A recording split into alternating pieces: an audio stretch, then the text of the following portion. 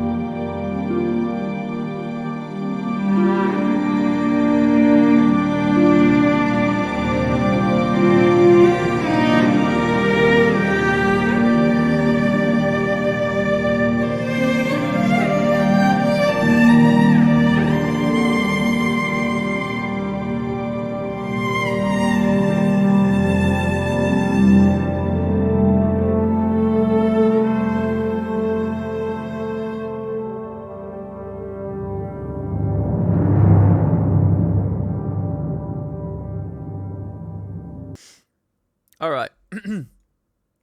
Oh, we don't have background music here now. Oh, I'll have to fix that later. Anyway, hello everyone. Welcome. Hope we're all doing good. Man, I ate something yesterday, and I've got like a weird... I don't know what it is. It feels like there's something like lodged, like really far back on my tongue or something, and I can't get rid of it. It's such a weird feeling. No matter how much I brush my teeth and like, I don't know what it is. It's really strange.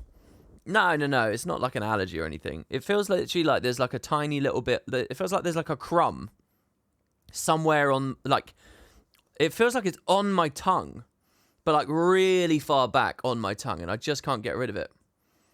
Second tongue growing in the back. Was it hot? Was my mouth burned? No. Like, I'm so sure it's just something back there. Yeah, it does feel a bit like a scratch with a crisp or something. I don't know, but I don't really eat crisps. I don't know. I don't even know what it was I ate. What did I have yesterday? Soup? It wouldn't have been any... I don't know what it is. Anyway, hi everyone. Today is Siege Turtle Day. Hooray. So let's just get in game. And let's see what we got. So, while we chat about End of Dragons, while we look forward to the Siege Turtle and all of that, let's get in-game on. What I'm thinking of is basically doing Return to, which, as you all know, I'm super caught behind on. Either we can do Return to, or I can do World versus World and see sort of what the new pips and stuff feels like. But it's not going to be very interesting watching me roam around in World versus World, I think, anymore. Yeah, 1 week till the amulet, so I've got really bad progress. So basically I decided, well, I'll get on my Necro, and see, the only character I have in my account that's beat everything, beat all the story steps, and is my Ellie. Everyone else has done like random sections of things. So the Necro's done like played POF and Heart of Thorns.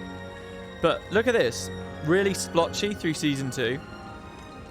Has done the recap apparently. Really splotchy in Season 3. Really splotchy in Season 4. Really splotchy in the Icebrood Saga. So it's like... basically anything on the Return to that's a patch that I haven't fully played already, I'm thinking of doing on the Necro. See, I'm caught in a weird thing with the Return to, where if you do it on a character that's already fully beaten the patch, you can skip a lot of the stuff. But I mean, if I'm streaming, then I don't really care about skipping, you know. I don't care about doing it like super efficiently. So we'll just see what we can do. So to recap for myself here real quick, side stories. So I've done Maguma and Entanglement. Dragon's Reach I never beat because I got to do a couple of events. So let's just finish that first and foremost. Let's just go spam some dry top events on this Necromancer, and just round that out. And in the meantime, I can chat with you guys in chat, and we can see what we think. You guys will have to tell me as well if the game sounds okay. Where are we on the meta right now? A sandstorm will arrive in 10 minutes. So what's happening about 10 minutes before a sandstorm? What are the best haunts, the most natural places to go to, I wonder? You know, I could map comp as well. I only have 2 POIs to get. I have all the vistas, 2 hero challenges. Yeah, why not? With mounts, it should be much easier than it used to be. In fact, let's do this. Let's go options. Let's go objectives, always show.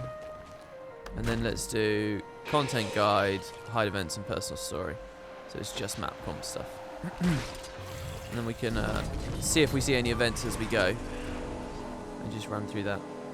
Thank you for the sub, Rob Manout. Welcome, dude. Thank you very, very much. Oh, that's your second month, actually, so welcome back. Yeah, so what are you guys saying in chat? That the stream starts at a different time today?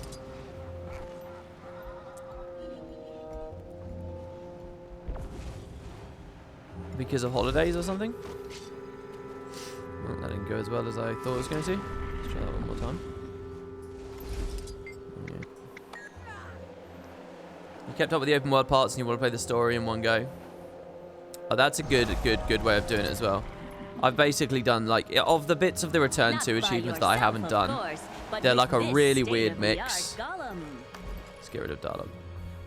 They're a really weird mix of, like, half-baked and then, yeah. So, It's probably not as bad as it initially looks, but for the open world stuff, standing around waiting for events to proc is something that I've basically been avoiding feeling like I want to do. This was always such a cool part of Dry Top when we first came here.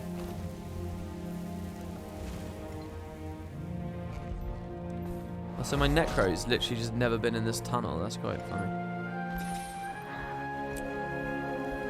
I really did love these maps.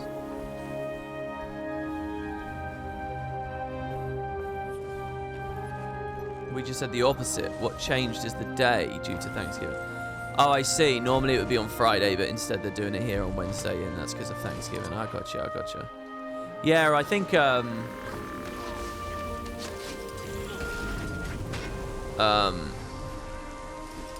think they announced it was going to be on Wednesday a long time out, didn't they? Like a long way out.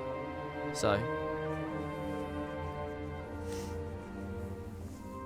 what that should mean is that we've got like 6 hours, right? It starts 6 hours from now, something like that. Do you think the turtle can have adventures like the beetle or the griffin?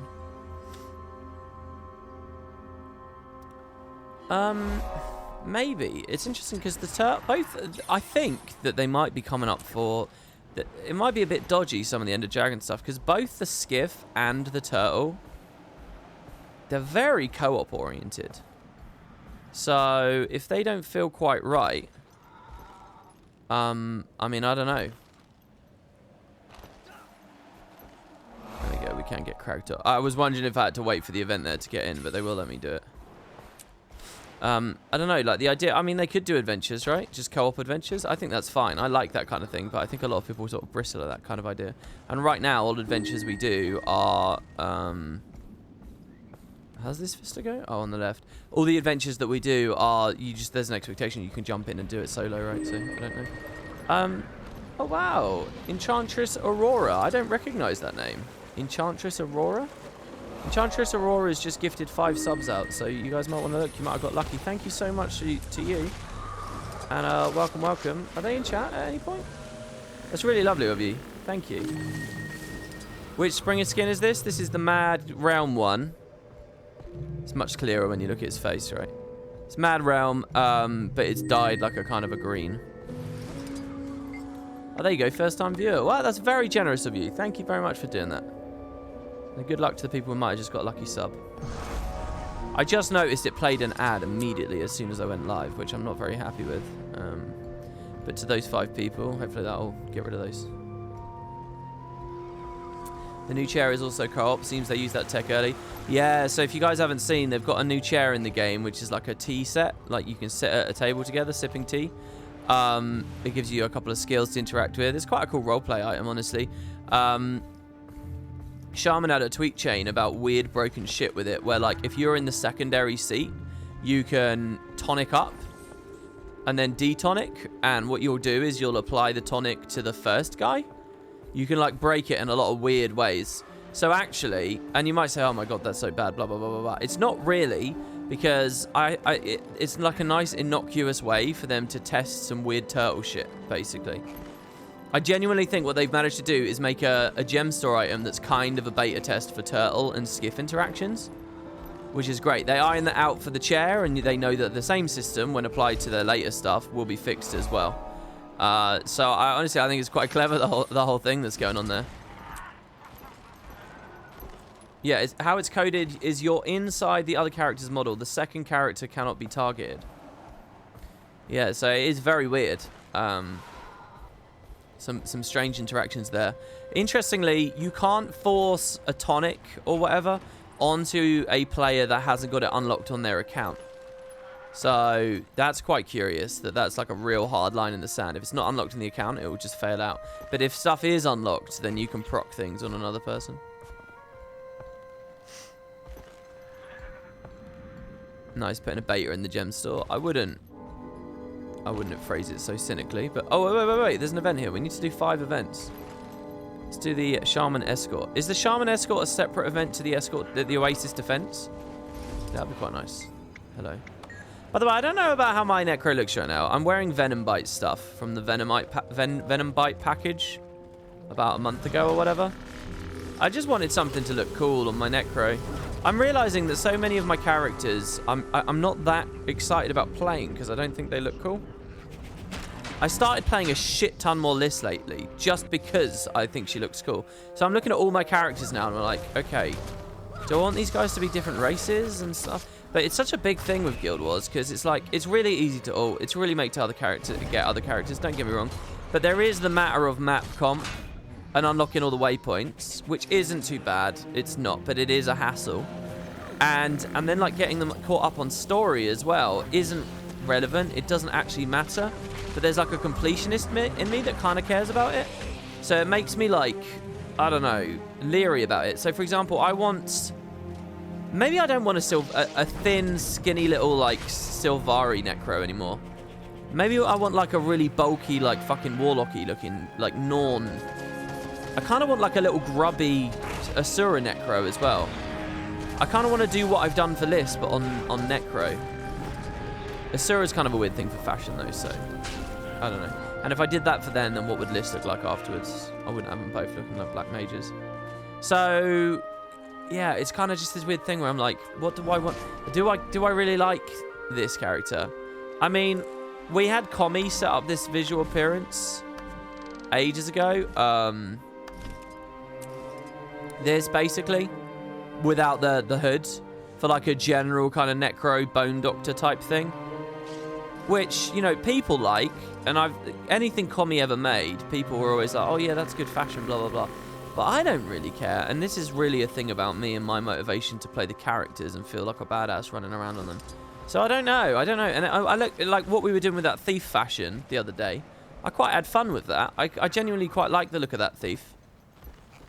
And I'd like to play that thief more now, but then there's a question of unlocking a shit ton of waypoints and stuff. In fact, now that I say all of this, I kind of want to stop this whole return to idea and just see how long it will take to get all the waypoints around the world on a character. Should we try that?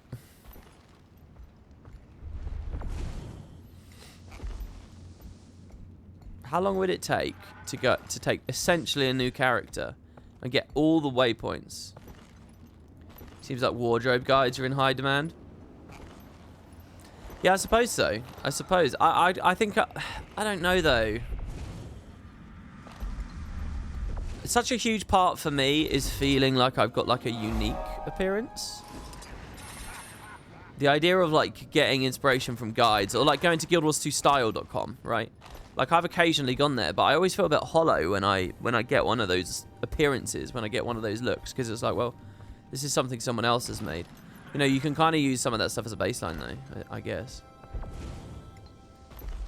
With or without mounts? With mounts, of course. Why would it be without mounts? It's not a challenge series. It's a practical thing I want to do for a new character. With or without gem store? Oh, because there are waypoint unlockers, aren't there? Without. I'm not interested in doing those. It's not worth it. Because I reckon you could get it pretty quick. Because really the waypoint thing is the only thing that feels a bit clunky, right? Sometimes the fact that you haven't unlocked explorable paths in dungeons. Sometimes. But not all the time. Very rare. And the devs aren't even like pushing people into dungeons at this point, so... We have a Final Fantasy player, first time Guild Wars 2 viewer here. They're loving the map art. Do you want to show off some newer maps just for them? Oh, yeah, I could do that. Yeah, the thing is, it's nighttime. Guild Wars doesn't look as good at nighttime. It's always fucking nighttime. Do you know what? Every time I go to record a Guild Wars video, I'm like, yeah, I want to show off the game and make it look good. It's always night, and I always get bummed out by that fact. Auric Basin's my go-to for, like, beautiful environments. I think Auric Basin is stunning. And depending on the state of the meta, it can look better or worse. See, this is the other thing, by the way. Necro. I kind of want to do, like, an angelic holy Necro. I kind of want to do the reverse of what I did with Liz. You know? I got to, like, get to the right areas. Here's a golden area. See, even at nighttime on this map, at least it can look good.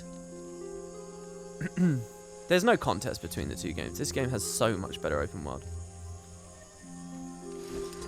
People like sit there saying, oh, the Crystarium looks... What are you talking about? The Crystarium looks nowhere near as good as this game. This game has performance issues, don't get me wrong, but still.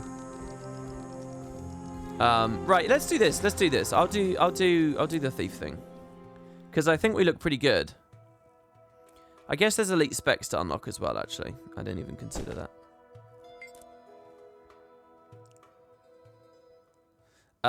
WP, are you going to do a tier list for FF patches and expansions from release until Shadowbringers? It would be fun to watch. If I can catch up in time before Endwalker. Suddenly, I do want to catch up before Endwalker because... See, dark matter doesn't work, guys. I don't think I like the dark matter. And I don't think I like this chest anymore either. It looked way cooler with bladed.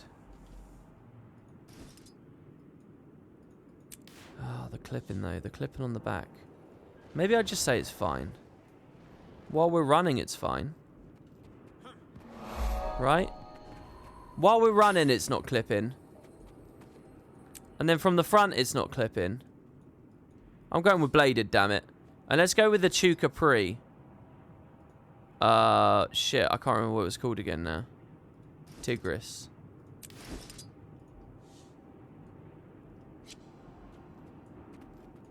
No, I think we look good. I like it. Of course, SD in PvE doesn't feel like it's going to be too great.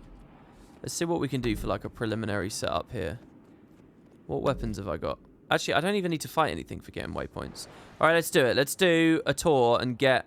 So where have I been? I've got like 4 Queensdale waypoints.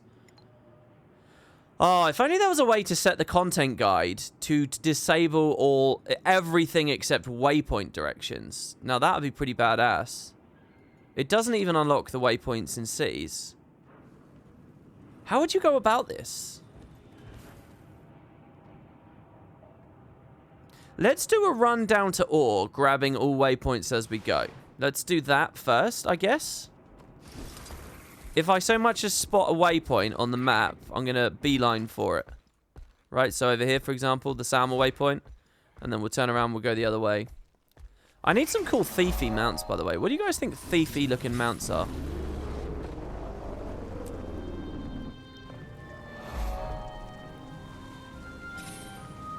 Right.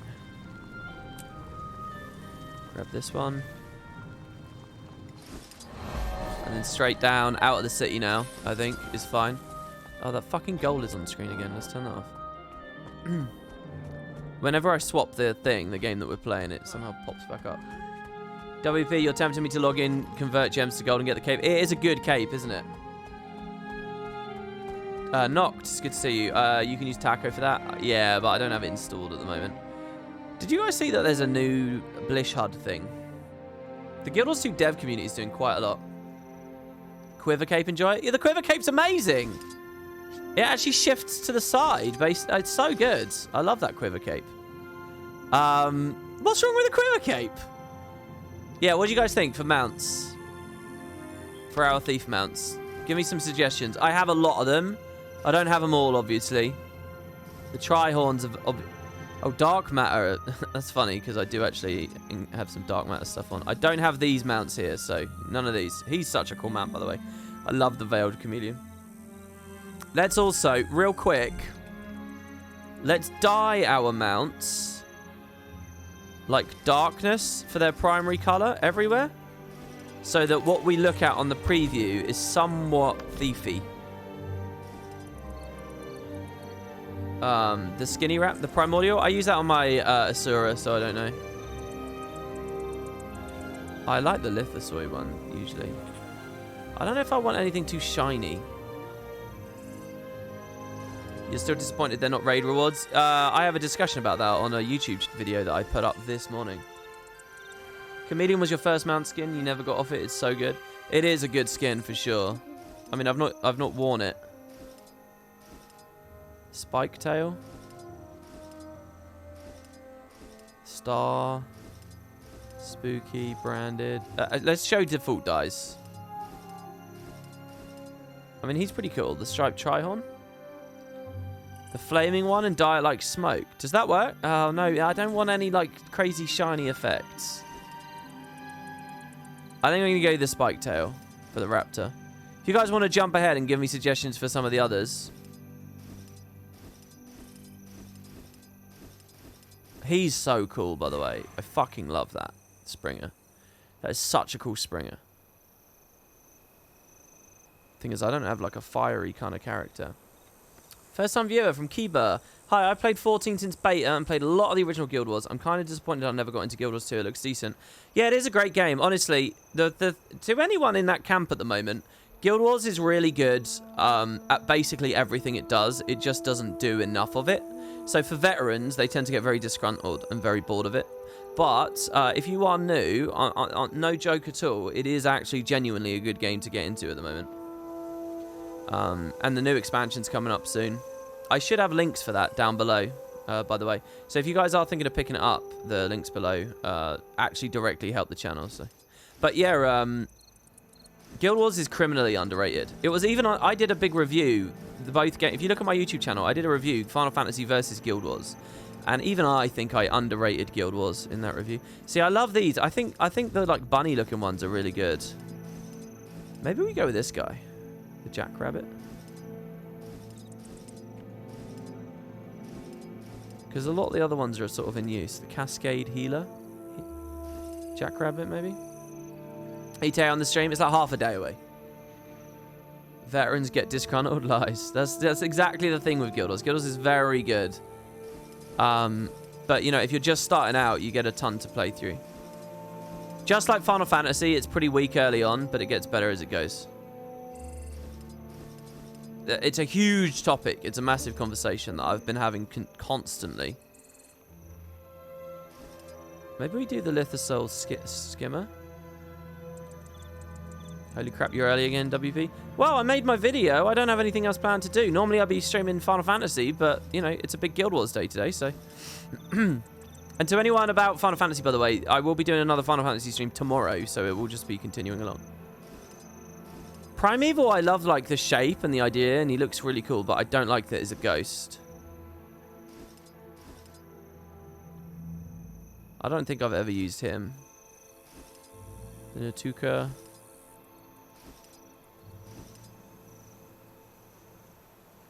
Now for Griffin, I don't know really. I don't know.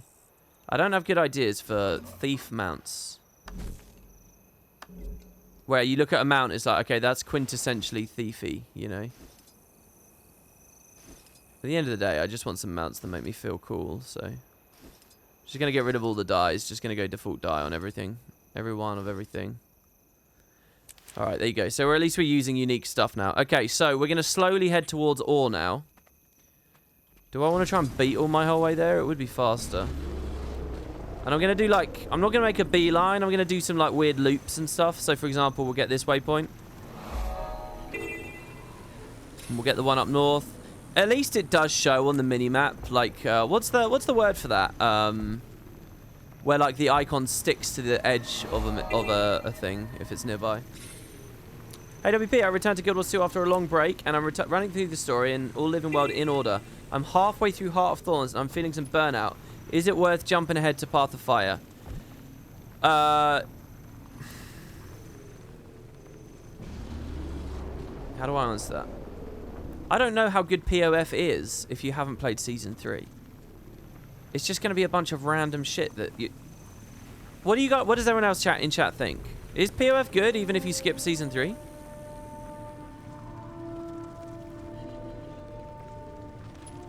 What are you feeling burnout from exactly? Because the game doesn't really... Oh shit, I missed one. The game doesn't really ask you to grind or anything. Let's get off the beetle. Let's do something a little bit lower intensity so that I can look at chat a little bit more. Hell no, he's just on the XP grind for Heart of Thorns Masteries. Season 3 is a big setup. They should include it with POF, but that's a whole other topic. Well, I don't know whether they should include Season 3 with POF or if they should include Season 3 with Heart of Thorns. I mean, they bundle them together now, so maybe the point is moot. But, the game is the game, whether it's POF or Heart of Thorns. Look, there's definitely a bump up with POF, okay? There is definitely a bump up. I just did a video where I rated POF the better expansion out of it and Heart of Thorns. Oh no, did I rate Hearth? They're both good in different ways. But as far as like a single first-time story playthrough, POF is definitely really good. Especially for a new player, you get the mounts as you go and stuff. Look, what I would, as a Guild Wars fan, what I would recommend you do is if you're feeling major burnout, then yeah, skip ahead. Because what else is going to happen? You'll just fucking quit. Right? Like, probably the only recommendation there is, okay, yeah, well, look. It's sad that you're burnt out, but what else are we going to recommend? If you're burnt out, you're burnt out. So jump ahead and see if you like it. And see if the game can capture you at that point. POF is brilliant first time. No, I agree it is. I agree it is. If you don't start POF and you're on the moving airship with pyramids exploding around you and you don't feel refreshed at that point, then I don't know what to tell you. Because POF hits hard right from the start. In a way, it would be really cool if I had like lore videos where I could say, okay, here's a summary of Season 3. I could do that. That's kind of like the story project I was doing, what, a couple of months ago. Just break it into each individual season. The story of Season 3. I already have a video on the story of Season 1. So why not do the story of Season 2, the story of Core, the story of... I could do that. Well, that would actually kind of work, because I could take my, I could take my work that I've already done on the Ultimate Story Recap, and I could just continue along. And I could just package it a little bit differently. Do a video on each bit. That's an idea. Right, I think that's a good amount of Queensdale explored. By the way, do I have reflections on? No. I always come here and want reflections on because this place looks so much better with reflections on. Seeing the bottom of the trees reflected down there. And then inevitably I leave and at some point I'm like, oh, my frames feel a bit rough, and I turn them off again later. It's the same thing every time. +1 for stories of each season. I mean, I really put a lot of work into one of those things of the Ultimate Story Recap. What you up to, WP? Well, I've kind of got a new Thief. I'm hoping I'll play a bit more Thief if I like the way that... If I've got like a character I really like. Basically, I'm not too keen on my Char Thief at the moment. So I'm just trying to get a canvas the world of waypoints. And what I'll do is some more of the Return to Living World achievements as well. And basically, this is just a bit of a back and forth with chat at the moment. As we play through.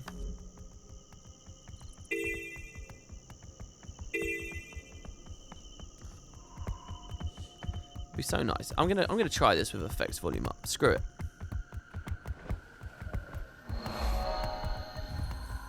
I should try and use compression to just compensate for the crazy audio imbalance that the game otherwise has. Yeah, let's do that. I'm going to put a compressor on the audio track. I'm going to try something weird here, guys. You guys tell me if the audio sounds horrendous. So, I'm going to compress at a ratio of like 15 dB to 1. And I'm going to cut the threshold to like -18 or something. Right, so if the game gets too loud, i.e. when I'm actually in combat, it should kill all of that noise. And what that should mean is we get the immersive ambience. We get the full soundscape. That's the theory anyway. Right, so as for Kessex, I'm going to do a big lap of it. I'm going to roller beetle in a big lap the whole way around. Nice to join you immediately. See Gods of Swamp, one of your favourite starter zones.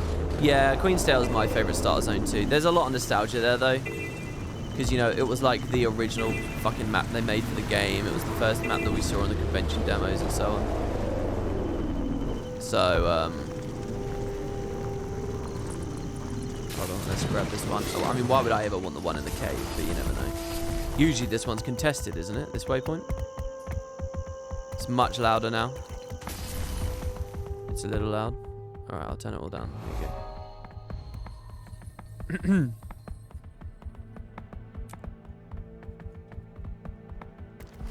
By the way, Stellaris released his aquatic pack. Lots of good stuff. Yeah, do you know what? I haven't been following it, Noct. I saw... What's the next update called? It's called Herbert or something, isn't it?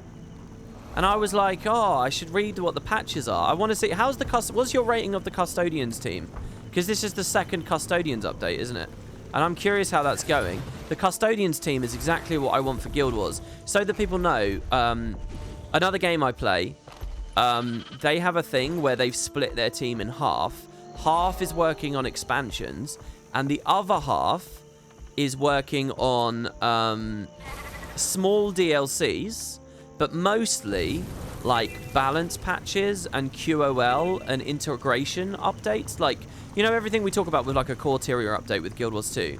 Like looking at old recipes and all that kind of stuff, current events, all those, not necessarily content, but like actual balance and housekeeping and like all that essential stuff to keep a game going on a long time.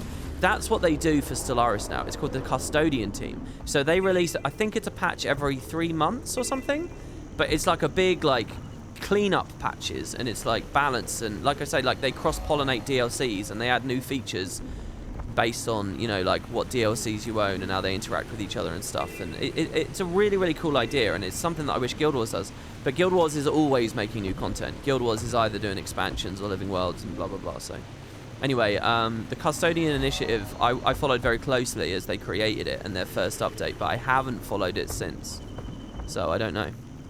But there's a whole new race you can play in the game now, which is like underwater aliens that are now in space, which I know sounds kind of crazy and weird, but they're kind of scraping the bottom of the barrel at this point. See, I like this skimmer. It feels so naturey, right? Going across the top of the water. They need to do like a lily pad skimmer or something. Every game could use a Custodian team. Yeah, I mean, I really do think that it's a brilliant thing that they've got going on there. They've got such a good rhythm, as long as it goes well, but I mean, it's early days, so who knows. Last I was reading was the first Custodian patch was really big. And they said, look, this is too big, the later ones are going to be smaller. And since then I haven't followed, so I don't know what other updates they did. Hey, if you can have aliens in space, water aliens isn't weird. Yeah, they have like void creatures and stuff. Do they have a Nimbus cloud skimmer? Well, so you're like riding around on a cloud? They've got the chair, don't they? The water aliens have pirate-themed stuff. Oh, that's cool. Does that mean they updated actual pirates in the game? Okay, this, by the way, this project of getting all the waypoints is definitely going to take a lot longer than I thought. But hey, it's meaningful movement and progress, and it's touring the world. While we can have active Q&A, which is nice. Could ArenaNet possibly pay for Custodian team with something like a Battle Pass subscription? Everybody gets the small stuff for free, but members get the big stuff for free too. I guess it all depends how they do the Battle Pass, doesn't it? I immediately, when I hear the word Battle Pass, I get a bit leery about it. I think it's sort of got some connotations that I would rather ArenaNet didn't grab onto. But I think Battle Passes in general is just like a game initiative are a really, really cool thing in that it's like you're getting someone to pay for the incentive to play more. Do you know what I mean? It's like double dipping. It's genius. It's like, okay, I've paid this real world money, and in Guild Wars currently, if you pay the real world money, it's like you're killing desire to play more content. A Battle Pass is kind of a beautiful way of saying, all right, you've paid to now go grind a thing out, and it feels good to grind that thing out or whatever. I think that's very clever. It's a way of making the consumer feel good about doing a ton of stuff you want them to do, i.e. give you money and use the product as much as possible. So I think it's very smart, and on those grounds, I think it would be good for Guild Wars. It depends how they do it. They've got a bunch of reward track systems and, you know, incentive ideas in the game already, like AP and achievements and stuff. So I don't know how they would implement it, but I'm not totally against the idea. Just as long as it doesn't look too grimy, do you know what I mean? Oh shit, we hit the tree. So that's how I feel about that. Flamingo says no, it's not a good idea. Well, substantiate that. Battle passes are the one microtransaction you're glad exists. I think it would work well for Guild Wars, you know. One of the things Guild Wars kind of... It depends, what time scale does the Battle Pass run on as well? Is there a big difference between a Battle Pass and a sub? Well, consumer choice. Right? You can choose to opt into any battle pass you want. You're not given a choice for a sub. A lot of the time, ESO gives you a choice, right? But then basically in practice doesn't. Final Fantasy, you don't get a choice. You have to pay that money every month. You can decide based on the rewards. And the idea, by the way, of a battle pass that's just accelerating you to get rewards other people can earn in-game anyway, I think that's pretty good too. And that solves some other problems that Guild Wars has got. I don't know, if they're clever, it could be like a very, very good thing for the game.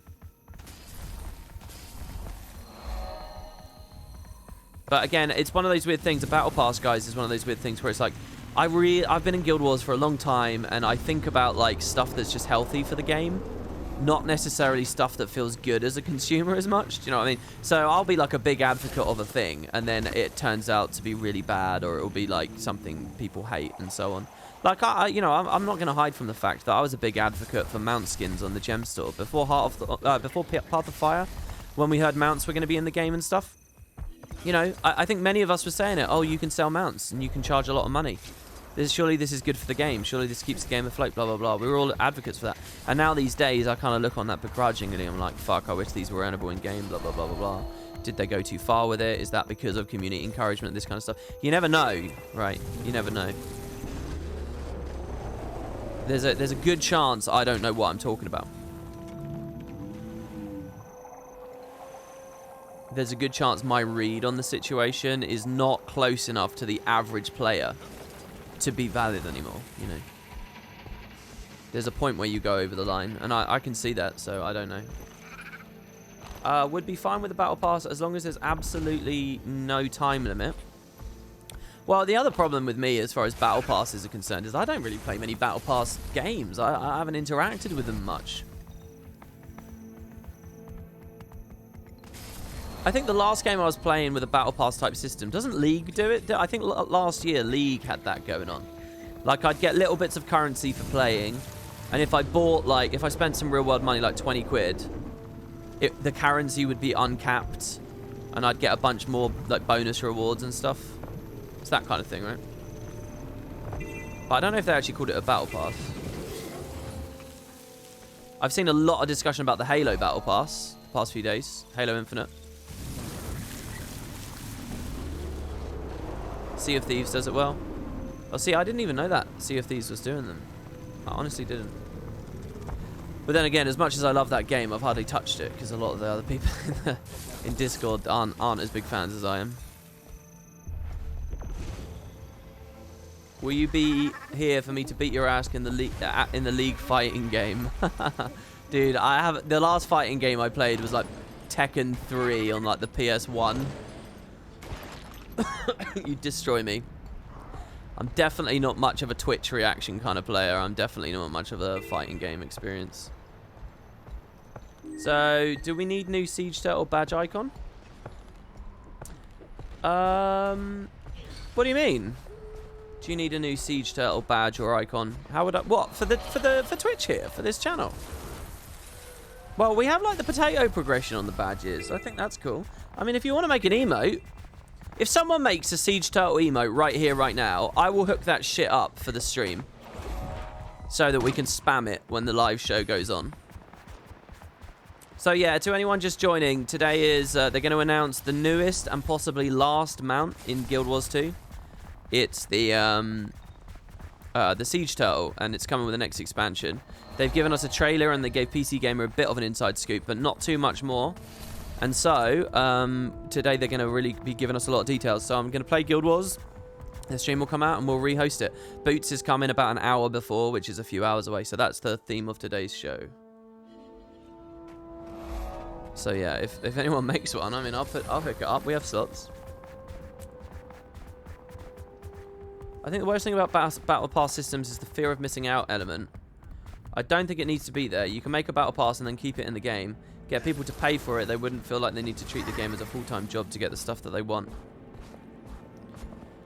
Yeah, it's all a matter of balance, isn't it? It's all a matter of, you know, being too forgiving or being too tricky with it. And I don't know. I mean, ArenaNet tends to be very shallow with their progression systems, and they tend to ask for not very much, in my opinion. Legendaries are the one caveat, but that's only because they weren't originally meant to be the ultimate thing that you get in the game. They were supposed to be a thing for like a very, very small minority of the game. And now they've been embraced otherwise after 10 years. But I think aside from that, you know, it's... So I don't know whether I really... I think ArenaNet would probably shoot too low rather than too high. Don't you guys think? Maybe not. Again, I don't know. Maybe my opinions aren't to be trusted. I thought that the Heart of Thorns experience gates were fine. And a lot of people still accuse it of grind. You guys realise that they doubled XP gain in Heart of Thorns? They fucking doubled gain, and yet people still say it's grindy. You're talking to someone who started their MMO life with RuneScape, okay? So when you tell me something's grindy...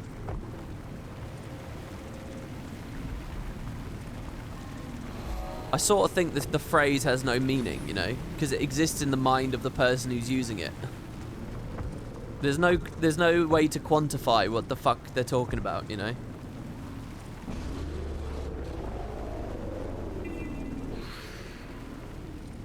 It's interesting, by the way, to think of battle passes in the context of PvP and world versus world reward tracks, too. How would a battle pass work in PvE, though? What would you tie it to? What would you ask people to do?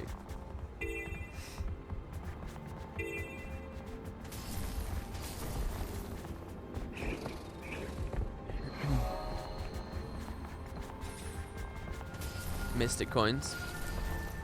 Well, one thing I think would be quite good is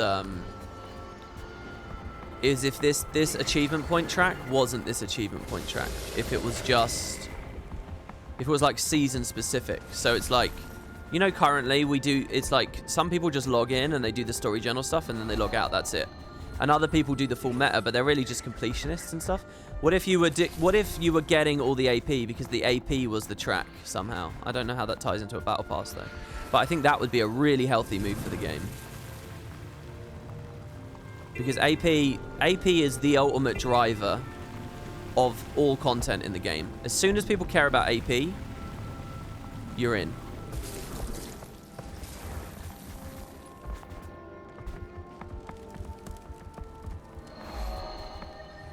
Battle Pass, in a way, is just a list of achievements to do. Exactly. And so they're close.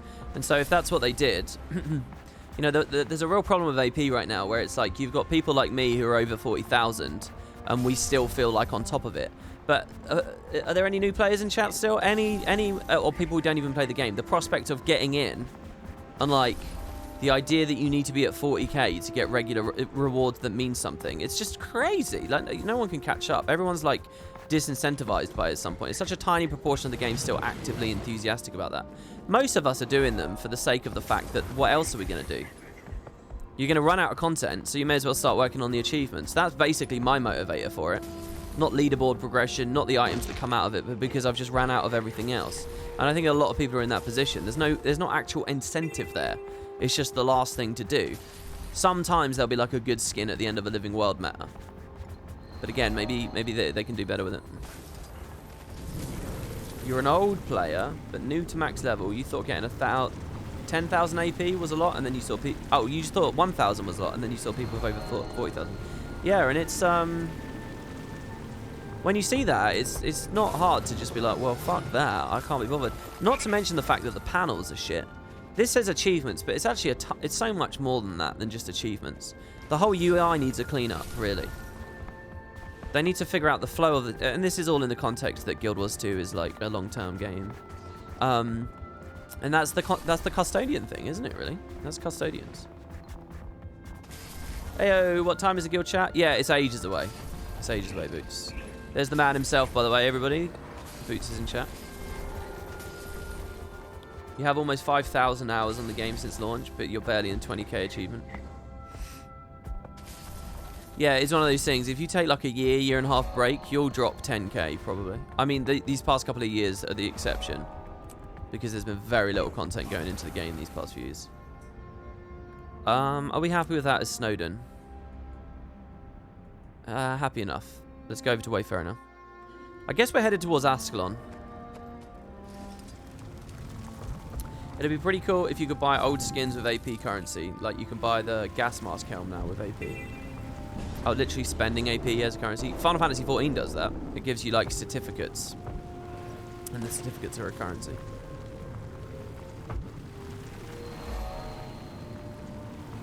Not doing dailies hurts AP so much. Yeah, and then you got that side of things as well, where dailies basically, they, like, hold people back early and they do nothing for veterans because we're all capped on it anyway. I mean, that's another thing. Like, I think that would be quite powerful for, like, a Battle Pass AP type thing, right? It would add incentive for dailies again, back to vets. I have no incentive to do my dailies at the moment. 2 gold is sort of, it's alright. But I don't really care about them, and I haven't for years and years and years. And when I do care about them, I'll just play, like, 1 PvP match and have them over. And if it's one of those phases where I'm really having fun in PvP, then I've just got my daily accidentally. You know, most of the dailies I've got on accidentally because they're too easy to get, because you've got too much choice, too much opportunity to cheese it with something basic like spend a couple of badges of honor in World vs. World. You know, it could be something really profound. It could be a lot of fun gameplay. It could be like 5 events in this map that you haven't been to for ages, or complete this adventure that you haven't been to for ages, or do this dungeon path that you haven't done for ages. But then it's undermined by the fact I can just spend 25 badges of honor. You know, Final Fantasy is so much better made in that way. If I want to do the equivalent of my dailies there, like I'm doing roulettes, I'm playing co-op content, meaningful co-op content from these vast pools that randomly, it's really robustly made. You know? Of course that game grows and grows and grows and ends up building an army of fanatics, and this one doesn't. Because you log into Guild Wars and you wonder, what am I doing? And then you log out. WP, you're now famous. Your clips made it onto Lulu highlights. Yeah, that happened 2 days ago, and I was like, oh, that's cool. And apparently it happened yesterday as well. I mean, I'm flattered. I didn't really do it. Was yesterday's Shadowbringers stream that entertaining? I have no idea what clips they would have shown on the Shadowbringers stream from yesterday. What was I doing?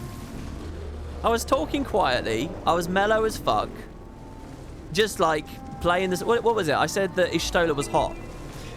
I said I've now fallen in love with Ishtola because she's got like a sexy black mage outfit on, and she's got a real chip on her shoulder and a real attitude. That's basically. I have no idea what people clipped yesterday. I have no idea. But I mean, the more the merrier. I mean, get in line. It's just because she's a cat girl, guys. That's all. The only reason I like her. She's your favorite too, best character. I mean, I really don't know. Like, that was the most like lukewarm stream we did yesterday. That's quite cool though. Guild Wars 2 needs a clip channel. What do? They basically just like browse top clips from the game every day, and they just bomb them into a video, and that's it. Is that the whole point? Do they put commentary on it or anything? Do they literally just take other people's content and they're happy to do it because it gives them a viewership bump? A Guild Wars 2 clip channel would be depressing. What do you mean? Oh, guys, Dragonstorm. Oh, what a patch. Fantastic shit, right? That's a good clip, isn't it? There's no commentary, it's just clips. It's a community thing. So what does Lulu mean? Is Lulu the name of a person or what?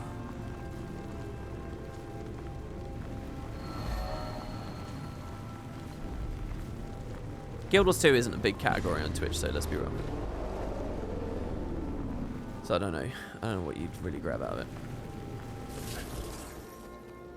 Oh, they're a person. Oh, okay. So they just on the side do that every day, do they? What are their own streams like? What's their own content like? You're so curious about Dragonstorm, it makes you want to pick up Guild Wars 2 again? What's curious to you about it? I'll teach you all about it. We can have a nice positive, you know. It'll be. I have nothing but good things to say about that patch. It'll be lovely. Just talk about how much you hate Bram and get free upvotes. It can't be that bad. I mean, it is what it's described as. It's 10 years of story concluded in about 15 minutes. So, I mean, it's not just Dragonstorm. It's obviously the fact that, like, but the game feels really smooth here. The beta's doing well here. It's not just Dragonstorm. It's all of Champions, really. It's just the idea of the story arc more than anything else. That you can introduce Primordus and kill him in one episode of the Living World. An episode in which half your attention is on Jormag, and some of your attention is on a Char family drama, and some of your attention is on the Spirits of the Wild, and some of your attention is on Bram. In that, you're going to introduce and you're going to kill an Elder Dragon. And that's what they do in about a 15-minute scene. I mean, if that sounds good to you... And look, it's pretty and cinematic. Even with the Hungry Hippos jokes, it's pretty and cinematic. I will not take that away from it. It is pretty. If that's fine with you, then that's fine with you. I mean, there's not anything else to learn about it. What I just described is what it is. You don't have to play to get a more rounded opinion, I don't think. Those are the salient facts. There's going to be some other little things around, but that's basically the situation. So if that sounds good or fine, then you'll find it good or fine. If it sounds shit, then you'll think it's shit. But I don't know why you would. I mean, the Elder Dragons are lame anyway. The story's been going on far too long. And, you know, Primordus isn't even a character. Primordus is just a force of nature. What is there to get out of him? Fire isn't very fun as a story, guys. So, yeah, let's just kill him off and get it done with. It's A+ storytelling. That sarcasm was so deeply seated, I can promise, that... Because it's a reasonable point I just made there. I do see the defense of Dragonstorm. I do see it. All right. Am I disinterested in the Deep Sea Dragon? No, I am interested. Oh, so I got a story for you guys. I got a story for you all. I tried something really wacky last night. That gave me a lot of respect for the writing team. So I had this idea. I'll just say it. Fuck it. Why not? I've got a really cool idea about what... I've got two cool ideas about what I'd like to see happen in End of Dragon's story. All right? Idea one is this. Let's talk about Timey. Timey with her illness. Nobody thinks the studio's brave enough to have her actually undergo any damage or any danger or anything, right? So here's how I would write Timey. Here's what I would do in the expansion. Are you ready? And this is fucking brilliant, and you don't get to say no to this. Not a single one of you gets to say no. This is fantastic, all right? So here's what you do with... And we've seen in the trailer that Jade Tech, people are augmenting their bodies to rebuild their bodies. So what's the fear that they'll just cop out and they'll have time to do that? So here's what it is. Act 1, Timey is like really struggling with her illness. We find out she's been hiding that fact from us, but she's like passed out or she's had something bad has happened. You realize she needs palliative care. She's at the end, right? It's not good. We're in Act 1. It's not good. In Act 2, however, she augments her body with Jade Tech to save her life. She comes back and she's all right, okay? Now, she does this in conversation with Goric, who consents to it and encourages her to do it, all right? So, happy days for Timey. Story goes along. Act 5, we find out all the Dragon Jade is corrupted and fucked, whatever, because of the Deep Sea Dragon, and we have to get rid of the whole lot of it, right? Because of rebuilding the cycle or whatever. Everything to do with Jade Tech is fucked, and we have to basically make the decision to end all this and thus destroy all Jade Tech. So, we have to make, with Sophie's choice, we have to make the choice to kill Timey, basically, because she relies on it now. And we do this. And Goric is very, very into Timey, and so that's the tragic sting at the end of the expansion. We have to make the choice. Goric can't forgive us now. In the meantime, throughout the expansion, the Aether Blades have been in it, and they've got like a little bit of an interaction with the Inquest, leaders of the Inquest. And Goric goes sort of dark on us. He's not happy with this. And by the end of Dragons, Goric turns his back on the Commander through the melodrama. You set up in the right way. And we end with Goric in the Inquest. And he's sort of a frenemy going forwards. Okay? So that's what I do with Timey. That's Wooden Potato's fan fiction of what to do with Timey in the End of Dragons expansion. That's what I do. Okay, another cool idea that I had is that, and I mentioned this a few times, but I really like the idea that the central issue in Cantha is that they're running out of Dragon Jade. And, you know, that process has been threatened. Maybe the deep sea dragon's taking some of it, siphon it away or whatever. They got a real problem on their hands. And they'll do anything to get that Dragon Jade. So what's actually going to happen is somewhere around like Act 3 or something, not the end of the expansion, somewhere around Act 3, we find out that getting Aurene to Cantha was just this big plot to lure her there. And they fucking kill Aurene somehow. And they infuse a shit ton more Dragon Jade. And Aurene's down and out for the Kate. Down and out for the count, like, early in the expansion. Aurene's not even, like, the final boss or whatever, which I think is a very easy prediction. That's not even what they do. Like, Aurene's out, like, somewhere in the middle. It's like this big mind-blow fucking moment. It's the equivalent of Balthazar killing us in POF, all right? It's just like, whoa. So I like that anyway as well. So I have these kind of two ideas, and I think, man, I could do some good shit with End of Dragons. Right, so here's my crazy story.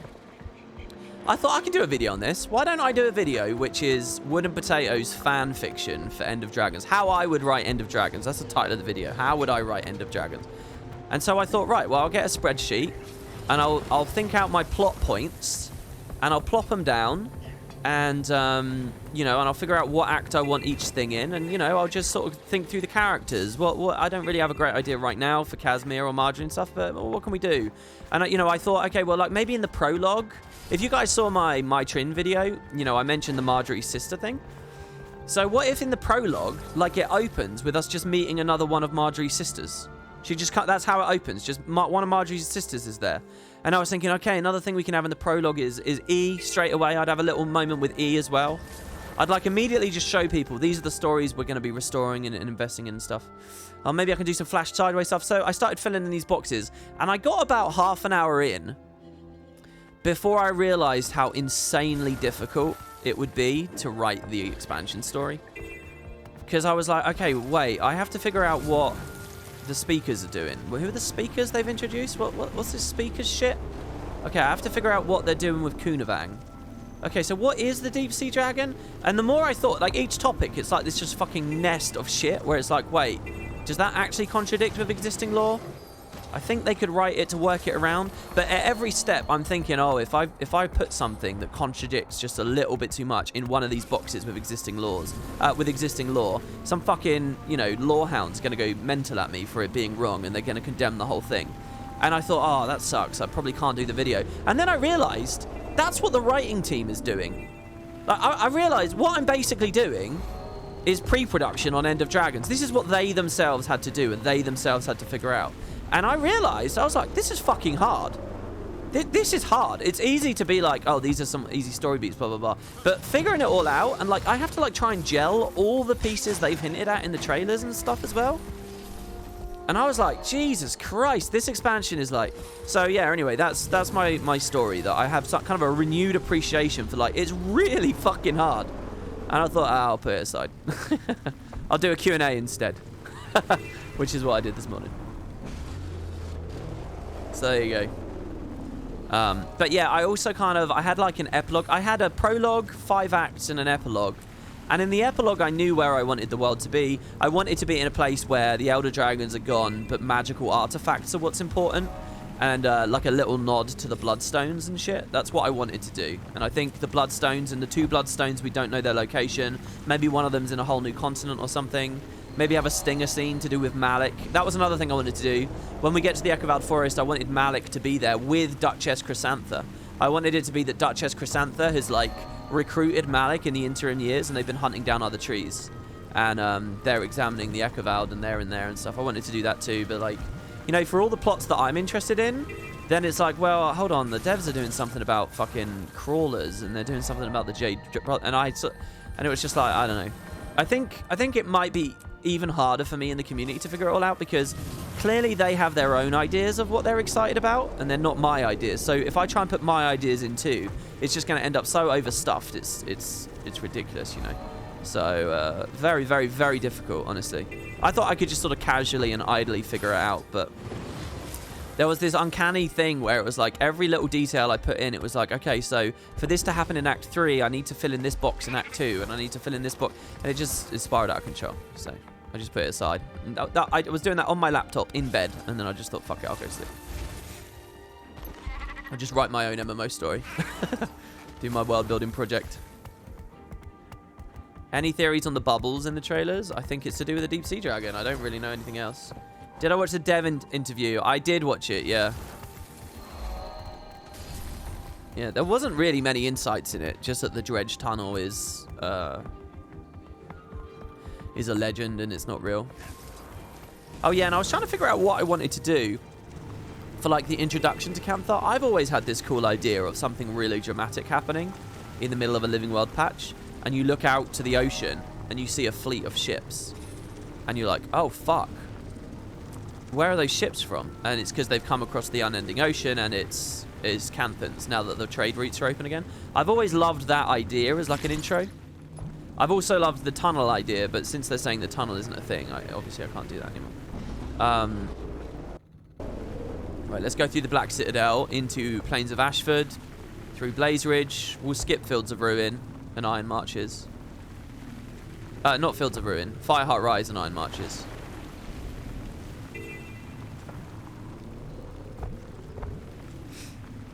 What was the dredge tunnel idea? My idea was to have, you know, in the Super Adventure Box when you're on the raft, my idea was to have that, but in the actual game, and you're not on a raft on water, you're on a minecart in an underground tunnel, flying through it, like at incredible speeds. You're like riding along down the dredge tunnel, and eventually you burst out, and suddenly you're in Cantha. And I always imagined that you'd be like at Mount Kinkai or something, and there'd be like some explosion or something. So you get rocketed out of the tunnel, you're disoriented, you're in the dust, you look up, and as the dust clears, there's a Tengu staring over you. And I always like the idea of the Tengu wielding a rifle, because you know, firearms like pistols and rifles and stuff weren't such a big thing in Guild Wars 1. So when you do Guild Wars 2 Tengu, the idea of having them with the new equipment and stuff's kind of cool. But I like the idea of like some honor-bound Tengu's like pointing his gun, standing over and you, is like, who are you? And then that's like the start. And then it's like cut to black and you see Guild Wars 2 Cantha or something. That was what I always liked as an opening. Just scene. Just visual. But obviously they're not doing that. They're starting us at Shinji. Which, I don't know, it might be cool too. I mean, they did a cool start to POF. They did a very badass start to PF. You never know what they'll do here. But they confirmed that the dredge tunnel doesn't actually exist in lore. It was just a legend. And now it's like, well, why are there dredge in the Echo of Ald? And we don't know. And there haven't been any appearing in the trailers either. So here's a quick shitty try at a turtle emote. Oh, okay. No. Please feel free to spam it. Oh, my lord. Okay. It doesn't look like a turtle, though. It looks like a turtle's face. People aren't going to recognize that, are they? Can we do one that looks like a turtle? Can you do like a top-down one of a turtle's back with its, like, arms and legs flayed out? That just looks like a goblin monster. I mean, I can put it on. Oh, wow. 2 of you guys are making them. Oh, no. That doesn't work as an emote either. That's way too big and detailed. I mean, what do you guys think? What do you guys think? Oh, someone's sketching? Oh, I feel like an arsehole saying no. You guys didn't put too much work into these, did you? I mean, the emotes are small, guys. They can't have much detail. You can't have my whole potato logo and a turtle. It's just, you're not going to be able to see it. Like, look at what you can see in Twitch chat. You've got to imagine how small that is. Where can we post? Oh, you're not a sub, so you can't post links. Isn't there a command I can do? Hold on, let me try this. Yeah, there you go. Mr. Implicit showing a turtle.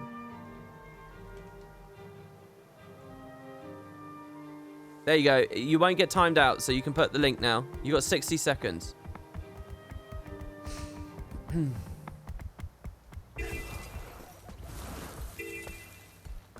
Oh, that's a good turtle as well.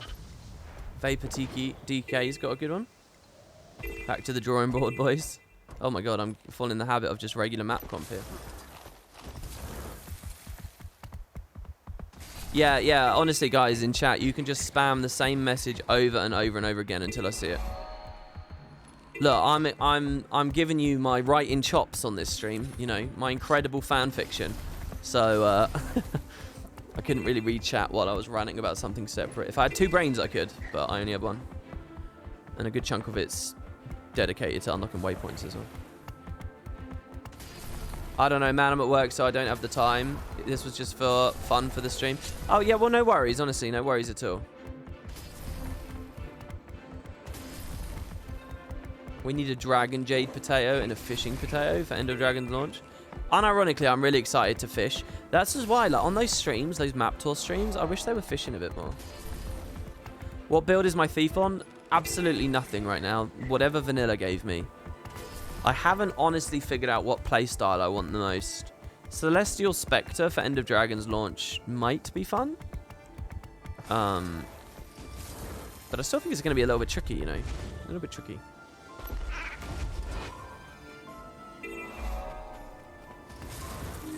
Oh, that was a gift sub.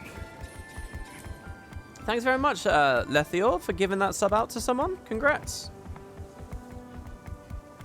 Did dragons have the ability to traverse the mists always, or did they gain that from Balthazar, and now the gods are like, oh crap? You know what? I should remember much clearer what the result of this story is. But I feel like, they do explain how he gets into the mists very explicitly in Season 4. I don't know whether it's that he got it from Balthazar necessarily. Is it? It's not that they got it from Balthazar. Maybe. But they do explain why he can go into the mists. And it was only Kralkatorrik. I mean, the assumption that the Deep Sea Dragon's done the same is pretty interesting.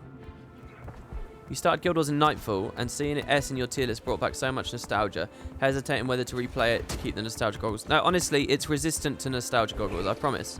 Nightfall is just a really, really well-made game. You know, there was so much I didn't even mention about it. When I was justifying that S tier, there was so much stuff I didn't even say. Like shit like the branching fucking campaign missions. There's actually like loads of story branches, substantial story branches there that are actually rich, fully fleshed out, and don't fuck with your perception of the overall narrative because you played one, not the other. Like optional heroes and stuff. I mean, honestly, it's such a good fucking campaign. I described it as Apex Guild Wars 1, and it is. You know, people talk about Zoteka and Utopia all the time, right? I'm not even really that interested in Zoteka. I'm not even that interested in Utopia as a setting. I'm not interested in a Mist expansion that well. I'm mostly interested about Utopia purely because Nightfall was so good.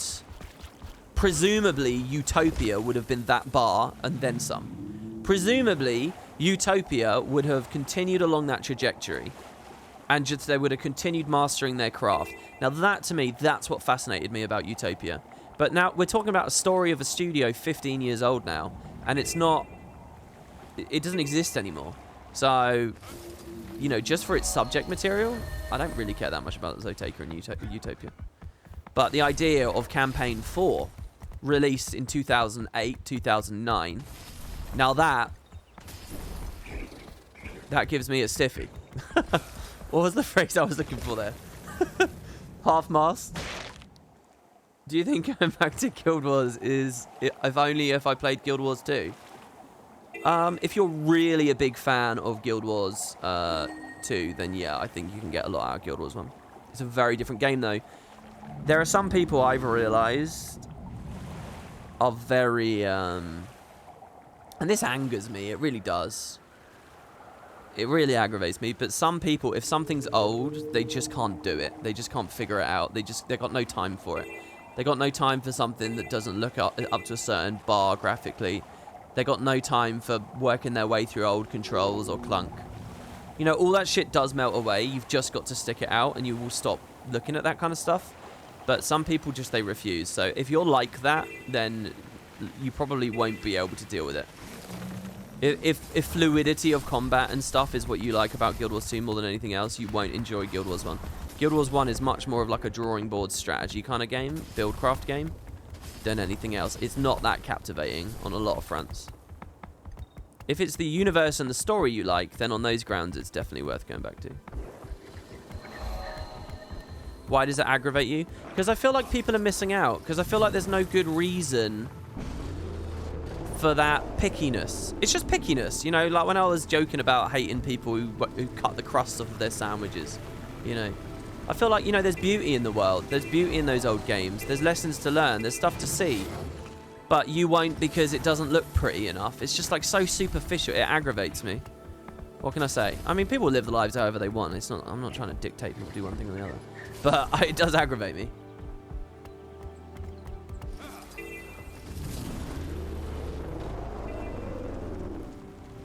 Like, that's not an open mind to me. Do you know what I mean?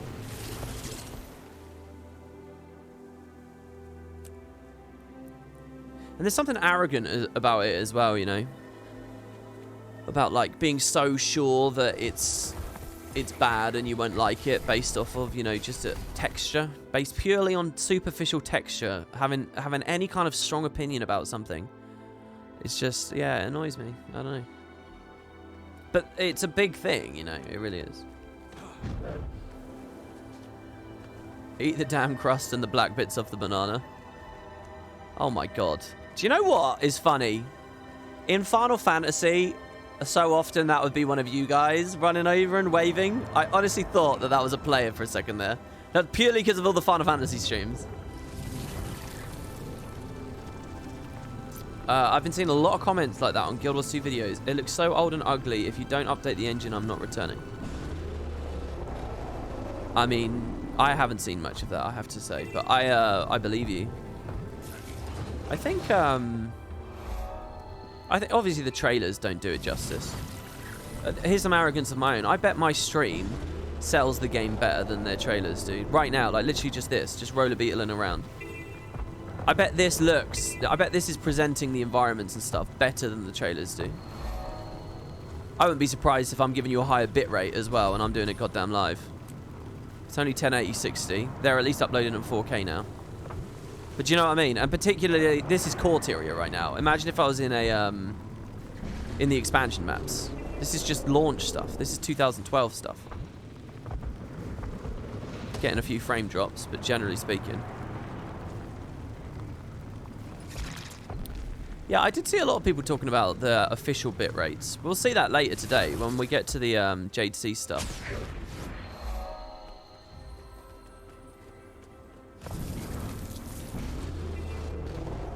You don't understand why they don't use some actual gameplay snippets to show? For their trailers?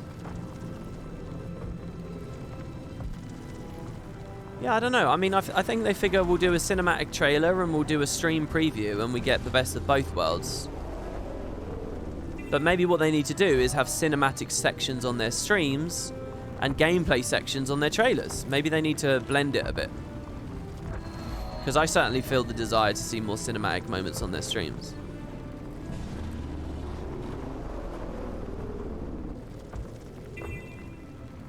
I believe their YouTube stream has higher quality.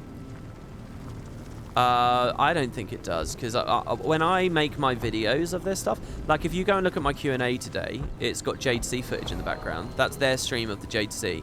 I pulled that from YouTube, and I can see it's very lossy. You'd expect them to be serving as many as they can. Wait, is it 6,000 you can serve? I'm giving you guys 6,000 at the moment.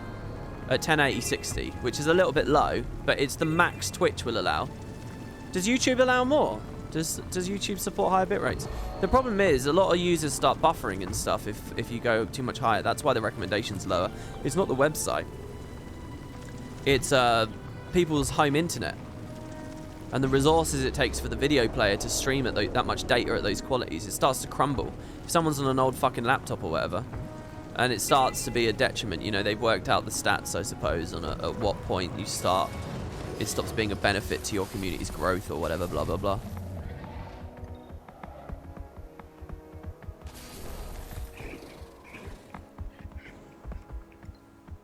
The other problem is Guild Wars 2 combat is messy looking. It doesn't look pretty. So, if they're going to do animation showcases... I mean, I believe in animation showcases. I made one of my own with the Spectre. I think that stuff's really important. But it is a bit deceptive because we all know the game's not. It doesn't actually look like that. You know, if you look at my Spectre animation showcase, sadly, I think a lot of people weren't. I mean, that's a weird thing as well. People weren't really that interested in watching that. I suppose it's because it was after the beta. But if you look at that, it looks really good. But you're not going to get much of that detail actually in game. Try number 2 at Siege Turtle emote, Baby Turtle edition. Oh, okay. Well, how many people are making these now? Because I do have slots, but I don't have too many slots. By the way, you don't need to make 3 file sizes. Anyone who's making a turtle emote right now, I'll hold these tabs open. You guys don't need to do multiple sizes. It will resize for you. So don't worry about that. Just make sure it's a square resolution. Just make sure it's a square, you know, same pixels wide as it is tall. Twitch will do the rest. Thoughts on CGI trailers for marketing? Too expensive, or does the hype it builds make it worth it? I mean, who are we to say, right? Like, I know I love them at this point. I used to hate them. I didn't hate them. But I used to buy this idea. I used to be like, well, look, you don't get actual in-game stuff. It's not actually representative, so why not? But they are cool, aren't they? And I wish we had them. When I watch a Final Fantasy trailer, when I watch a Blizzard trailer, like, holy fuck, did I tell you guys I watched the Heart of the Swarm trailer? Holy shit, that trailer. Guys, literally, turn off my stream, pause this stream, just go away. Go to YouTube right now, you're not going to miss anything, and look up the Heart of the Swarm StarCraft 2 CGI trailer. Just type that into YouTube. Watch that fucking trailer. Holy shit, I don't even play StarCraft 2. Watch that fucking trailer. You bet your ass I won that for Guild Wars. Oh my god. And yeah, when I look at like the Prophecies trailer, and when I look at the Factions one, they're all really cool. But ArenaNet don't do them, I assume, because they're too expensive. I mean, who are we to say? Like, it's really easy for me to say, no, it's not too expensive. What? Who am I to say that? I don't have the numbers. You have to assume, okay, that they know how cool the CGI ones are, and they're making the decision anyway. They know how cool CGI ones are, and they're making the decision anyway to not do them. They're probably not taking that decision lightly, but they probably know it's a necessary evil. So I'm going to guess that it's not worth the money. Otherwise, they'd do it. Again, like, I know it's really easy to think they're just corporate, out-of-touch people that don't get what they're doing, but nobody goes into the video game industry unless they're a fan of video games. Nobody goes there for money, all right? On some level, they get it, all right? On some level, they play other games, and they're making the decision anyway. So my guess is it's too pricey. Which sucks, but there we are. Maybe battle passes will save the day, am I right, everybody? Battle passes? Maybe that mobile game should have come out so it could fund all the other shit. That's the kind of candor I'd love to see from a studio. Hi guys, we're making a mobile game. It's a bit of a cash grab. We do like it, but don't worry. That cash means you're going to get CGI trailers, and that cash means you're going to get more expansions. What do you think?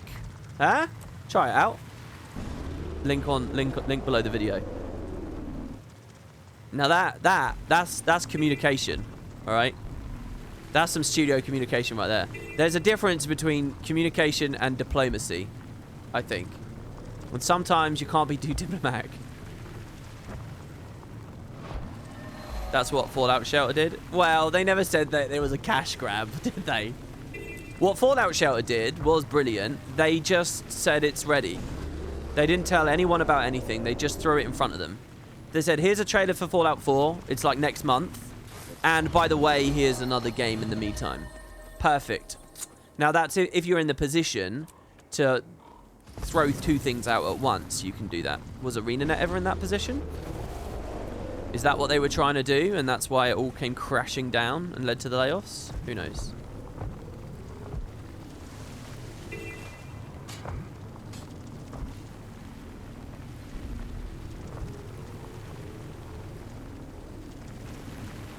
Didn't they already do some kind of supplementary app for the game? You mean Guild Wars? In early press, they had an idea of this thing called the Expanded Experience, and it never went anywhere. I have a video on it Go to YouTube. Guild Wars 2 Graveyard Extended Experience. What's it called again? One of those. And I love the Gates of Ebonhawk. These look surprisingly small compared to the scales we deal with in the game now. Extended Experience? But yeah, it never actually came out, so. AWP, what's your favourite food to eat that you consider fancy? Gazpacho. Right, Boots? Is it a banana? I don't know. He's mad. What? It's fancy. All right, here it is, right? It's those little cocktail sticks, right? And you stick it through a little bit of pineapple, a little bit of cheese, a little bit of gammon. Now, you only eat those at fancy do's. But I'll make those for myself. There you have it. That's my fancy dish. No, I don't know. Honestly, I don't know. I don't know. What is fancy?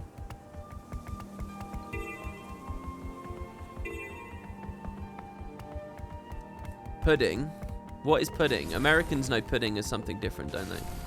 Pudding to me is just like another word for dessert.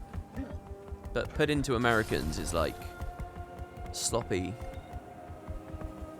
It's like yogurt in it. It's like mousse, chocolate mousse.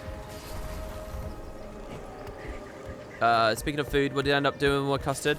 I ate like a lot of it, and I think I gave the rest to my mum. I can't remember. Sloppy. Sloppy. That's how it is actually, isn't it? Sloppy. You guys are insane. You're going to ruin the word sloppy for me. During what part of ArenaNet's history... Well, hold on. What do I answer for the fancy food question? I can't. I've got no answer. During what part of ArenaNet's history would you have liked to have been a part of the wall of the CEO's office? Oh, so many parts. So many parts. I guess the one that springs to mind now and is most relevant for today is... Well, one of them is the day that they moved the Guild Wars 1 live team off. When they got rid of those guys and they said, yeah, you're not doing any more Guild Wars 1 patches. The Alona stuff's never happening. We're not going to do 2 games at once, basically. That day. The day they decided to actually abandon Guild Wars 1. Because they were on track to have continued. And in fact, there's actually a message on like one of the dev wikis of like a desire to return after launch. But then they never did. They all ended up on Season 1 shit. I mean, Christ, that's a cool thing to be a fly on the wall when they're talking about Season 1. When they were conceiving of that insanity. The one that springs to mind now, though, that's most relevant today is probably after Path of Fire's launch, when they decided to not do another expansion. Because you guys have got to remember that moment, that decision, that was around POF's launch. They consented to Season 4, but not an X-Pack. And I think that would have been crazy. I want to hear their justification for that. I want to know what the fuck they were doing or what they wanted to do. I think that would have been fascinating. That's why it's Icebrood Saga versus Shadowbringers. That's why, because of some meeting that happened around that era. Maybe when they closed ESL. That's not that interesting, is it? Oh, nobody plays the PvP in our game or cares about the PvP in our game, so it's like putting a cart before a horse. Yeah, alright, let's stop doing that. Boom, that's the whole decision. I know when you're in the scene of PvP, it feels like it's like a bigger deal than it is, but it really wasn't a big deal, let's be real. Unless I'm missing a bit of the story. I'm the widow that enjoys Paris pate sandwiches. What's Paris pate? Right, I think we're good there. Let's go... What route should we do? Should we do Tarnished Coast next? Or should we start going... Let's do Tarnished Coast. Start at Ratasum.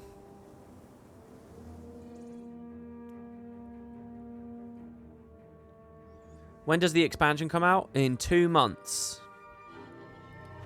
Well, 2 and a bit.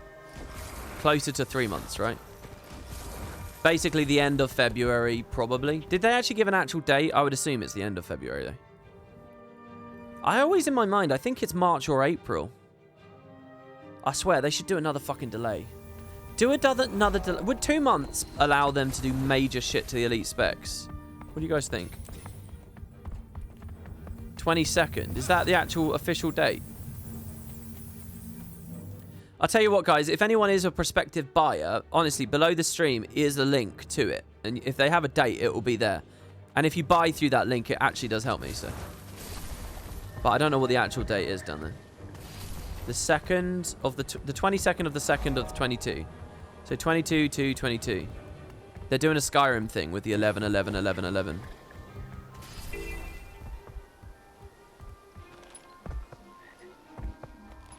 Beta 4 next week. Yeah, I mean, I said in my video today that Beta 4 is going to be the thing, you know. Beta 4 is going to be the spotlight very soon. We got today to do with the Siege Turtle, and then it's all going to be back to Elite Spec chat. So, we got Boots in chat at the moment, and Boots will be on stream a little bit later, and you'll probably see a lot more of him as this last beta comes up as well. Because as soon as it gets Elite Specky, he's my man. You would love if they delay another 6 months. It's such an important release. Well, but then there's the question of interim content, isn't there? If they do 6 months, what the fuck is happening in-game? Right now, they've managed to paper over and hide the fact there's nothing going on in-game with the Return to. I mean, there really is nothing going on. That's about to end. That ends next week. So I think people are going to be feeling pretty antsy. My thing of another 2-month delay, they're going to be feeling a bit rough. They got to, if they did that, if they did another 6 months, there would have to be something happen in the meantime. What would that look like? What would you guys most like to see as a mini patch before the X-Pack? I'm curious on that. I've got a bunch of ideas, but I'll see what people say first. Let's do, this is a cool little mystery, by the way.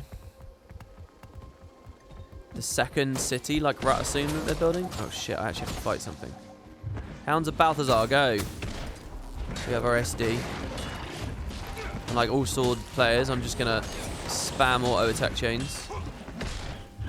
Cheeky little lastness.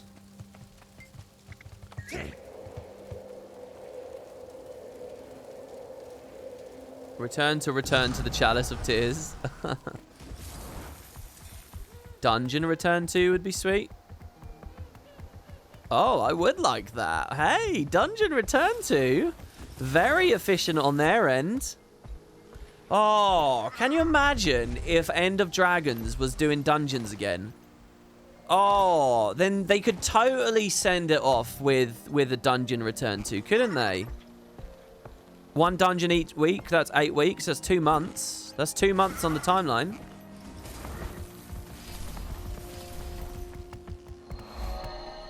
There should be some pre-expansion patches to have a smooth transition to explain why we'd go to Cantha, right?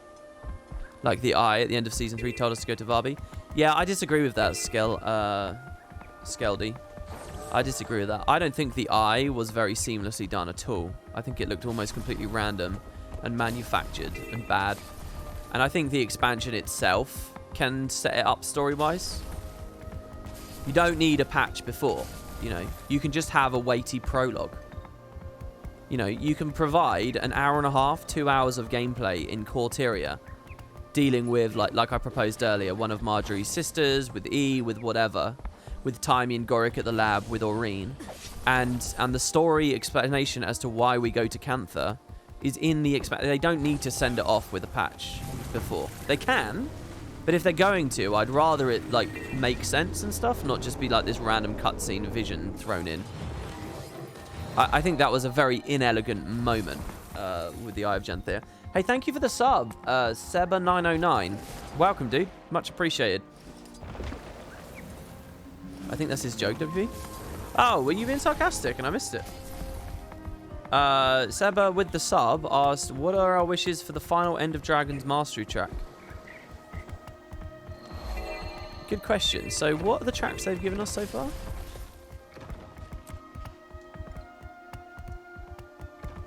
I wish that the Thorman overreact hadn't been tied to Scarlet. This would be a cool mystery.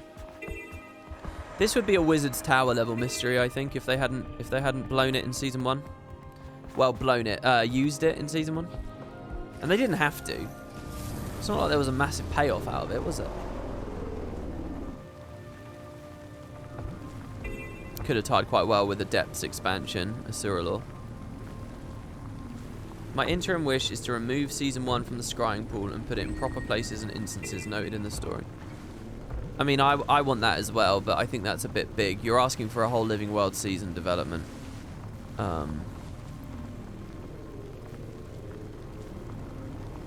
They can't... It's not like they've got a switch that they can just flip and suddenly season 1 is back. A huge amount of season 1's story was told in patch notes and like presumptive changes around the world because real world time had passed and the new patch came out. There is no content. There is no story journal. Let alone the fact that half the shit is Zerg stuff in the open world that would require amazing amounts of phasing and stuff. They actually have to build it. If they're doing that, they're building the season. Very little of it is like just straight up there that they can reuse. What they can just flick a switch and dump in is kind of what you've seen from the Scrying Pool, and it's rubbish, isn't it? It's inadequate. It's not good. It was a good experiment, and I love the intent and the idea, but it is clearly not good enough. So, yeah, that's way too big. That's way too big. I think you're underestimating what it would be asking of them. What the interim content has to be is something efficient that doesn't detract from the End of Dragons development too much. We're buying them time, right? We're not buying time to spend that time on other shit. It's got as much of it's got to go on End of Dragons as possible. That's why the Dungeon Return to is so good. Hey, another 2 subs. Thank you so much, guys. Yeah, do remember, if you've got Prime, you can do it for free, and it will disable advertisements. So yeah, that's Ein Hermelin and Monike. Thank you very much to both of you guys. Welcome, welcome.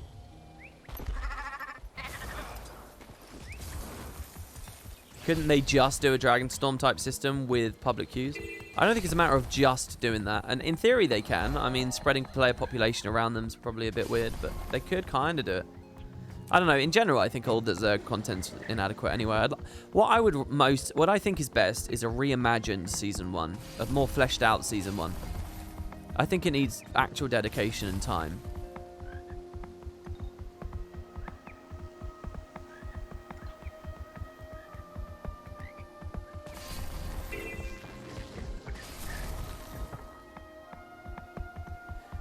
Another thing is you could do a reimagined, abridged Season 1.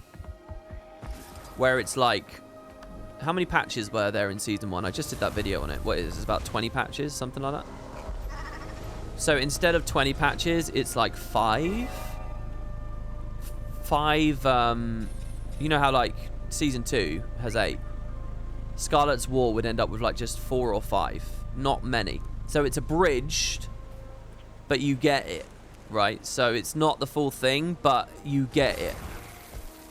Maybe that's a way they can do it as well.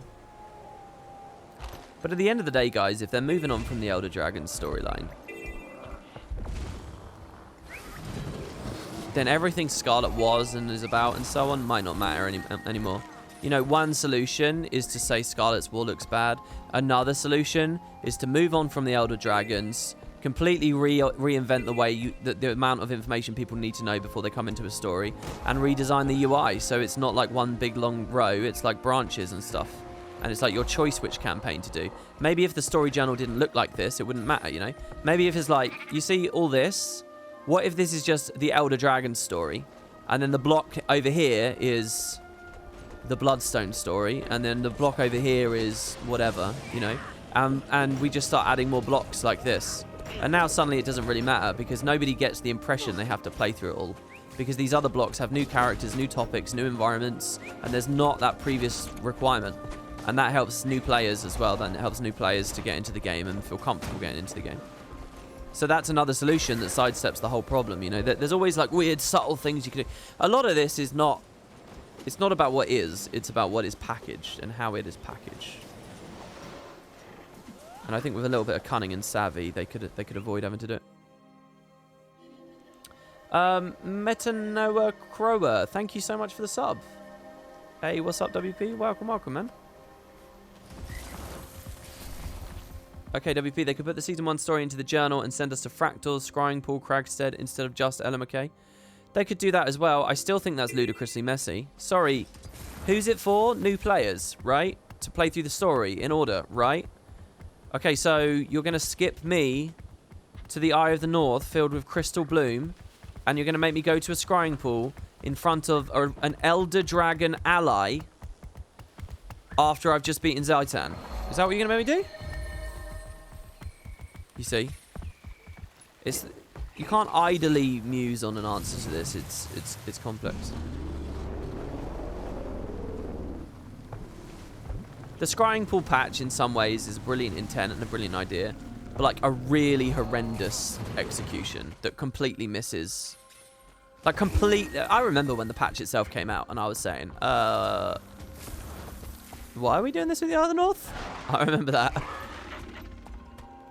And it was hard for me to talk about. It's still hard for me to talk about because I want to express how cool it is that they care about Season 1. It's cool! I'm not going to shit on that. I'm not going to piss on that bonfire. But I am going to piss on the bonfire because it's not right. It's not done right.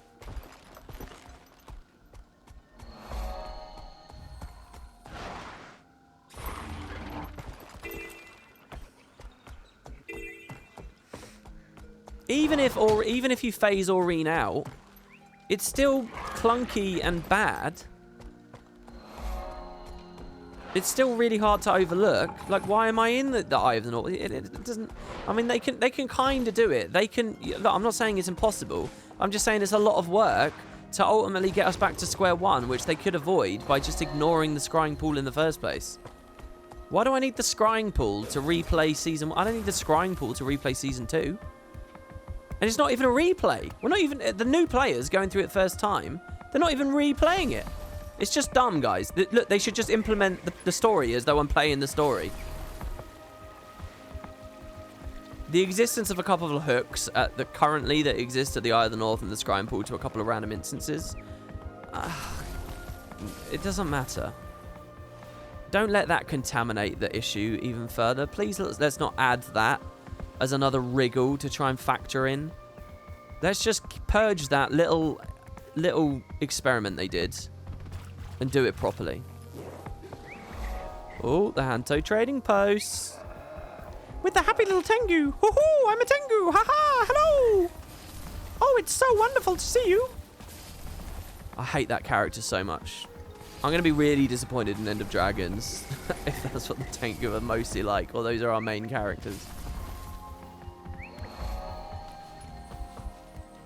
I think it's fine if they do 2 chapters of Season 1, but make it with modern cutscenes and gameplay. 2 chapters, so where's the beginning and the end of the chapters? I think you could do 4. I think you could do the Assault on Lion's Arch is the last one. I think you could do...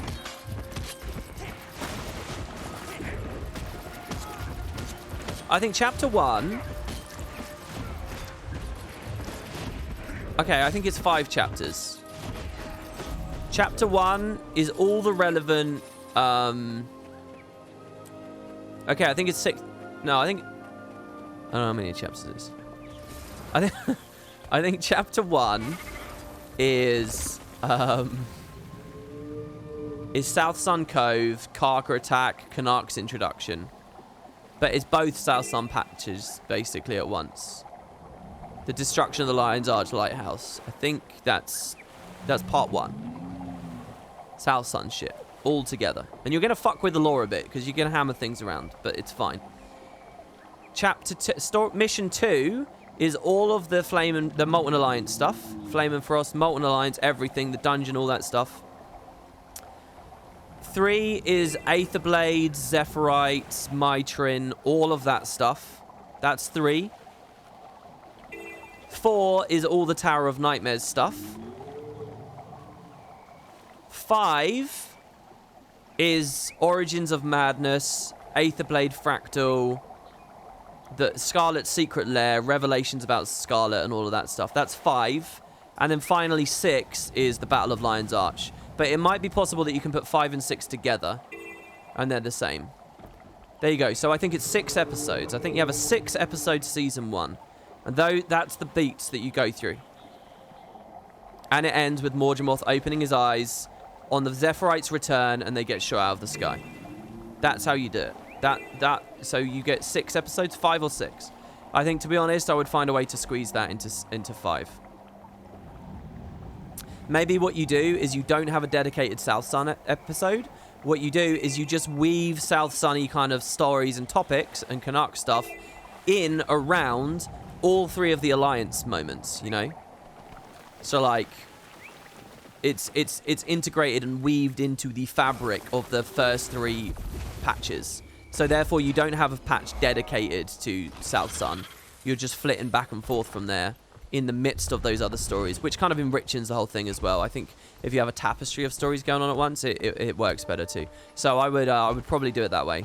And then, yeah, include the Marionette Origins of Madness stuff, probably, and the Thumpers.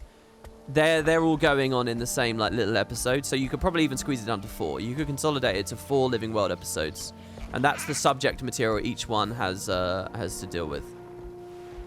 That's probably what I'd do if I had any control at the studio and didn't have to listen to the opinions of my peers and have pesky things such as meetings.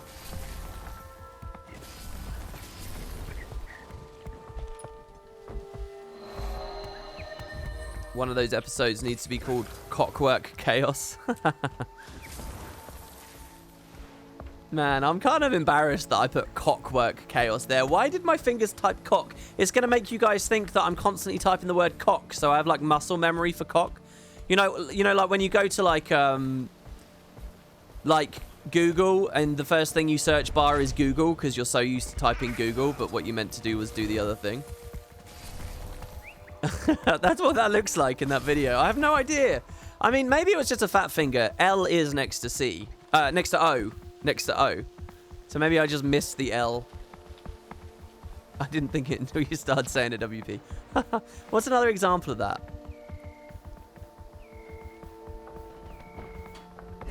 I do that with all kinds of things. I think the word Guild Wars, I do that as well. I think there's something similar to Guild Wars. I've just got so much muscle memory for typing Guild Wars.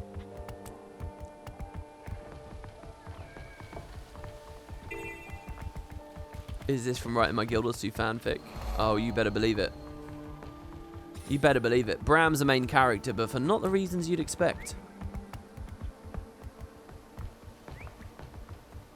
For so many times in Guild Wars 1, I told people I had herpes and not heroes.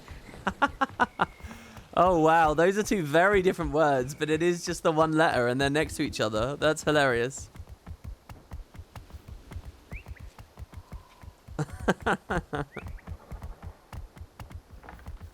Sorry, here's the turtle. Sorry, hello. Oh, okay. That's a good-looking turtle. I like that one. All right, so we've got 2 good contenders for a turtle. They're both going for the same kind of theme at the moment. One of them is probably going to look better scaled down, I would say, because it's got brighter colors, it's clearer. That's a good turtle. If anyone wants to keep submitting them, let me know. We've got a few hours. God, it's dark. It's so dark at the moment. It's only 3 in the afternoon. We used to have a turtle emote. We do actually. I still have that. I could put that on as well. I could toggle that on if you want. I still have that turtle emote. When will the stream start? Like 4 hours away or something? Who's your favourite character in Guild Wars 2? I think mine's Trahearn. Bangar Ruinbringer is my favourite character in Guild Wars 2. And it's not even close. Classic Canuck was my favourite as well. For a long time I loved Canuck. For a long time I loved Ritlock.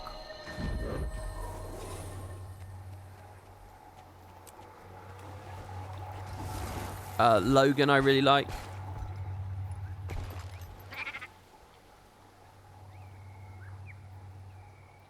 They're all pretty high up for me. I actually did a tier list of all Guild Wars characters like this week. Maybe about a week ago exactly. It's on my YouTube channel. Cool, I'm plugging the shit out of my YouTube channel at the moment, aren't I? That's not cynical like fucking... That's literally just because I actually have the content for the... I have the whole discussion like put up recently. Do you think new guild missions and other features could be things for upcoming add-ons instead of mounts and elite specs? I think they could be, yeah, and they should have been. There's a weird thing now where I don't know whether the community would accept them, but... yeah, I think that would be a very intelligent and very wise thing for ArenaNet to do. Healthy stuff that people can get excited about. That might be more of a Living World-y kind of thing, though. You know, Living World decided at some point what its baseline attributes were going to be. They decided every Living World patch was going to be a new map, for example. They decided every Living World patch was going to be story. That's pretty obvious. You know, they decided that most maps would have a meta or whatever. You know, they decided on their fundamentals. And maybe what the studio needs to do is look at what those fundamentals are and say, well, look, do you know what? Fuck the meta event. Why don't we do an expansion that provides the meta events? And the Living Worlds doesn't do meta events because they've already got the ones in the expansion to have fun on. You know, people aren't mad that Bitterfrost's meta isn't that great, but they're very mad that the POF ones aren't. So why don't we do the metas in the expansion, and following that, the baseline of a Living World release we can reassess. So how about instead of a meta, we do guild missions? Maybe there should be guild missions in Living World episodes. Or a fractal in everyone, or a dungeon, or whatever, blah, blah, blah, blah, blah. You know, figure out what the baseline is, go for some new ideas, you know. I think that was probably a big mistake of Season 4 in the Icebrood Saga, that they didn't ask those questions about Season 3. And it's hard, though, because Season 3... another side of it is like, look, stop fucking with it, you know. Stop reinventing the wheel, just keep going. So that's what they did with Season 3, but it did cause them to miss out on some of these ideas, I think. Which is, yeah, to re-establish a new baseline. And look, guild missions, as long as there's good rewards, as long as there's things people are passionate about going for, and good things to spend the currency on, yeah, having new missions that maybe have slightly inflated currencies each patch or whatever, people are going to be excited about doing it, aren't they? Give them a goal, and then give them content that helps them get towards that goal. On the long-term goals, that's what they got to do. It was such a wasted it was a wasted opportunity to see Logan not suffer any apparent consequences from being in the Blighting Pod. Would have been a good way to add some layers to his character with some physiological stuff. Sorry, no, psychological stuff, you said. Or trauma from being in there. Yeah, I agree. They didn't really do anything with it, did they? Nor with Zodja. I mean, that was always a weird one, because they gave us a branch in Heart of Thorns, and then it was like, how are you going to pay off on the branch? And then they just sort of fell over, and they're like, oh, wait, whoops, we don't know how. Okay, so that's Tarnished Coast done, except the Pale Tree. Oh, and Brisbane, I guess. Let's go do Brisbane.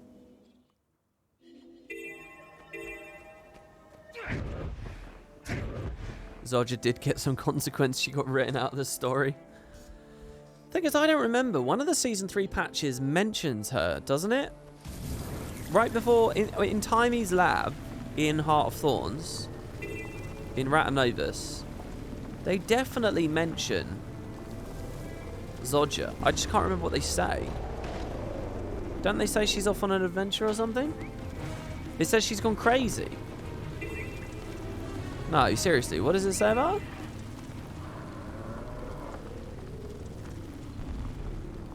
Like, you know how we just rocketed past that current events thing there, by the way? What if the current event team had been doing guild mission stuff? Looking back, I think that would have been so much more meaningful for the game. Don't you guys think? If the content they'd been building was for guild missions. I mean, I kind of hate that, you know, I'm inviting people into Spud, but there's a big thing where it's like, what are we going to do together? Yeah, and we do missions. We do missions, and the GMs run missions, and we do have that stuff. But for a lot of people, it's like, it's just non-content almost to them at this point. And I hate that we have to, like, struggle to do missions. We have to struggle to think to want to do it and stuff. You have to be, like, a major collector to be super into it. You have to want those minis. You have to want those weapons. You have to want that armor. Because the main draw of them was Ascended accessories, which at this point is just not a draw at all. There's so many better and easier ways to get those accessories that it's just... And I hate that. The game would have been much more healthy all this time if the devs had prioritized that more. Community building stuff, cooperative stuff. And speaking of which, you know, you never know, they might do this through the End of Dragons era, so fingers crossed. And at least when new content comes out, it's really good to be in a guild, and it's really good to have an experience. That's kind of my big thing with Spud at the moment. You know, we're inviting and we're building and we're growing, specifically so we can have an awesome time when End of Dragons itself comes out and we can play End of Dragons together and have like this big awesome guild chat flying by as we go. That's going to be really cool. But what my mind is on now is it's like after that, you know, I really want to see some initiatives so that we can retain that. And yeah, if you guys are looking for a community for End of Dragons, we are recruiting. I'm consistently recruiting so that when we get there, we're going to have, whether you're EU or NA, we have a guild for each side. We're going to have a really, really good, healthy population. So if you think that you're really into that, if you're playing regularly, and you will be with End of Dragons, just go to the Discord, and there's instructions on how to join in the Discord. There, I'll do !social for you guys there. Click the Discord and you'll figure out how to get in. And the more the merrier, really. I'm on top of the males as well, by the way. I think I invited like 4 people this morning. So the backlog hadn't piled up too much. I had like 4 males between the last time I'd logged in. Time is hard dead. Oh, is it really? I'm still in time. Aren't I in time? Oh, I am. They're not going to be mad at me looking at this, are they? I don't know when I last rep time. Last online. 4 years, 4 years, 3 years, 2 years. This is my Guild Wars 1 community, guys. This is who I came into Guild Wars with. 7 months, 6 months, 3 months, 2 months, 1 month. This is okay. There's a few 1 weekers. 2 people online, me and Boots. It's me and Boots, baby. Holding out the torch. Is Boots in chat still? And this is Mike here. 1 day ago. To be honest, it's not as dead as I thought it'd be. I don't know whether I feel bad, like, looking at an old community of friends and saying, oh, they're dead. But, you know, that's just the way Guild Wars is, you know. It's tricky to hold those communities together, you know, because the game doesn't really give you... They built a lot of cool infrastructure, and then they never supported the infrastructure with new ideas and new objectives and new goals and new content. They never plugged anything into it. So that's what I mean when I say, like, the current events team could have done that, and it would have been really good. So here's a question. Do I go to Dry Top? I think I'm going to go to Dry Top. Oh, this Sky Scale is kind of like a bat. Let me over.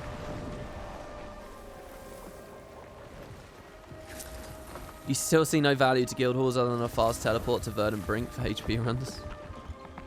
It's fixable. The reason I'm talking about it is because I think it's close to being fixable. Everything's there. It just needs the content. So that's kind of an interim patch that I think would be quite cool. Wouldn't it be really good for End of Dragons to launch with that healthy platform of fresh incentive for guild missions and so on? I think that would be quite nice. It'd be good if Fractals had something similar as well, I think, too. For all bands of players. You know, just a couple of little things like that. So if End of Dragons got pushed back another 2 months, so they can do some really radical and cool stuff with the things people are currently underwhelmed about, like, for example, the Echovald Forest appearance, like, for example, the Elite Specializations. They give themselves that time, and also the interim content is, like, some badass stuff for, like, community building and objective-oriented players. And by the way, just because the Return to stuff stops this next week, finishes this week, it doesn't stop next week, does it? There's a lot of people caught behind, myself included, who have still got a lot to play. So everyone just moved on and stopped playing. There was never much reason to play together. The Discord is semi-active, so we still kind of semi-exist. Yeah, I think that's another thing, you know, in the world of Discords now too. You know, we do have healthy activity in-game in Spud, but where it really feels alive is in the Discord more than any, and I mean, the Discord is bigger than just the in-game guild, I suppose. It's just sort of, you know, general fans of the YouTube and Twitch, but like there, it's like 24 hours a day you can get good fun discussion about stuff going on. I wish there was a way for me to print Discord chat into in-game and in-game chat into Discord, because you'd realize how alive things are, but in-game sometimes it can be quiet. I was very happy, by the way, when I did my Mitrin spotlight. I was like, oh, well, I want to do fractals to show off the My Trin stuff. So what am I going to do? And I just went in-game and I just said, hey, Spuds, does anyone want to play? And basically instantly people came and played with me, which is brilliant, you know.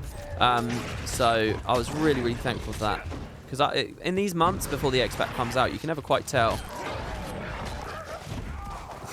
I always love stealing weird items in PvE. Oh no, the fucking wolves are dead. What is my gear right now? Soldiers, I would guess. Don't they start you on Celestial now? It's white Zerk. No trinkets. Jesus Christ. I wonder if cluster bombing would be better. It's not like being unblockable matters. It's not like stealing boons matters.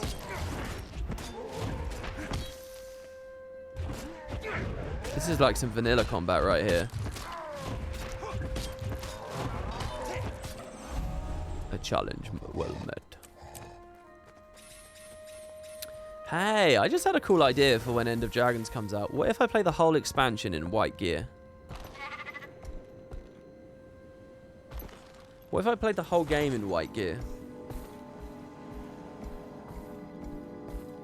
Am I in blue gear? I'm in white gear, which is why I'm talking about white gear. You'd love that, a Discord and game. Well, raiding in white gear is kind of uninteresting to me because it's group-based.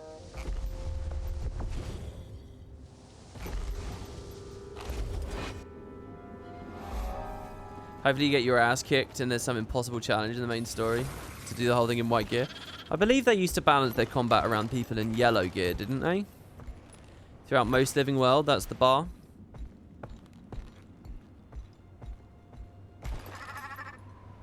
I wonder what the strongest build white gear build is. So let's see. What shines the less attributes you have? Well, Condi only takes 2 lines to really thrive. Probably Sinister. Well, can you get Sinister white gear? What's available at white? Is it all still available at white? If you didn't play because it's too mainstream. Somehow I don't think so. Yeah, do you know what? I'll play something less mainstream. Why don't I play Endwalker or fuck. What's happening with World of Warcraft? Are they doing an expansion? What is it? Oh yeah, take traits and shit that gets your crit chance up, and then just invest in power and ferocity. It's like my original Arcane Ellie build. Play RuneScape. It's interesting to me that RuneScape completely doesn't fit the mold of expansion models, does it? They don't do X packs for RuneScape. They just keep adding quests and shit, right? They just keep patching it. Which is how WoW operated for years. Burning Crusade took ages to be a thing. But there was a huge gap from launch before BC. Sorry to say WoW is still more mainstream than Guild Wars 2. I know, I was joking around. I was trying to think of the most mainstream thing I could. It's cool. It's pronounced Run Escape. Oh, speaking about aggravating things, what do you guys think about people who say ruin instead of rune? I'm just going to equip my pack ruins. I'm going to equip my scholar ruins. I used to raid with a guy, a British guy, bless him, who used to say that. And I was always like, ah, it's a rune! It's a rune! The other one is Sigil. Kerry hates that one. I always said that to troll her, Sigil. Yeah, a sigil of force and a sigil of accuracy.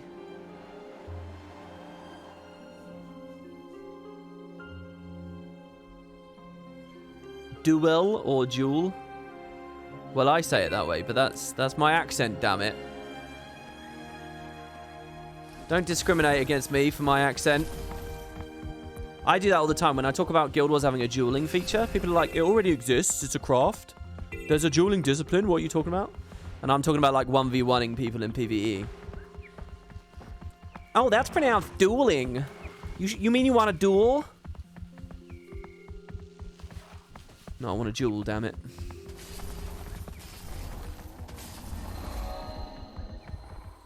Alpha. Yeah, we'll put Alpha on screen. Here, guys, for the Final Fantasy fans, I got my pet Chocobo. I set him up. The only thing I couldn't do with him was I couldn't make him run. I didn't know how to make him G-pose run. So, like, the cutest animation where he's got his little wings out, that will never play. He does sometimes wave it. There you go. See, he's waving.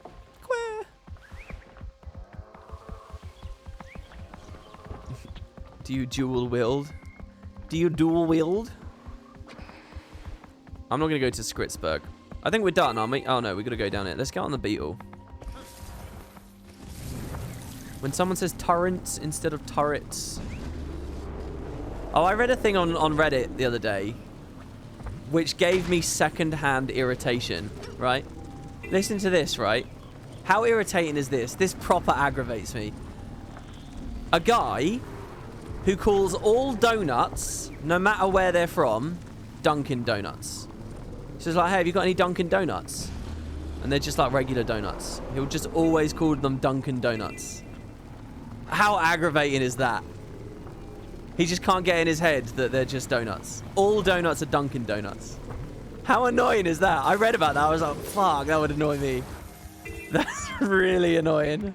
I don't know what it is. It's that sweet spot of like completely pointless to be annoyed about, but nonetheless so aggravating. So this is a Krispy Kreme. I know, it's just like this idea that he doesn't realize that donuts can exist without being Dunkin' Donuts. So like, it's just like, stop that. I don't know what an equivalent is. Starbucks coffee for all coffee. For some reason, that one doesn't annoy me so much. Or maybe it would. Do you guys want to go get a Starbucks? And he just means coffee. And, you know, you're going to Nero or something. You're going to Costa. Other coffee brands are available. Right, back to here, and now we're going to go on our travel south. Or we could do Heart of Thorns and the Silver Wastes. Let's do Heart of Thorns and the Silver Wastes.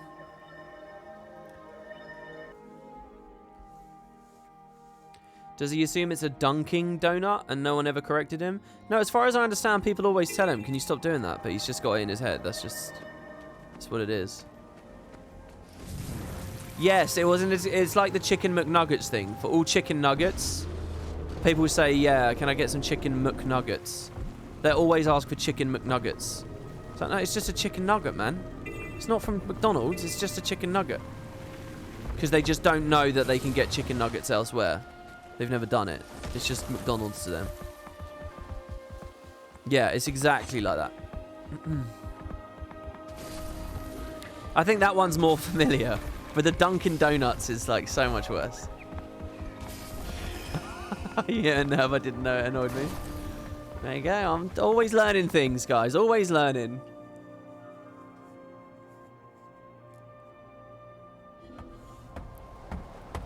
I have a friend who always hard pronounces G's as G.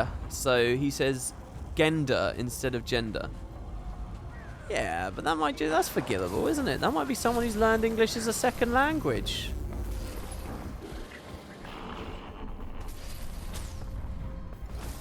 Can't really judge that, can you? Especially I can't judge that. Christ.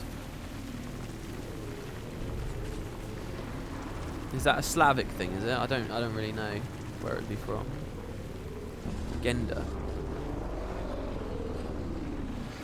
The only thing like that I'm quite familiar with is Germans struggling to say W, I think. Is it W? I think something turns into an F. I think it's quite tricky. Or is it something turns into a W? Christ, I'm not even familiar with that. But there's a thing about that, isn't there? Is it TH? Germans struggle with TH? It's V. V is read as F. That's it, yeah. So you can pick that up quite often. But again, I mean, I'm very forgiving of shit like that. I mean, I think you're in no place to judge any of that shit unless you know two languages yourself, at least. And even then, I think once you get to that position, you'll realise, I mean, you guys know me. I don't really care about pronunciations in the first place. As long as meaning is imparted, as long as there's no confusion in the meaning, it doesn't matter. And any discussions about pronunciation after that just aggravate me. They swap V's and W's, and W's become F's. How do you feel about saying could of versus could have? I think for a while that kind of stuff really annoyed me. Like Y-O-U-R instead of Y-O-U-R-E. Like yesterday, I had someone sub. Should we call him out? Let me scroll down. I'm going to call out one of you guys. A lovely person. Oh, I can't find it.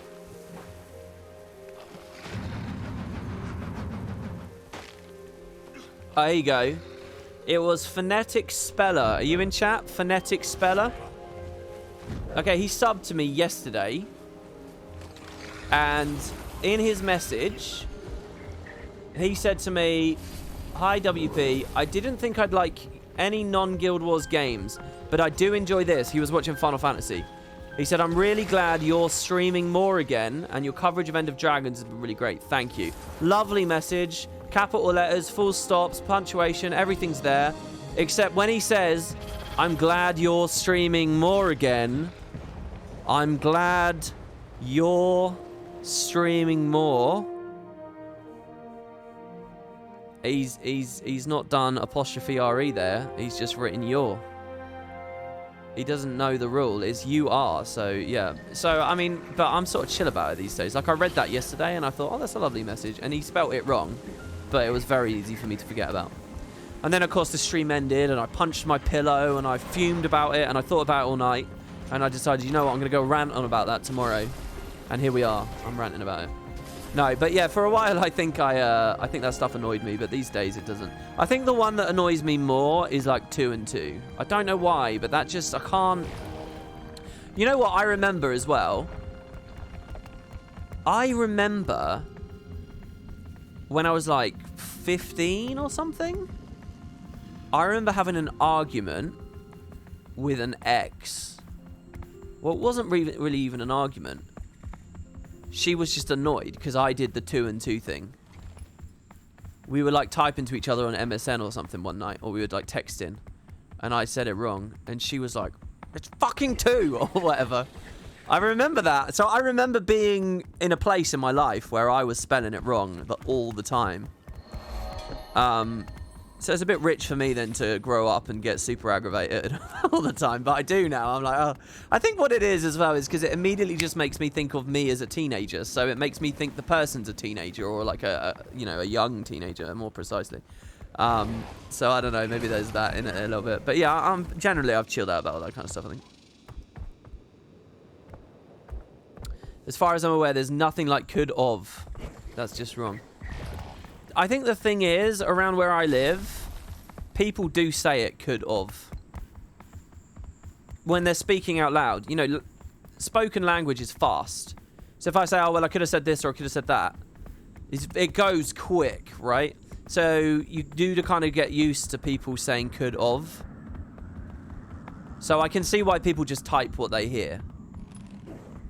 So I'm pretty forgiving of that one. And again, meaning you know what they mean. So, I mean, who the fuck gives a shit about it? I mean, I'm really glad that I studied linguistics when I did, because it sort of did chill me out about a lot of that stuff. Like, language isn't this thing to control. It's just... It doesn't really give a fuck about your opinion, to be honest. So chill out about it.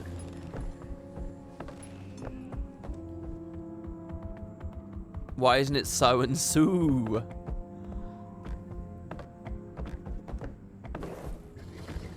Yeah, there's couldn't care less and couldn't care. That's an American thing, isn't it? Americans say I could care less. And that doesn't make any sense. I could care less. But really, that's just shorthand, isn't it? It's shorthand for I couldn't care less. They've just dropped the NT. Should we kill a treasure mushroom? Or rather, should I say, can this Tempest kill this treasure mushroom for me? Because I do fucking no damage. While I scale it up. Oh, he's playing Condi. He's got some mad condition damage. It's a lot of bleed, and he had a lot of burn on there. This is so bad. We'll set a build up in a second. We'll at least put trinkets on him.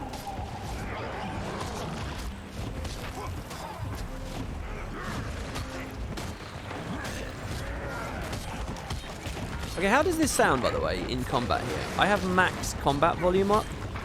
Is it like crushing it down? You guys can hear me. The game didn't explode in volume there, right? So we're all good, right? We're all balanced. Good. I should do this for my YouTube videos too, then. Good, good, good. The most interesting theory to me is that it's a Yiddish thing, because Yiddish use a lot of sarcastic phrases like, I should be so lucky, or I could care less. It follows that sarcastic construction. Maybe there's some actual information out there about it. Give us your best Cockney? I don't think so, somehow.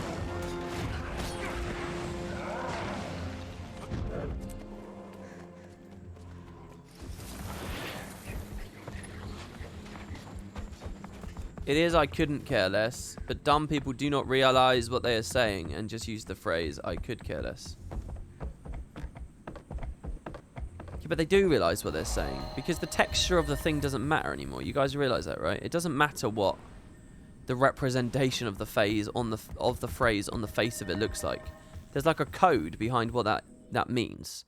You understand the emotion, you understand the perspective they're trying to offer you. It's just a code. It doesn't actually matter what is on the face of it. That's true in many places as well. Like, the origin of words usually don't represent how they're being used anymore.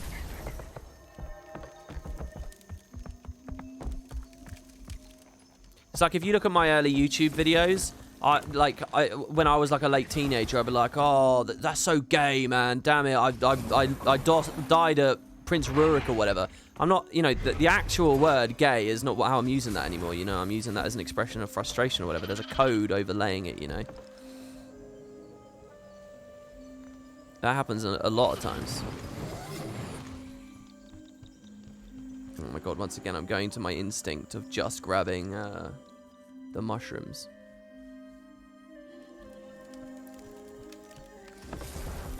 And a lot of like shorthand and stuff like that is like very, very, very specific and very cultural, even to just individual friend groups, you know. Like, I remember having like groups of friends where we'd have like whole like, you know, like basically in-jokes can take a life of their own and become language between you. That's like almost inscrutable to anyone else. Because it no longer matters. So yeah, I could care less. Whether they're adding couldn't or not, it doesn't matter. I know what you mean. And Americans know what other Americans mean when they say it, so whatever.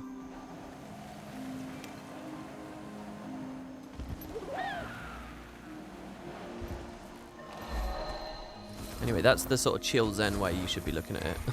I appreciate it can be hard. Some things just get under your skin, right? This is such a great map. Quietly hoping there's a Final Fantasy player watching this right now that's like, damn, these environments look really good. Let's put Alpha down a bit.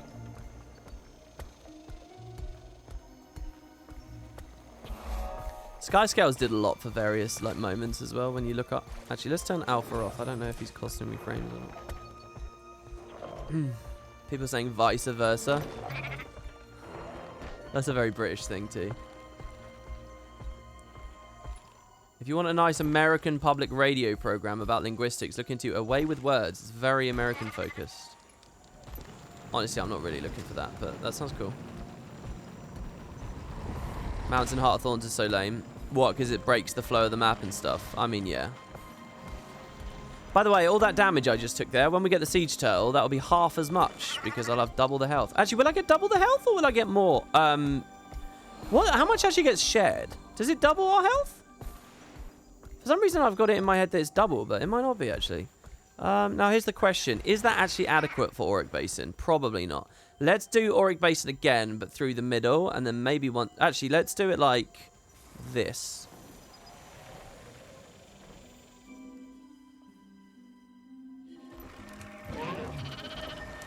Oh, my lord. Okay. How do you have fog disabled? I don't. You can do it, though, with Guild Wars 2 hook. This is not fog disabled. think it's quite apparent that this is not fog disabled, actually.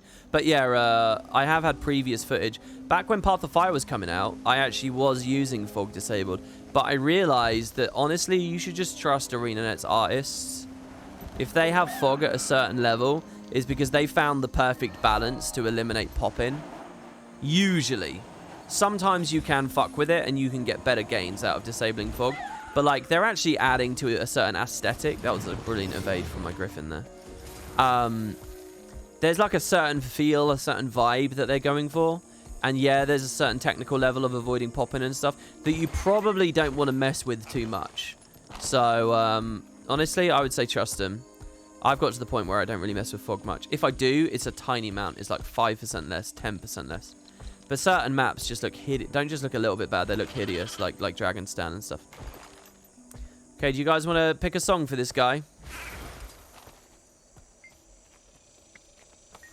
All right.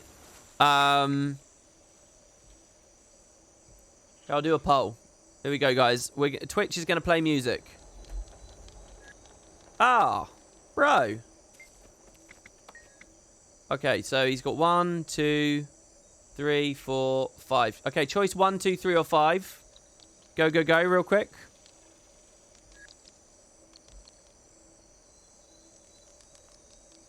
Yeah, no. Don't type it in. You don't type it. There's a poll. Look above chat, guys. Look above chat. There's a poll. You click the poll, and you can enter your results into it. You see that? There you go. All right, so most people vote. Oh, it's close. It looks like either 3 or 5 is going to win. You just realised you kind of missed the fog in FF. It had so much depth and texture.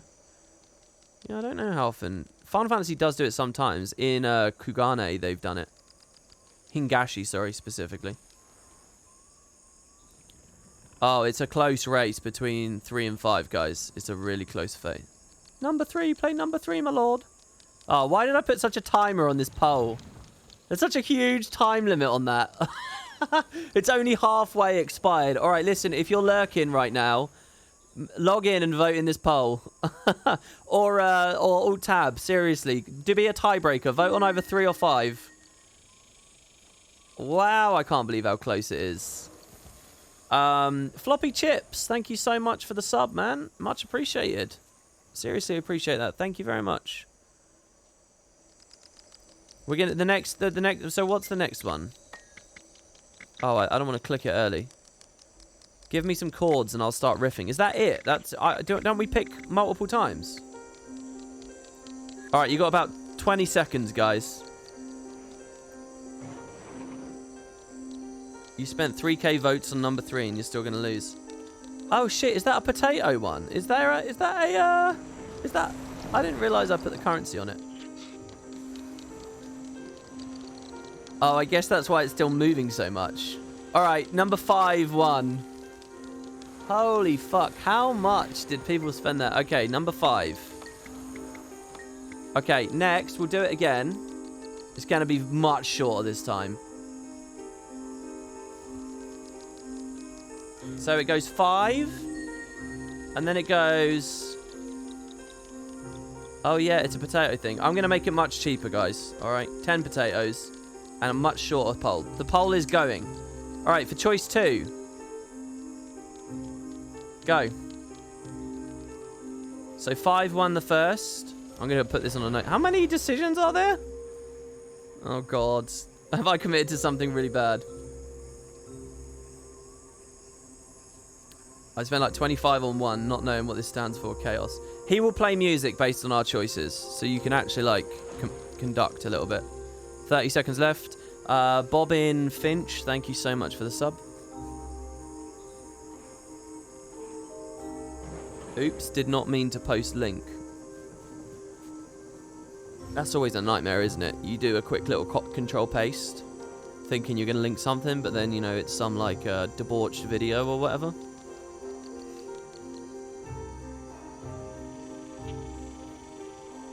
Teflon bananas, 0 potatoes. Oh, you just paid to unlock a bunch of emotes. Are those your favourite ones, are they? Alright, so it goes 5, and then it goes 4. Okay, next choice. 5, 4. He says that one's a classic. So then one last one, I think. I think it's 3 options. So last time. I don't know what this bit of the music is. So 1, 2, 3, 4, 5. Alright, 1 minute again. You have actually seen someone accidentally copy-paste porn before? Really? I mean, it doesn't have to be pornography, does it? It could be anything. It could be like some kind of like, I don't know, bank details or something.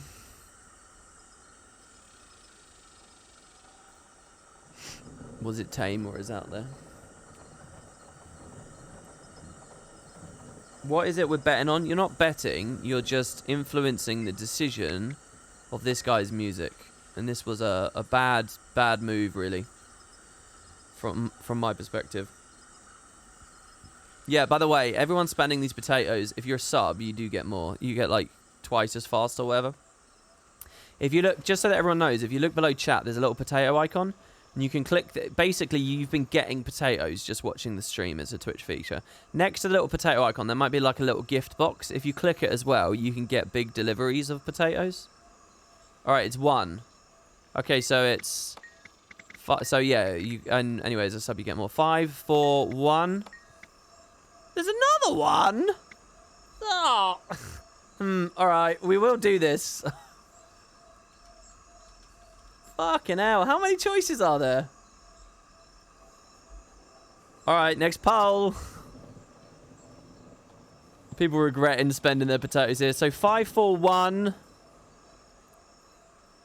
Potatoes well spent. I know, right? Diamond Rosette. All these Final Fantasy 14 streams and my resub happens to fall on a Guild Wars 2 day. Put this one into the FF14 sub count. Oh, I see. You're shrewdly aware of the fact that I'm probably watching how much support I get from streaming one game or the other, right? I will do. I'll mentally top that up as a Final Fantasy sub. Anyway, thank you very much. Welcome, man. Your potatoes have found a higher purpose. Alright, here you go, guys. Alright, people are voting on 3 now. No one has voted on 1 here. I think, actually, yeah, somebody voted. There's one vote. Okay, and then it's 3. Can you play now, please? People are going to lose their patience, alright? Short attention spans, man. Short attention spans. 5, 4, 1, 3. Ah, 1 more chord progression. He said 1 more. Unless he's lying to us, this is it. That's right. I'm killing your potatoes. I'm taking the potatoes out of the economy. This is how we do it. Alright, there you go. Is he going to ask for an encore as well? Yeah, I don't know.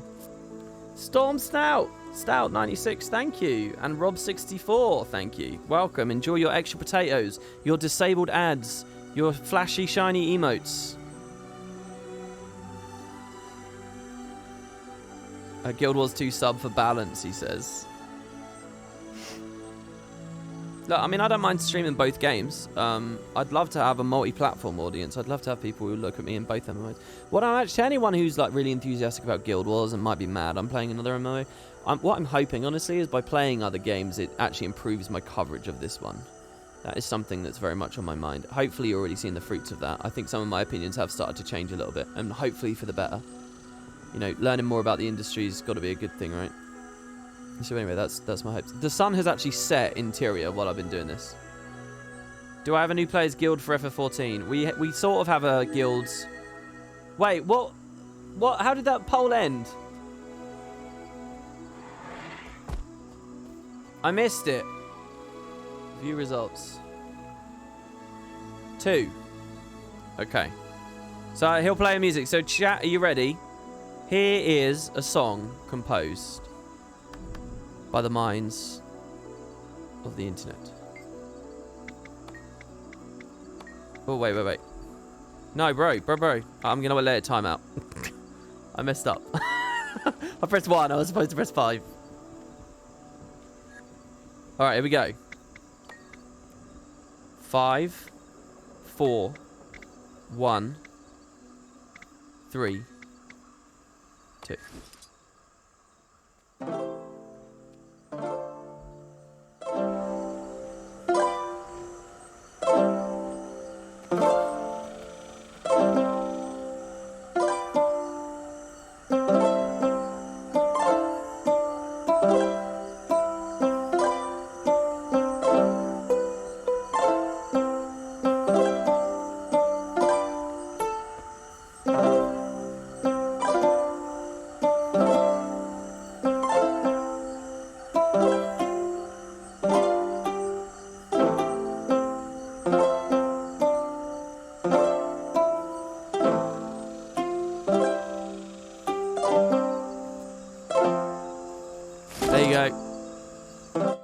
careful. He will stop. I don't know how long he plays for. I think he plays for quite a long time. I was saying boo burns. All right, there you go. I don't know how to play music, and I definitely don't know how to play music in an MMO. So that's as good as I got. Randomly press some buttons. The only thing I knew there as I was messing around was, aren't you supposed to find C? Aren't you supposed to end a song on C? Isn't that a thing? I think that's basically the only thing I remember from taking music lessons at school. Isn't that true? Am I going to start a busking career? Yeah, it seems like I can find my IRL Itzel companion. No? It's not true? I don't know, I heard you have to end the last note has to be a C or something. Root note of the key, no. I thought that was a thing. Well, there you go. I mean, look, you're not listening to a musician here. Getting judgment from Valon on chat, who I'm pretty sure I've seen playing drums on stream in between PvP queues before. It was drums I saw you playing once, right? Don't judge me, guys. I have not the education. All songs end on C, lol. I swear I heard that. Maybe that was just like an exercise that I had to do one day. Maybe they were like, what did they even have me doing? See, the thing is, I'm actually quite interested in the science of music now. There's so many things that I was like told to learn at school that I just had so little interest in, because like everything about life was new and interesting at that time, and it was like music wasn't at the top of the list for me then, so it wasn't, you know, it was very easy to tune out, and it was very easy not to pick further studies of it and so on. It's like history as well. I feel like I'd be much more interested. I think generally people would be much more interested and have much more context for learning about history once they have a context of it of life. You know, when you're in your late 20s, when you hit in your 30s and so on, suddenly like matters of history are way cooler because it's actually tethered to all the other information you've learned as you've gone through life, and there's a lot more you can extract out of it. Teaching a fucking 11-year-old about 1066, like, who gives a shit? Do you know what I mean? They have absolutely no context. None at all. Speaking of which, by the way, I was lurking on a Jebro stream the other day, and he was playing Age of Empires, and they, like, mix in documentary shit about... Like, he was playing the Battle of Hastings on Age of Empires, and after he beat the instance, it was like he was watching a TV show. It was like a TV show about the effectiveness of crossbows made out of, like, a certain type of wood. And I'm like... It's like Jebro's playing this game, and I'm like leaning forward like, oh, what is all this? This is quite interesting. And then he loads into the next instance, and he's unlocked, you know, like crossbowmen as a unit. And, you know, they're good uphill, but they only have X recharge or whatever.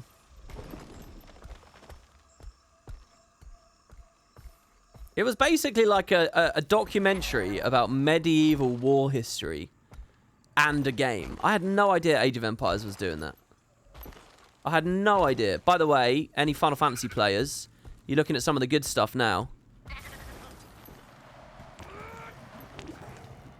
This is one of my favorite areas of the whole game. In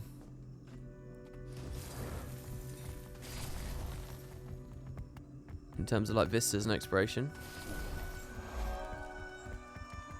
The Luminate's Throne.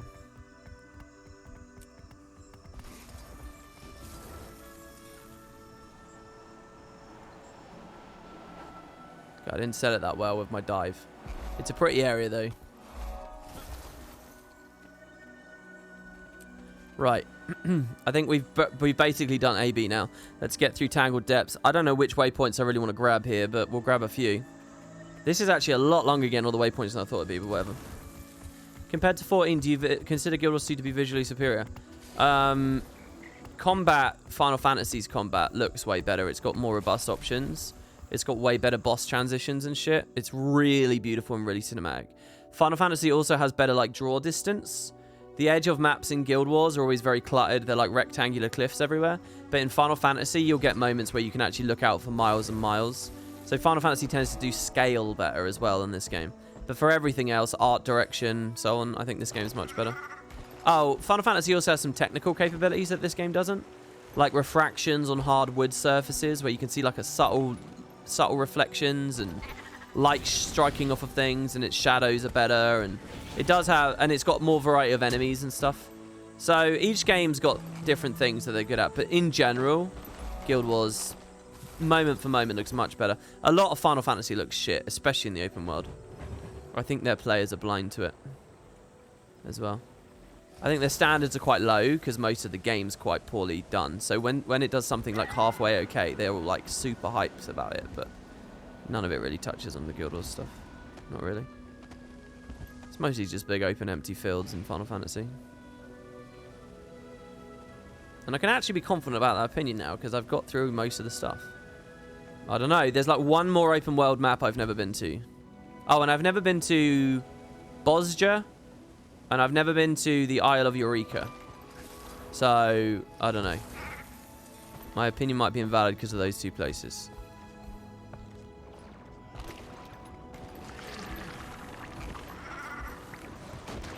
But yeah, characters and fashion and stuff is better in Final Fantasy 2, by the way.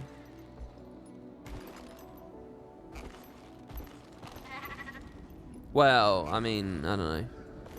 The dye system's better here. The transmutation system's better here. But things are very shiny, and like the general average player kind of have just these exploding light shows of insanity. Final Fantasy avoids that because they don't let you mount in cities. And they don't do shiny armor, they only do shiny weapons. So most of the visual clutter goes away. So it feels really meaningful to roleplay and have real outfits and shit.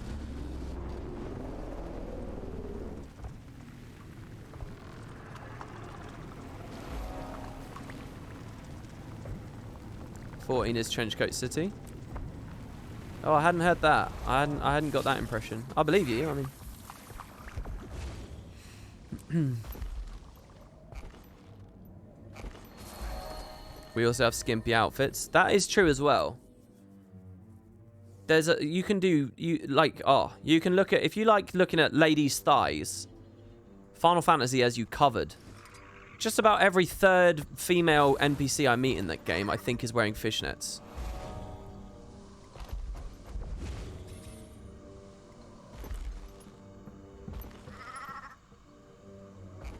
What about men's thighs? How many sexy men does that game have? It's definitely less. There's a whole side quest about a naked guy. Mandeville, Godbird. Maybe that counts. 14 a few days ago, the thing you missed the most of the voice acting. It's so silent in story and open world. I mean, it delivers big on that, though. Its story and open world is so much deeper. It's fantastic. So you do make a heavy trade-off with the voice acting, but it is good.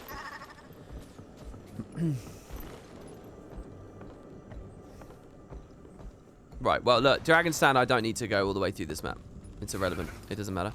Okay, so next on the waypoint run, we're going south, right? Jesus, I'm never going to catch up on this legendary amulet, I'll tell you. Among the many MMOs you played, which ones has the most superior open world experience? WoW Classic and Guild Wars 2. Then Final Fantasy 14, Guild Wars 1 below. RuneScape. I mean, there's not really a distinction between open world and general content in RuneScape, by and large. So probably, for what RuneScape is, it's got a pretty fantastic open world. But WoW Classics kind of hits this other beat. WoW Classics was like on this whole other level where it's like you're living in the MMO. Like, it feels like a really kind of immersive, like, real place to be in. It's not that the fighting mobs and stuff is that fantastic. It's not that the content density is that fantastic. But it's the rare times you hit loading screens and the way that, like, travel and all that kind of shit works in that game creates this really quite, like, visceral, powerful kind of feeling of actually being there, actually being in Azeroth. And that's something no other MMO has managed to grab at me. I think it's something classic MMOs in general are very good at. You want a game like WoW Classic that isn't WoW? I believe EverQuest 2 is similar, is it not? You might want to look at EverQuest 2, which I know you probably think, wow, isn't that old? But again, doesn't that still get expansions and shit? EverQuest 2, guys? I've never played it. I can't tell you about that. I'm only just starting my journey to becoming a general MMO pundit. All in due time. Am I following Ashes of Creation? Not in the slightest, no. WP, I just want to say I love your content. If you could access the dev's internal wiki for 5 minutes, what would be the first thing you'd look for? Thank you very much for the compliment. I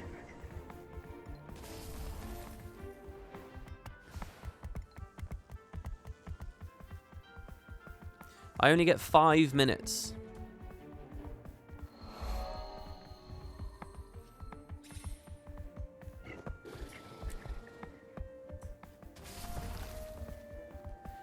This is a really boring answer. The reason I'm resisting is because it's boring, and I wish I had something better for you all. But, I think I'd look at the end of Dragons. I'd look up the End of Dragons storyline. The reason I would do that is because I have absolutely no faith that they have any deep lore connected to anything that's not the immediate future. So I'd look up where they're going with End of Dragons. I mean, again, this is assuming that I don't care about spoiling myself, blah, blah, blah, blah, blah. In reality, I don't even know if I'd do that because the damn thing's coming out soon, so why not actually play it and experience it? This would be a much better question to ask me right after End of Dragons, where hopefully they've set up some new storylines and have got some new ideas, and then I would look at the internal wiki to see what's going on. But I genuinely don't believe that they actually have done much foundational work and thought very hard about Tyria and deep stories on Tyria, and I doubt that the lore is much expanded. That's both a general sense I've had over the years, but it's also, you know, I think they even have dev quotes that there's not much on there, that it hasn't been maintained and stuff. Wasn't that a Jessica Price thing? For as much as people don't like her anymore, she was a phenomenal dev, incredibly enthusiastic, brilliant, had so many opinions and thoughts about the writing. And was it her? She had a quote while she was, you know, at the studio where she said, yeah, I came in. Was it her? Said, there's not much to the internal wiki. It hasn't sort of been updated for ages. It was someone like her or somewhere around that time. So, yeah. It's like one of the biggest things about Guild Wars that it gets wrong, that Final Fantasy gets right. Final Fantasy, I get the sense that all of it actually, they have real information there. I get the sense a lot of it they did only figure out as they went along, which the fanatics won't like to hear. But I think in general, yeah, they've actually got plans and ideas and they've sorted it. I don't get that sense of Guild Wars. So the idea of getting to the internal wiki. Look, if you'd asked me 10 years ago, I'd be giddy about any number of pages, but nowadays I don't think so. Like, if I could go to the Wizard's Tower page, I reckon there's probably like 2 bullet points on that page that we don't know about. Probably those bullet points end with question marks because the devs themselves aren't sure if there's stories they want to run with. That's probably what that wiki page looks like. It's probably like there's a bullet point on there and it says Verata question mark. And then there's another one that says Souls question mark. That's what I think their internal wiki looks like. Like if you went to the E page, it's probably just a list of candidates. There's nothing solid on who E is. It's probably a list of candidates that they know wouldn't necessarily, you know, fuck with the lore too much to be. That's probably what it is.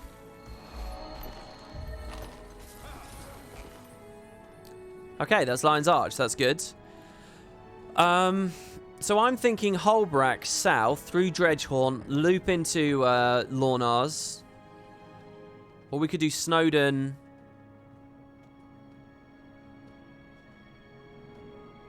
No, let's do it this way.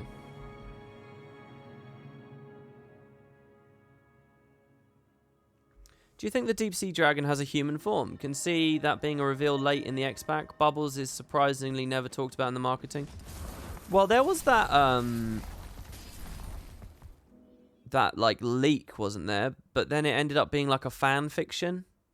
There was like some like big ass like fan kind of written post on Reddit about where they thought the story would go. And it like all of its elite specialization guesses were totally wrong, and all of its like mastery guesses and stuff were wrong. But it made all these weird suggestions about the story that ended up, like, kind of lining up with the actual trailer stuff that we got. And some of it wasn't easy guesses either. So for a while I was thinking, oh, maybe they're actually onto something. But then everything else ended up wrong, so I don't know. Either the development of Elite Specs have been super in flux, and that was a legit leak. It's just it doesn't make sense because they've changed so much. Or it was totally off. But anyway, that post suggested the deep sea dragon had a human form. So again, it's all he said, she said, speculation. But who knows? How do I suspect it would look? What, as a human?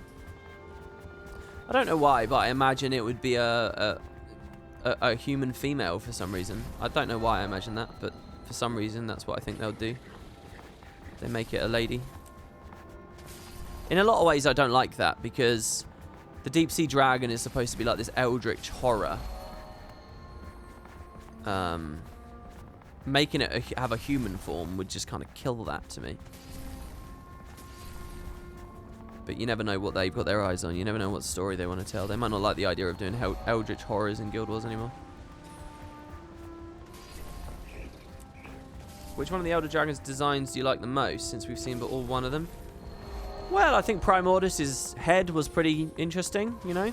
It's pretty interesting the first time we saw it. It was a little bit less interesting the second time we saw it. It was a lot smaller. That was one hell of a head, wasn't it, guys? Alright, and if you didn't like Primordus's head, what about Jormag's head? Jormag had a pretty cool head. I mean, it was like icy.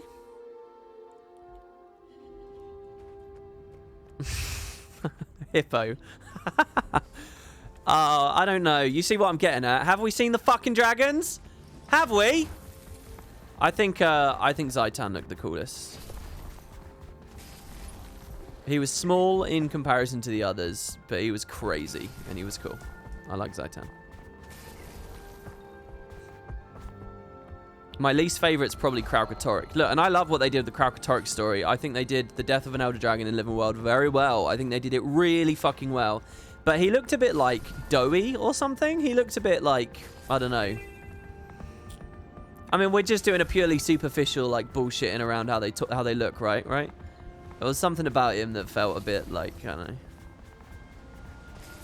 Specifically, I'm thinking of the scene where you're flying through in the mists on Aureen's back. He just seemed a bit, I don't know, strange. His head was awesome. I loved the triangle-shaped heads. I loved the image of one of his eyes being blown out. The moment where he chomps down on Aureen. Or Kamehameha's Aureen. Why can't I speak? That's a good moment. And I think he looks great. And I love the description of him in the novel as well. Holocaustal eyes. What a fucking great... great line that is. And I think that's all fine, but the rest of his body was a bit... Blech. And Morgemoth is kind of more of a conceptual thing.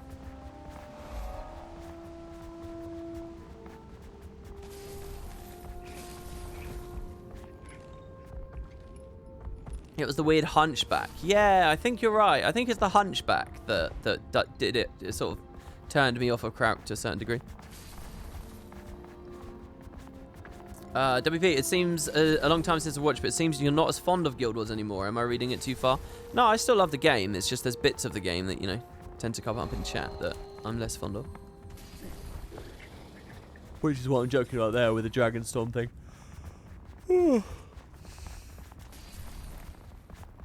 I love the game, but it's not a perfect game, and I'm not going to hide away from that. WP hates Guild Wars 2 with that notes emote. I'm really glad you're using that emote a lot, Benji, because I love that emote, and I'm hoping that people will see you using it and be like, oh yeah, that's cool.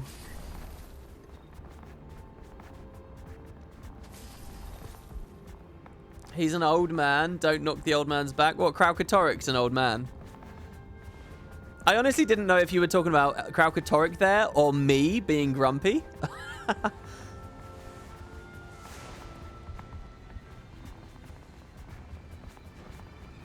Do you think they will expand on the idea that the commander's connection to Aureen will create animosity towards him? Expand on the idea that the commander's connection to Aureen will create animosity towards him. Wait, who's him? The deep sea dragon?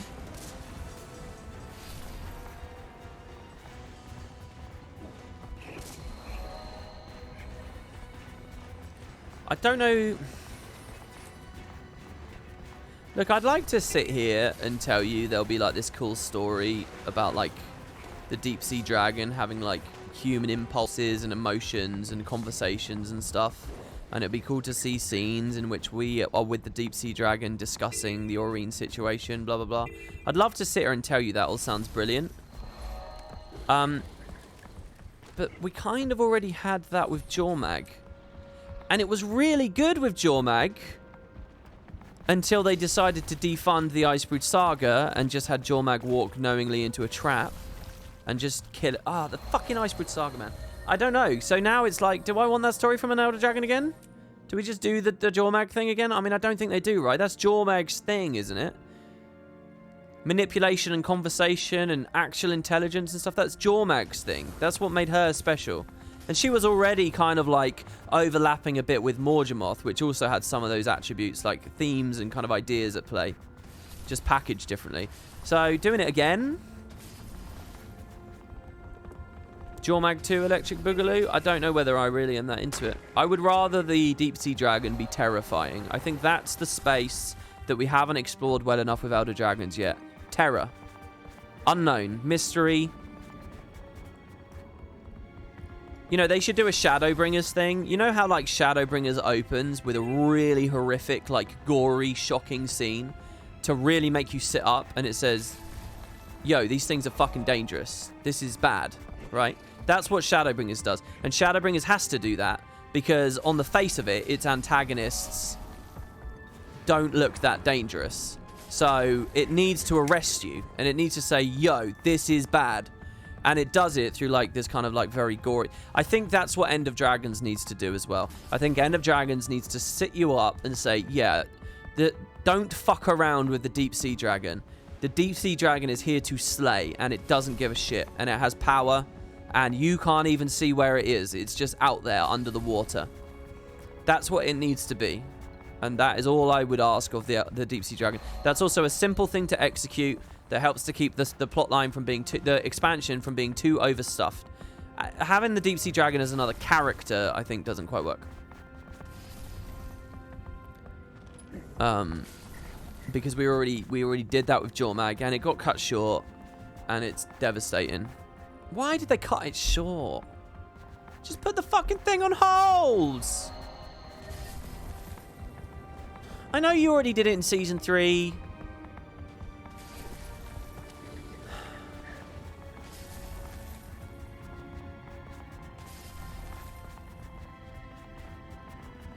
WP, what do you use to hide parts of the UI? The options menu. It's here. Dynamic HUD. Whatever you want, baby.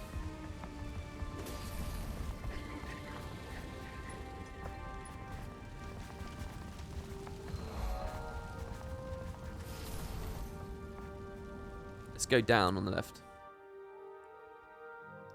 Dragonstorm was just a dream, an illusion cast by Jormag. Do you know how much I would love to see that? If you guys aren't familiar, there's a cool idea, like a fan theory, that I don't know if you guys have seen this, right? But basically, at the here, Jormag Rising, right? At this point, at the end of Jormag Rising, it's Char Civil War stuff. Bangar gets frozen. Ryland is chosen as champion. We're there with Jormag in the scene. Our first appearance of Jormag is here at the end of episode 4. And Jormag has only just appeared on stream. On screen. There's barely any Primordus. There's like hints about Primordus. Everything else happens in Champions. Everything else happens.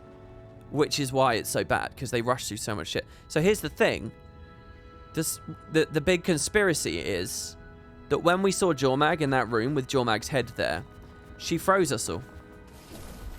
She froze us all. Everything we've seen since then is a hallucination because she's in our mind or whatever. She's convinced us we're the heroes and we've charged on. And when End of Dragons ends, suddenly the ice thaws. And there's like a time skip. It's like 75 years in the future. Old man Ritlock has managed to thaw us out. And he's like, Commander, you're awake again. Things have changed. And so, boom. Prime Orders is still in the story. Jormag is still in the story. It's all still there, baby. And it's all just this massive rug pull. This incredible moment. And it leads to them, you know, getting a standing ovation because it was all executed with perfection. And and then they announce, you know, season 6 is the Destroyer Saga. Or whatever. And they really shake up Tyria with that as well. Because if you do a time jump, like a 75-year time jump, you can do all kinds of things with the societies around the world, you know. You can have people living in awe, intelligent people. You can have like a faction of people there. You can have the awakened rising to power. You can do things. You can make the universe whatever you want for a whole new era of storytelling, right?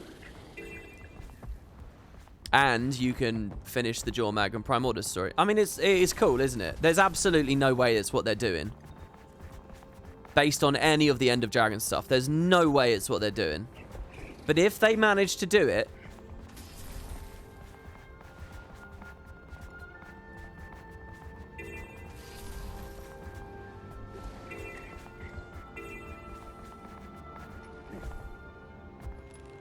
there was a moment where I thought Jormag won and froze Tyria. I mean, yeah, that's the theory, that she won, she did it. And, you know, maybe End of Dragons is in the south because this whole place is like a giant ball of ice or something. I don't actually like that idea too much because I don't like the idea of an ice age or whatever because, again, I want the societies to flourish while we're away so that there can be lots of stuff established and there can be this new phase of the game. Wait, Cantha is like tech and stuff. Maybe that's because it's in the future. I mean, there is space, and they're so scared of spoilers and stuff. You know, what have they been hiding from us? Maybe End of Dragons opens with that. It's a cool fucking idea. I don't believe it will happen, but it is a very cool idea. I swear, if I was at the studio, like, a year and a half ago, or 2 years ago, or whatever, I would have pitched the shit out of that.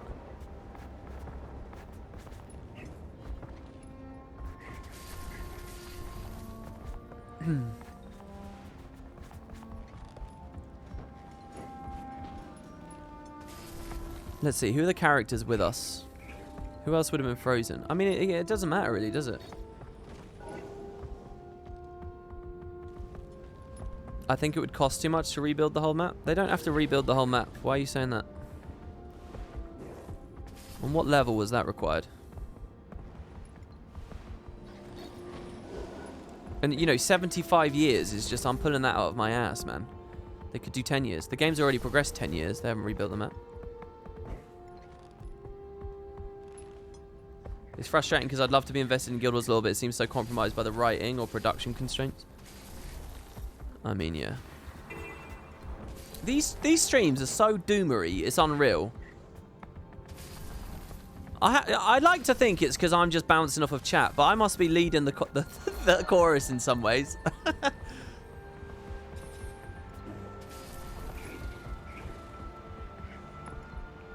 The most constraining thing for you is inventory space. I'm leading it for sure. I don't know. Am I just like way too... I don't know. I might be too... My problem is I have too much imagination. I have too much hope. No, it's you guys. It's not me. It's everybody's fault but mine. Look, the siege turtle is going to be amazing, guys. Let's talk about the siege. I can hook up the emote in a minute.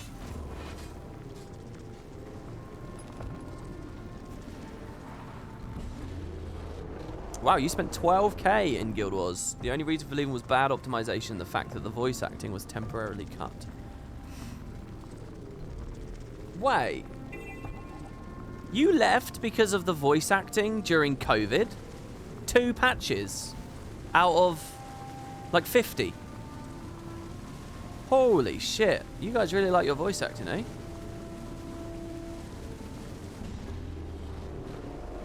During COVID, they couldn't voice some of the episodes at first. They're voiced now. Holy shit. I knew I should have just dismounted there. Gone the other way. I mean, I'm an advocate for more voice acted less, for sure. I don't necessarily think they need to do less voice acting per patch. I think they just need to do more non-voice acted stuff in the patch. There's a thing that happens with Guild Wars. This is quite a precise thing that I'm going to try and explain to you guys right now.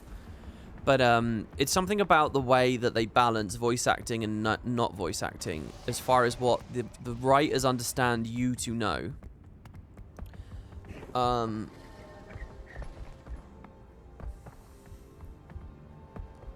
How do I phrase it? Every line of dialogue that is written or voiced, the writers have to have a baseline understanding of what their consumer already knows, right? So they have to have a sense of what of the story you followed. So when it comes to most games, I would say, Final Fantasy is one of them. The studio trusts that you've been following it all and like have read all their non-voice acted stuff. There's such a high proportion of non-voice acted stuff in Final Fantasy that they just assume you've read it all. So the expectation is then on you as a player to read it all. You kind of know that, and like there's that cohesiveness. Now there's a problem with Guild Wars where that assumption isn't made. ArenaNet don't trust you to not have missed the non-voice acted stuff. So they voice act all the, like, they try to get the golden, they try to get the spine of the story, not just the whole story really, voiced. There's an impulse that they don't know if you've missed it because this bit wasn't voiced out or whatever. So a lot more, so basically that completely shifts, and it what kind of things they voice act, how regularly they voice act, and it also removes a lot of opportunity for serious exposition outside of voice acting. So when you can't trust yourself to deliver serious exposition outside of voice acting, you don't do it at all anymore. And there's even more of a regression of subject material being explored outside of voice acted stuff. And that has continued, and that's been a big thing since Season 2 with Guild Wars. And that's why a lot of the subjects they go over end up feeling shallow and like there's less, because they don't actually do much outside of the voice acted main stuff because they don't trust you'll see it. And when they're doing more voice acted stuff later. Hopefully I've articulated that right. But if you play through Guild Wars and you watch closely where that balance is, you'll see why so much of the budget and so much attention goes onto that. That's before we even talk about the commander's voice acting and the 15 lines recorded for every one sentence that they have to do for the commander. Which is a whole other nightmare that drags everything down. So that's like a little fundamental I would encourage them to break away from. Be happy to do major, serious stuff outside of voice acting. And talk as much as you want to talk. Explore the material as much as the material needs to be explored. And you can't voice it all, but fine, at least explore it anyway. That is what I would rather for the End of Dragon's era and forwards.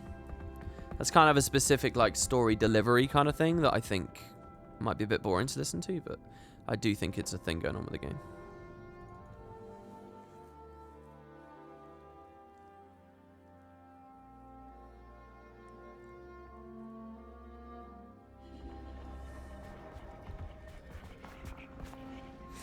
To all of you guys saying that you lost interest with the VA patch, you know, I haven't actually played some of those. I haven't even listened to some of that voice acting at this point.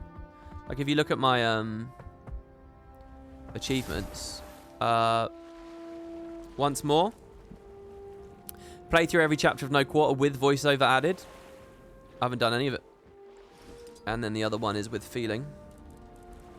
I did do that. So yeah, there's a whole patch that I've never heard.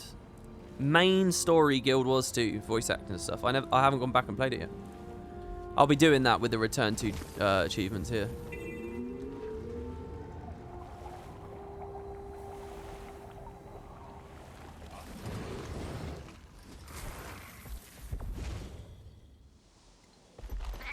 Dragon's Watch versus the Scions of the Seventh Dawn.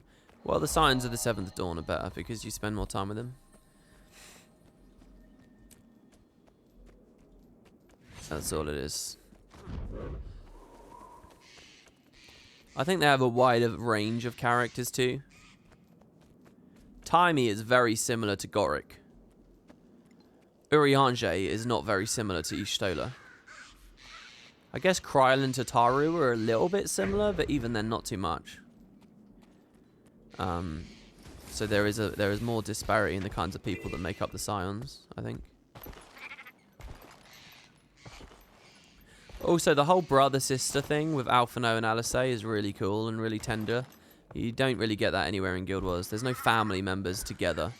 The only family shit they did was with Bram and Aaron. That was a really fun thing to look at, wasn't it, guys? For 4 years. But my mummy! But you didn't know her, Bram. You didn't know her. You only met her for a minute. But she's dead.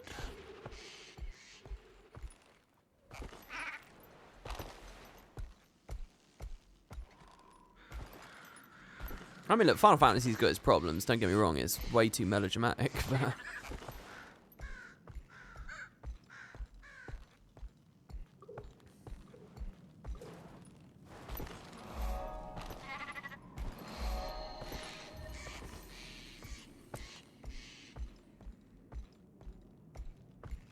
Hi, WP. Extremely grateful to have seen at least 2 videos a day for like the past 2 weeks.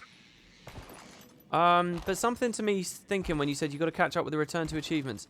I don't think you've talked about in those episodes are free and we get easy activities like do 20 events in Living World and replay story, the rewards we get. Have you?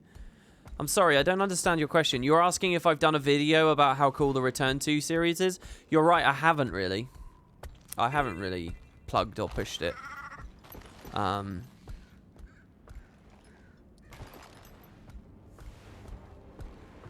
I don't really know why. I guess it's because I don't have much to say on the topic. It's just awesome, isn't it? It's just a cool initiative. It's really good. And thank Christ it's in the game instead of nothing going on. I mean, when it first was announced, I did cover it. I did talk about it. But yeah, until I've played more of it, I mean, what I'm going to do, review the Return to stuff? It's pretty ticky-tacky. Not too interesting, I think. Hey, Cutgrass, welcome. Give me a Marjorie and Casimir in 14.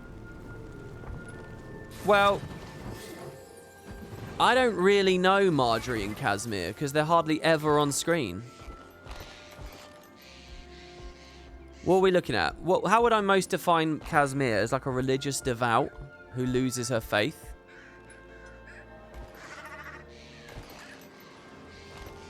I don't know whether there probably are equivalent stories, aren't there, in 14?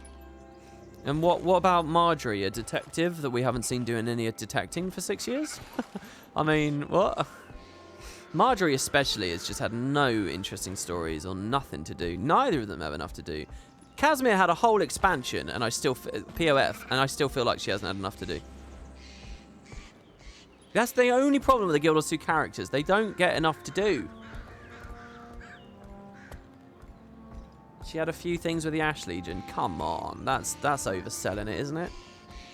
She was standing around in the open world in the Ash Legion base in one patch. Is this character development? Babysitting Balthazar was cool. No. It sounded cool, and then nothing happened. She just came back and said, "Oh hi." That was it. Her tailing Lazarus was a badass idea, but it didn't actually do anything, did it? Let's not oversell it. They didn't do anything with it. They ran out of time.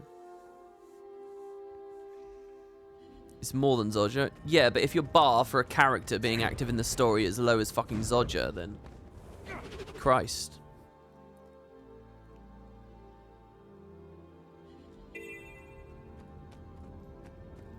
Guild Wars has had a huge amount of gearing up, and then, oh, sorry. I mean, why don't we talk about someone like Jarvi, you know? People don't want to talk about Jarvi much because it's Icebreed Saga and then she's easy to forget, but Jarvi's is a very, very similar story.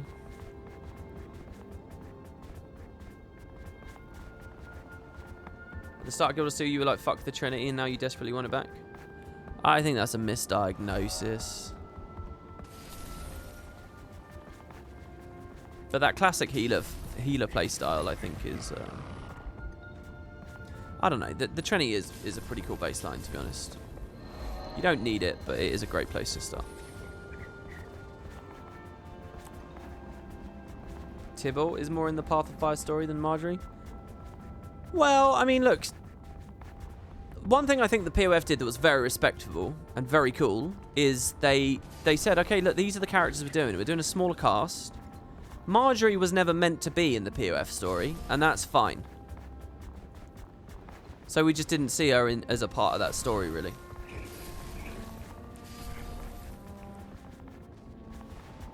The thing is, I think she probably deserved something more to do in Season 4 or something more to do in the Icebrood Saga. And it would be nice as well if, like, when they retire a character, we actually get a sense that we're saying goodbye, which they never do as well. Or if, like, they're a flash sideways and stuff. Like, for example, in Shadowbringers, if you watch my Shadowbringers playthroughs, guys, there are some characters I really like who never came with me to the expansion. I'll just phrase it that way. They never came with me. So you could say, oh, that's an expansion where those characters just aren't in it. Except what that game will do is it will give you cutscenes where you flash to another area of the world and you watch what those characters are doing. They're still on adventures and their stories still matter and they're still doing things, and you get cutscenes where you're watching what they're doing. It's like if in the Icebrood Saga we got to see what Rox is up to and she had interesting stuff. But Guild Wars doesn't ever do that, so you just get a sense, like, what's Rox been doing? Before we met her again in the Icebrood Saga for a brief moment, what was she doing? Just sort of chilling out on the beach? Just playing with sand effigies, you know, making some sand castles? Like, what was she doing? You know, there's no sense of, like, it's just like, oh, is that character retired then? Well, we never had a goodbye. So they don't do either, you know, so that's something I think Guild Wars could work on.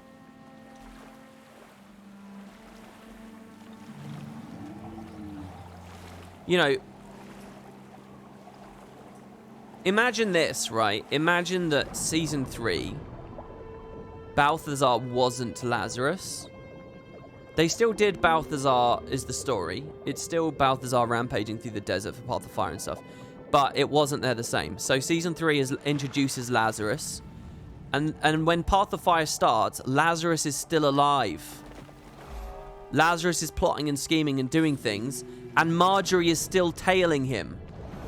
Cue Path of Fire. We have to go to the desert. We have to deal with Balthazar. Fuck. We'll leave Lazarus for now. Marjorie, keep an eye on him. So you're playing through POF, and suddenly you get a cutscene where we're with Marjorie. Fuck it. We're playing as Marjorie. And she's with Lazarus. And she's on an investigation. She's doing something. And you get like a brief little 20-minute thing where you're watching what's happening with Marjorie. Now, that would be fucking cool. That would be like, oh, shit, what's going on over here? Whoa, Marjorie's doing stuff. That's what Final Fantasy does. That's what Guild Wars doesn't do. They hold multiple stories. They have their characters doing things. They show you what they're doing. Guild Wars doesn't do that.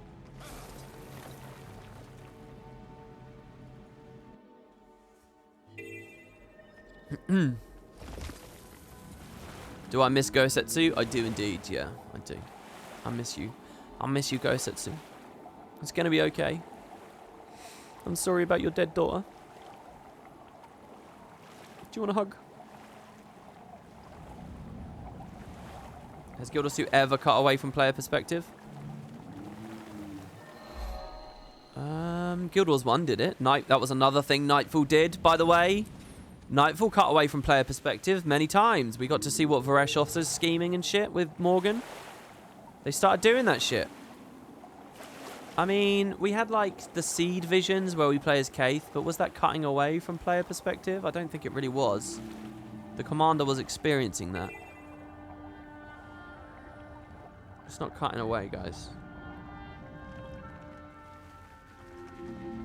Factions did it too. Yeah, Factions did it too as well with the fortune teller stuff. You're right. You're right. Factions did do it too.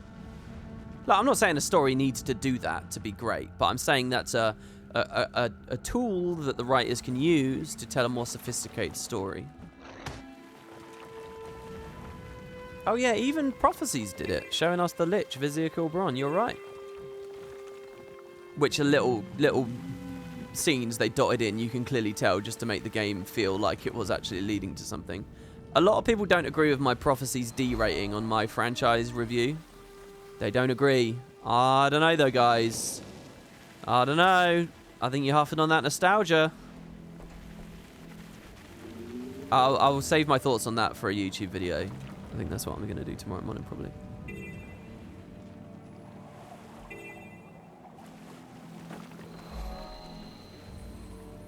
I think most players don't realise... Oh, no, I'm not going to say it now. I'm gonna say it tomorrow on the video. I'm gonna construct my defense later. Rose tinted S. Maybe I should have kept it at D, but given it a gold star. Look, I really like it. I'm nostalgic too, but let's be objective. If you played PvP during Prophecies, you'd rate it S. You might be fair there. That might be absolutely true. Unfortunately, that wasn't my life experience, but yeah, you might be right. They were clever about the Chosen scene when they were being ambushed. What, in the Maguma Jungle in Prophecies? Yeah, were there any cutaways in the Guild Wars 2 story?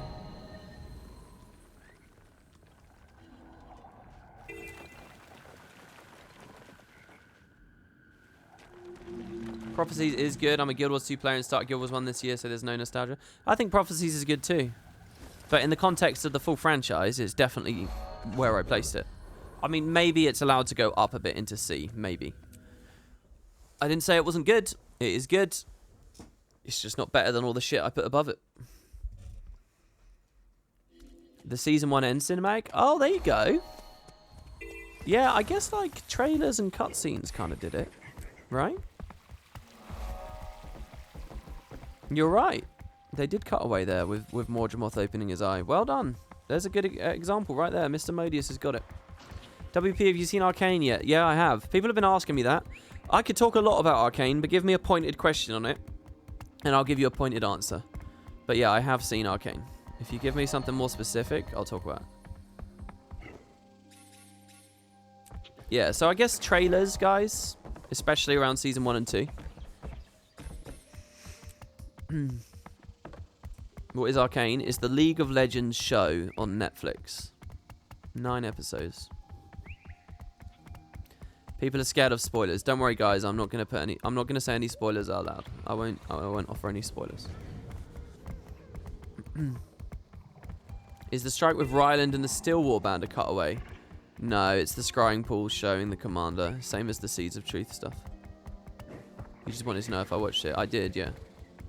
I recommended it to people the other day. Even if you're not a fan of League of Legends, if you're just a video game fan, and you're interested in how good a video game or how bad a video game adaptation can be, I think it's very much worth your time to look at the top-rated show on all of Netflix that happens to be a video game adaptation and came out this month. I think you should watch it on those grounds alone, because it might be a sign of things to come and a certain weight to video games and adaptations of them and so on. I'm curious, WP, if you could make a 14 and Guild Wars 2 crossover, would you do it? And if so, how would it work? Can you explain to me what you mean by crossover? You mean like a quest appears in each game of the other game? I don't know about Guild. It's just in general. Final Fantasy is fine for crossovers. It's done loads of them. I can imagine a Guild Wars 2 quest in Final Fantasy easily because they have these like side cannons and they have like loosey-goosey fun things that they do constantly. They have established precedent. You know, fucking Monster Hunter Rathalos is there in Eorzea and they don't even like really justify it anyway. They just have fun, right? They do it. That Dragon Quest thing, they do random little side cannons. But Guild Wars is serious about what it is. Guild Wars doesn't fuck with things like that. Tyria is unfucked with in terms of like messing with the lore and the fiction. And it's something I actually really respect about Guild Wars and really respect about Tyria, and I wouldn't want to see go away. So I don't know if I could imagine a side quest in this game where there's like fucking Lalafell running around or something. Would we be happy with that? I mean, it doesn't have to be Lalafell. It can be something cool. It could be like, I don't know, what's cool? Anything you like about Final Fantasy. Cactars and Tonberries and all that shit running around in Tyria. Now, as a Final Fantasy fan, I would really love that. I think that would be so fucking cool. If I could fight like a Tonberry. A Tonberry strike mission. Fight like the King Tonberry or whatever. The Don Tonberry.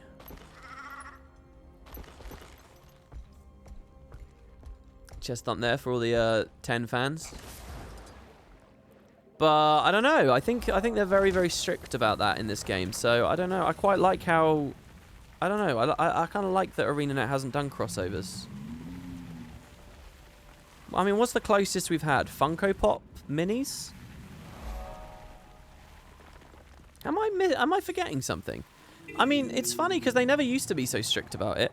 In Nightfall, there's quests of people talking about aeroplanes, real-world aeroplanes, and microwaves and shit.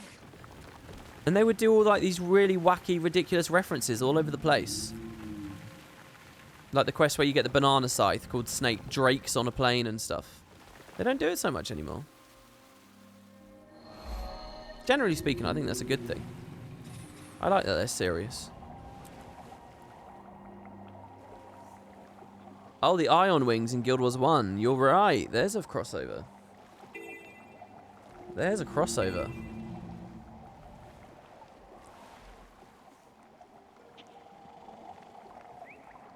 Yeah, Trogdor and Rodgort.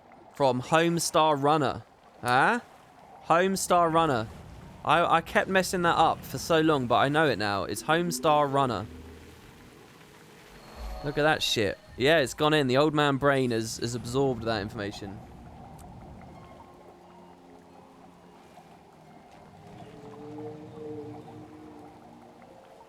The Commandos. Yeah, the Commandos are a pretty good example as well. It's a big old Terminator reference, isn't it, really? I mean, that's definitely them having fun. Yeah, maybe Guild Wars can have fun. Why not? Let's let it have fun. That's so weird, the map art there, by the way.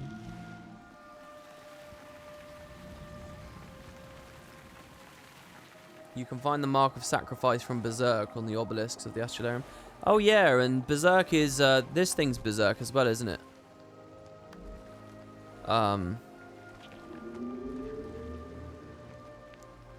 What's it called? Oh, I can't remember what it's called.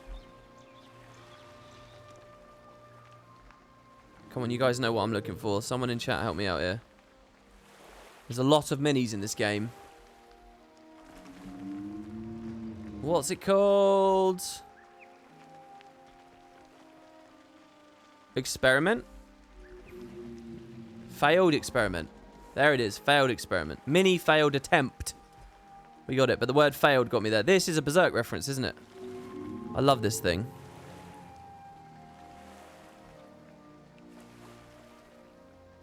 I nominated him as a strike mission boss. Oh, that's Full Metal Alchemist. Shit. It's Full Metal Alchemist. It's not Berserk. It's Full Metal Alchemist. That was close. Don't rip my head off. I'm a real nerd, I promise. I'm a real nerd. It's Full Metal Alchemist. Anyway, the point stands. The point stands. Whatever it is, it's horrible. Yeah, there's a mace and a scepter version of it as well. They're both Japanese cartoons. It's fine. Oh, guys, he just called high art anime a cartoon. Are you guys gonna stand for that? Yeah, I don't really watch anime. I'm not into cartoons. Not really.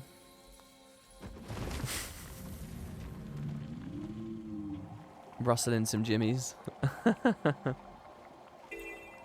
It's Japanimation. Isn't that what Cartoon Network used to call that stuff?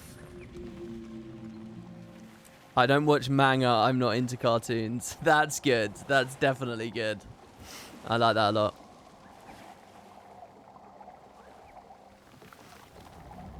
Yeah, isn't anime just short for animation?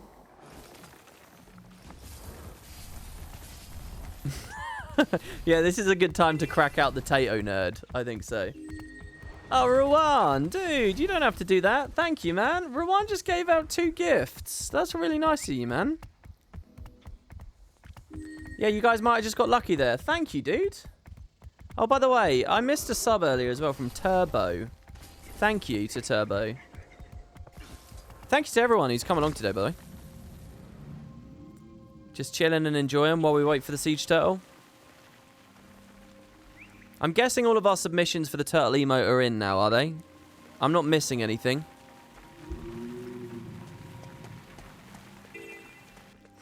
The best way to trigger anime fans is to say, my favorite anime is Avatar: The Last Airbender, because it's a great show and they probably like it.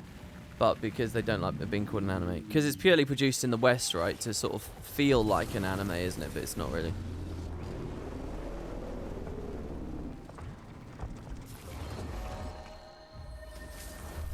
That's the kind of thing. I think the best way to say something like that, if you're truly socially chaotic, right? The best thing to do is, you know, like go to a convention, right? And you're meeting people that you don't know much. So you're like having a drink and you're like just sort of starting to get to know each other. And they'll say, oh yeah, are you into anime or whatever? That's when you drop that line on them, just to see how they react. Because they're probably, you know, through social politeness, they're not going to come at you. So they'll be like, oh yeah, yeah. But you'll see there's that little moment where behind their eyes, like something switches. You know what they're thinking. You got to drop lines like that in that situation. Just sort of play with them.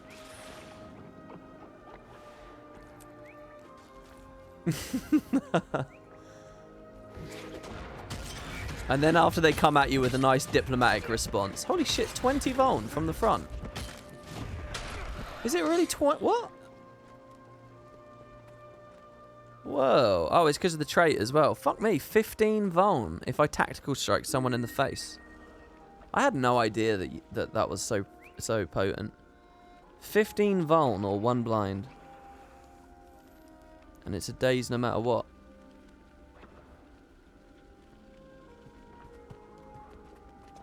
Oh no, it's always a blind.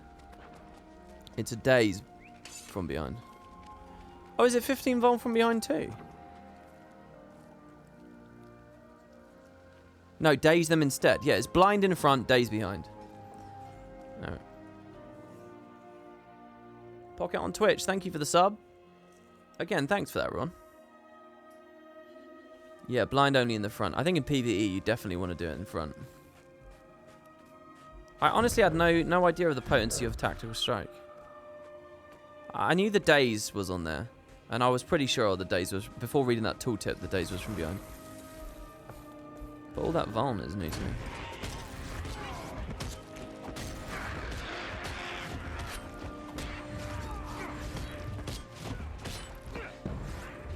Oh, it's still revealed when I propped it. Or whatever. Okay, Fort Trinity. WP speaking truths. Wait, about what? Am I world comping? I'm not world comping. This is a new thief that I hope to be a new thief I play regularly. So one of the things I want is just to have map exploration on it so that I can waypoint around and I can actually sort of enjoy myself. So I'm taking it on a tour to not necessarily world comp, but just get waypoints. And it's kind of the perfect thing I can do while also paying attention to chat and having conversations about End of Dragons and stuff. I've heard people saying, oh my god, Guild Wars 2's copying Mists of Pandaria. Yeah, oh my god, that annoys me too. Oh, that annoys me. Because it's factions, right? Which is... factions is older than Mists of Pandaria. By like a long way too. Oh...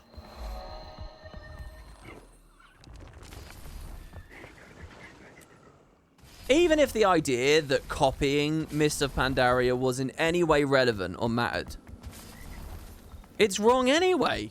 Oh. It's factions, but also Mists of Pandaria didn't invent Asian-inspired fantasy. No, you're right about that as well. I'll tell you what, speaking of Rawan, Rawan's super into Total War Warhammer, right? And he showed me the trailer. What's their faction called? I can't remember. There's a faction you can play in the new game, which is like East Asian-inspired fantasy. And the trailer looks so good. They've got like all these hot air balloons and fireworks and dragons. Cathay, that's it. Oh my god, guys. Turn off go to YouTube. Look at the Cathay trailer for the new Total War. It's such a good trailer. I tell you, they're so good. The kind of fantasy from Warhammer, I think I've been sleeping on all these years. Because it really looks good. Or maybe it's just their trailers in their games. Excellent. I love Fort Trinity, man. Such a good place. You like the skimmer skin? Me too. I like kind of the mossy, earthy, naturey thing. I'm thinking of putting this on my Sylvari Druid. Hey WP, I love it when you talk builds. Love for more of that content. Thanks very much. The build series is the big thing. I'm doing tier lists and I'm doing Q&As and I'm doing reviews and I'm doing all kinds of shit at the moment. But I'm just not doing the build videos. I really should do the build videos. The build videos were like some of the highest individually viewed videos I did like all of last year well, 2 years ago now. They're probably like a gold mine of content that people really want, and I'm totally in a place to do it. I just keep prioritizing other stuff, so I don't know. I was really close to doing my Ellie video. Oh, I am really close. At some point, I'll get it out there. I think the 3 builds that I think I can really give people that would help, especially noobs, is the Ellie one, the Mesmer one. Fuck me, the Mesmer. Mesmer can be so busted. And, I don't know. I Reaper too, but Reaper I've sort of already showcased in all the major ways. Maybe a 2021 update is in order. The other thing on my mind is if I just wait till after New Year, I can tag all the videos as 2022 builds. And they can build content throughout the whole year or something. Might be useful. How dare you daze me? While I tried to tactical strike you. Oh, he evaded still! He actually evaded my steal. What a god. You could tag him as 2022 now and people wouldn't notice it. Yeah, that's a little bit too scummy, I think. No offense to anyone who might have done that.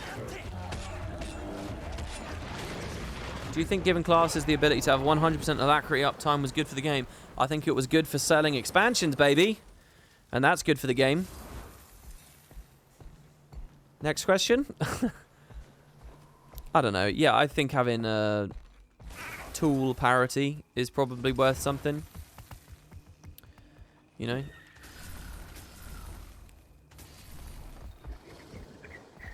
I think there's a point where it's like, if over 50% of the classes have a thing, at that point you may as well make it 100%, because it becomes this weird thing where it's like, oh, you just got unlucky and your class doesn't have it. All the others do, but yours doesn't because you're unlucky. And that goes for quickness and so on and so on and so on. However, if we're in the world where, like when Chrono first launched, where only one guy has one tool, if Scourge was the only person that had barrier, or Chrono was the only person with alacrity, or someone else was the only one with quickness, that maybe works on some level, but you do also move into a lot of weird compositional issues there. Whereas, like, it's very easy to be too good, and then that's it. It's just like it kind of fucks with the balance too much, so. Realistically, I think there's too much boon and condition uptime across the game in general. I'd rather we spike these things on ourselves for, like, burst windows, defensive burst windows, offensive burst windows. I'd rather that they're used as ramp mechanics rather than instant stack. 25 stacks does... I don't mind 25 stacks necessarily, but maybe we have to ramp to 25 over the first, like, 90 seconds of the fight, you know? By playing well, we can ramp up. Maybe if my positioning is off, maybe if I'm going downstate, that's slowing down how fast I ramp these things. I think that's all missing in Guild Wars. There's all these textures to the fights that could and should be there that aren't. Because the balance is just too everything instantly. That's how I feel.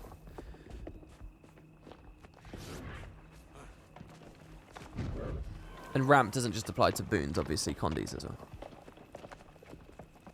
Outgoing condies. Did you see the YouTuber's video? The YouTuber whose video was sponsored by Guild Wars 2. And he said in the intro that End of Dragons would be Guild Wars 2's final expansion. Oh, God. Really? What's the story? Someone give me a wall of text on this? It can be the same person if you want. Let's get a wall of text of context on that. I hadn't heard of that. Let's hear about that.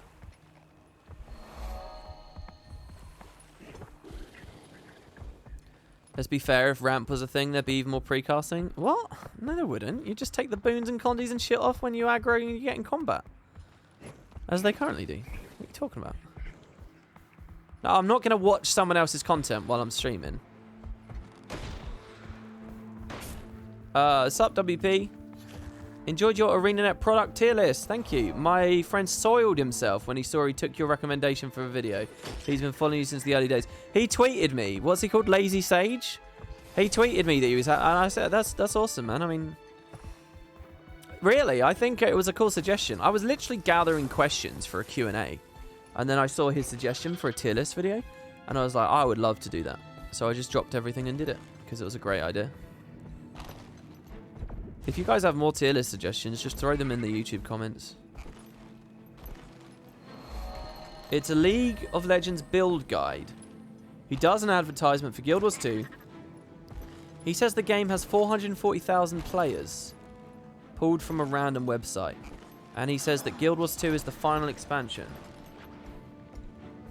There was a presenter on X-Play on television who said Endwalker was going to be the last expansion for 14. Dudes get stuff wrong, sometimes in front of a lot of people.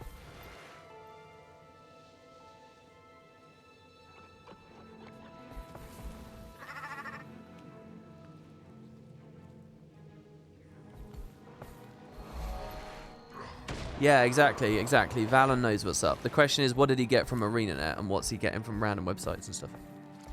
I don't believe it's the last expansion. There's no way it's the last expansion. They went out of their way to say that Guild Wars 2 is what they want to do. And then they went out of their way again because they weren't fully precise. You remember originally this was all about Ruby's comment. That was it on the forums.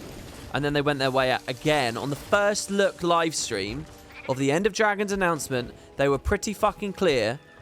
It was Colin, right, himself, who sat there and said, guys, we're going big on Guild Wars. It's not just... We don't just mean the franchise. We mean Guild Wars 2. That's what they said. Not just the franchise, Guild Wars 2.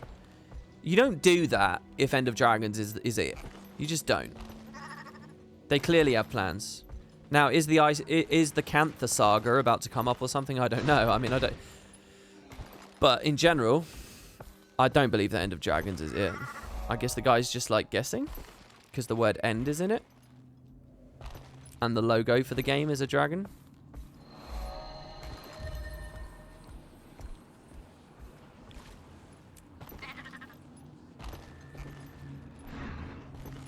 I wonder if the partner program will engage in a little promo with me on my next 14 stream. Should I open my next 14 stream with the Guild Wars 2 advert? Will they...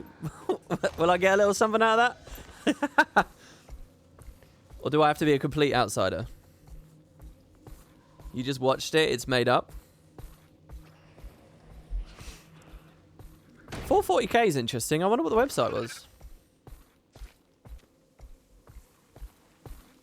No, because you're free advertising. Yeah, alright. Yeah, I know. Don't remind me. It's a wonderful working relationship. Can you tell us more about the partner program and what it entails? I think they should have a website up about it. Basically, it's if you're a content creator in the Guild Wars 2 space, it's sort of a community for you, and it's access to tools for you, to help you make more content and sort of scratch each other's backs, basically. In loose terms, that's the idea. That's what all the partner programs for the different games are. I'm currently under application for my Square Enix one, but I haven't had a response yet, so. They're actually much more, the bar is much higher for Square Enix than it is for Guild Wars. The bar is very low to be an ArenaNet partner. The bar is, like, I'm only just a bit over the bar for the Square Enix one. And I haven't heard back, so I might not even get in, because it's, you know, they're in expansion press and stuff. So they're probably swamped. Can you be a partner in multiple games? Yeah, you can. Jebro, for example, is an ArenaNet partner and an Elder Scrolls Online partner. He's both. There's no exclusivity there. I mean, maybe some of them have exclusivity. But, I mean, the truth is, there's money to be made only when there's cross-pollination, right? What value is Wooden Potatoes when his whole audience are people already playing Guild Wars? What value is he? But what value is a random WoW player when he starts talking about Guild Wars? Well, that's a lot of value, isn't there? So it would be very, very silly to run a program like that and force exclusivity.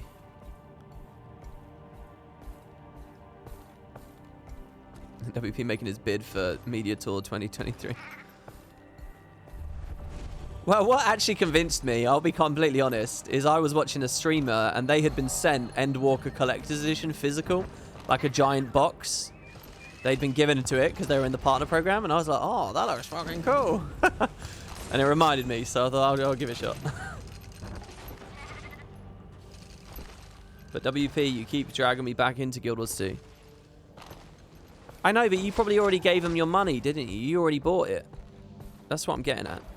You're not an outsider. You're not worth much. I mean, unless you spend a lot of gems. Do you hear that, chat? You're not worth much. It's okay. None of us in the long run. They should enable gem drops for partner streamers. The Warframe community rapidly watches streams just for drops. I mean, that would be pretty badass. I was thinking Blackline keys as well. I don't really know how drops work, but imagine if just by watching my stream today, you guys had all gotten a Blackline key. That would be pretty cool, wouldn't it? Just a key.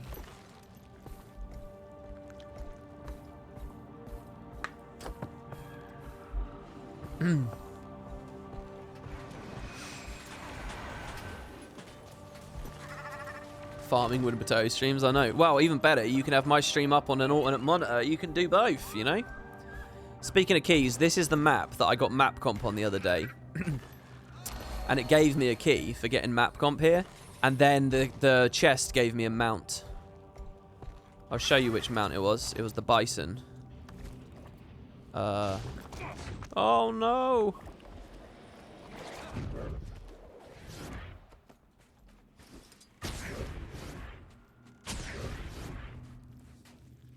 I think it's just called the Oryx, right? Yeah, here he is. Noble Oryx. We won't do default dies, I guess. This guy. See? Whoever said that they don't drop mounts in-game? Huh? They're just doomers. I got this mount from in-game gameplay. You could do it too. No RNG involved. Yeah, I like this mount. I like it mostly on a Norn. It's got a crazy sound effect whenever it does its dash as well. Should be a Warclaw skin. Yeah, Warclaw kind of... Warclaw's a bit of a weird one, right? Because it is very jackally in a lot of ways. Mounts in Guild Wars 2 are skins, right? Or each have separate abilities. No, they're skins. They're skins. Basically, there are 1, 2, 3, 4, 5, 6, 7, 8. There are 8 like super types as far as mounts are concerned. Like there's the Raptor super type. Okay, so he has particular abilities. These are his abilities, right? So he has the dash, and he has a very specific kind of engage that grabs everyone in. And then like the rabbit is another super type. It has instead a giant jump up into the sky and a cannonball attack. And then the jack. So there are 8 very different types, including one that's nearly a flyer. This one, the dragon, the sky scale. And then each, when it comes to skins, they just modify the super type. So it's like there are a bunch of different styles of raptor. Here's a great way of looking at it as well. They can be very creative. For here, you got the skimmer, right? So you could have him looking like this. This is who I've been riding around on. He can float on water. Or you can maybe have him as a turtle. Very fitting for today. And you can color these, by the way. This turtle can look a lot better. Or you can go really radical with it. And it might be like a hummingbird, right? And it still functions the same. But it's a hummingbird now. And the new one with this... By the way, the best hummingbird animation is this. I'll wait a second for it to do it. Come on, little hummingbird.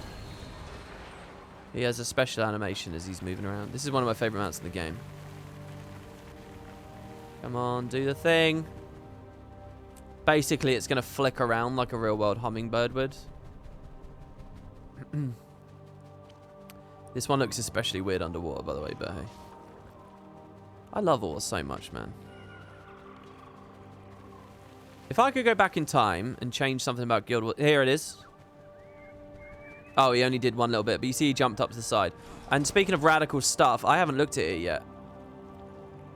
But... oh, yeah, the more dramatic... I wish I'd got that, man. I fucking love that one.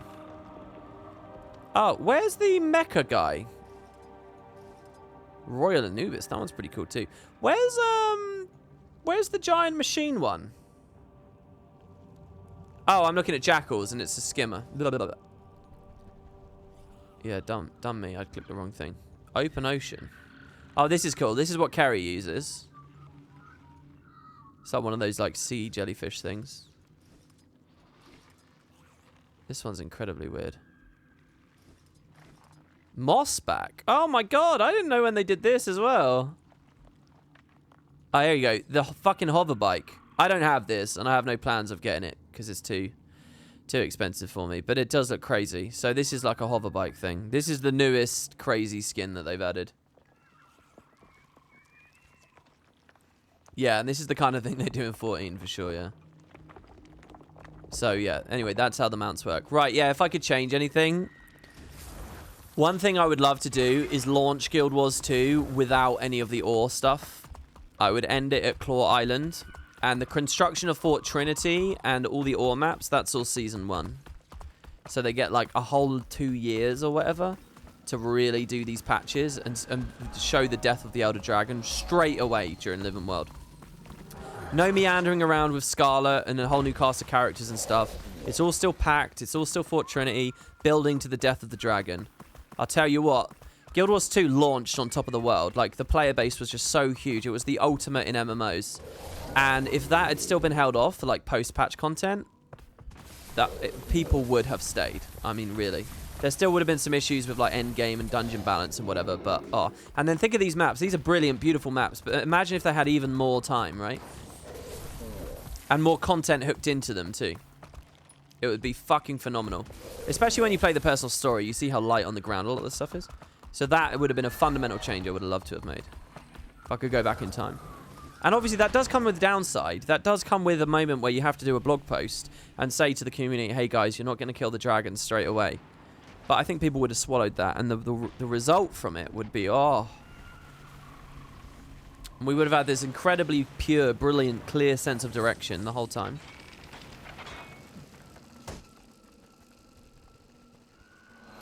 Everything would have changed after that as well. I bet we wouldn't have done Morgemoth straight away after that.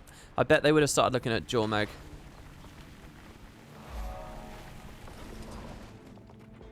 That would have been awesome. When Heart of Thrones and Path of Fire big releases? Yeah, Heart of Thrones came out and it gave us some new ruins and sigils. And it was okay, but generally speaking...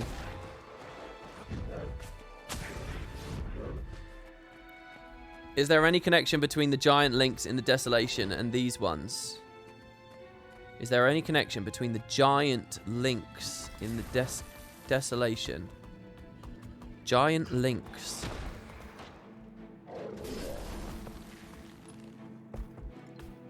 I don't know what you mean. He means the archers? Are there archers in Desolation? Am I out of touch on something? There's these huge stone circle things just lying there. You mean like this? That. Right? No, not the bison's arse. Not the bison's arris. Stop looking at it. Up there.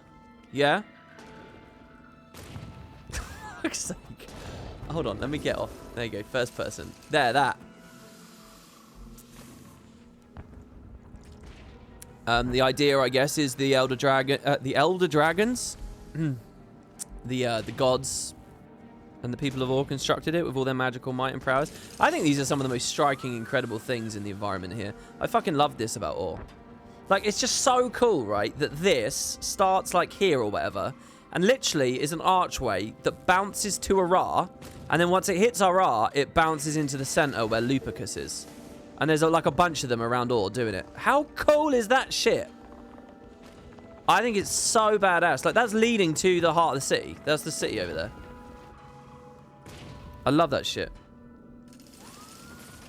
It's just such a magical and crazy and wild environment.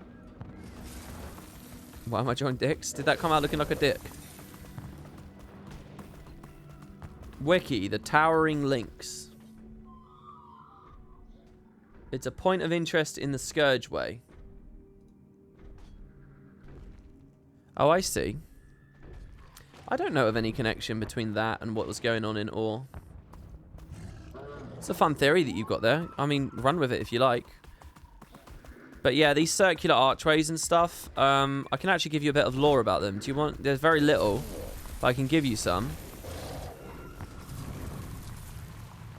Luckily, I do know a couple of things about this game.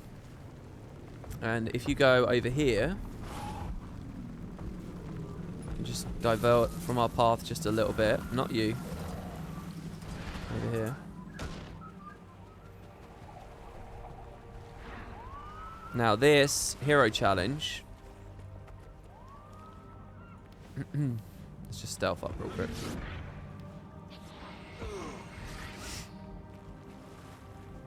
Because I think you can get attacked by that thing.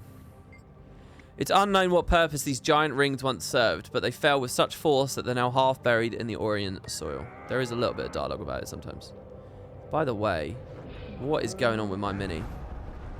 Holy crap, my mini. Oh, it's so gross underwater. Oh, it's like it's drowning. Oh, it's actually breathing bubbles out of its mouth as well. Can you see that? Oh, maybe it's just because it's shaking around.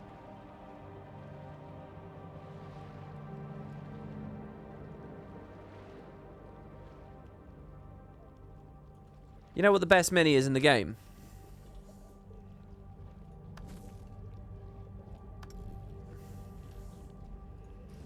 The mini Crichton fish. Because when it's in the water, it actually swims properly. See? It's a happy little fish. Jesus Christ, look at this, by the way. The risen turtle. That's a scary looking face. Right, now, when we come out, it flops around. I think that's so cool about that mini. I love the fish. Dude, are you serious? It's almost like we're in the land of the dead or something. Can the zombies stop attacking? I love the fish. You are like Vander to Silco right now? Wait, how? What? To the Abomination? Dude, I loved Silco so much in that show. It was odd because I was a bit iffy about the character for the first like 3-4 episodes, but the more it went along, the more I just like really started loving it. Loving his demeanor, his movement, everything.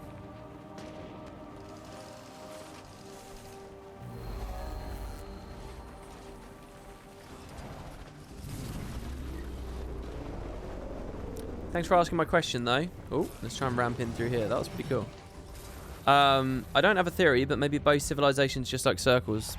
There's powers in circles, maybe. Yeah, I don't know. I don't know, really.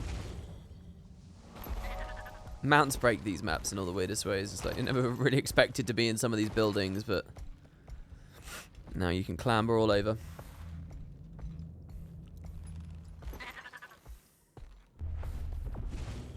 It'll be fun to take the turtle to Ore and blast all those risen. You know, I really should have this whole... to be on theme with today's come on! Save me, Pact. Save me. Right. To be on theme... I should have used the Shell Surfer. Now, how can we dye it? I usually go super blue with it, but let's see what we can do with some darker tones.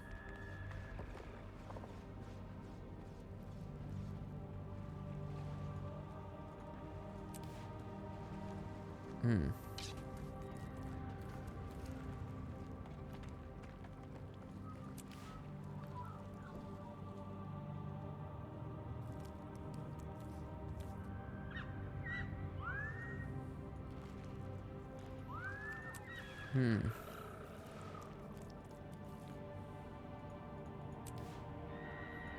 I don't know, really.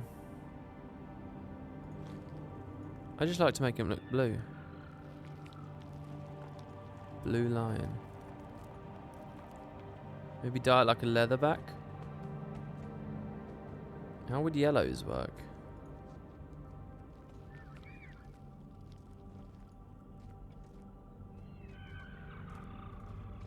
Let's try it. Just try putting a hint of black on there.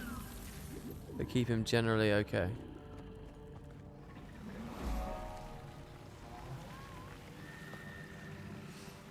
Where's the siege turtle? The siege turtle is being presented to the world in 1 hour, 45 minutes. So not too long away now, guys. Well, you can sort dyes by hue. Yeah, I'm a big fashion streamer, man. I know all the little details about the UI because I'm so into it. Yeah, you can do hue, material, or set. Honestly, I don't really know how... I don't really know how... sorry, 2 hours 45. 2 hours 45. I don't really know how hue will... Wait, really? 2 hours 45? It's starting at fucking 8. Oh, this is what tripped me up the other day as well. Why is the stream on Tuesday? Because of Thanksgiving, yeah. It's on a Wednesday, by the way. It's Wednesday today, right? I'm not doing this a day early. It's not 26 hours 45, is it?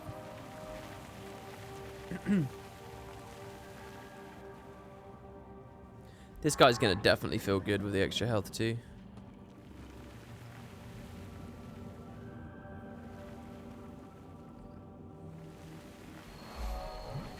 Right, Joe Fast. I always get filled with such nostalgia here. Joe Fast always used to be the map that would stall during the meta. Oh, I love the gorillas and stuff. WP is Monday, the stream is in 50 hours. Damn it. I knew I had some bugs on my calendar.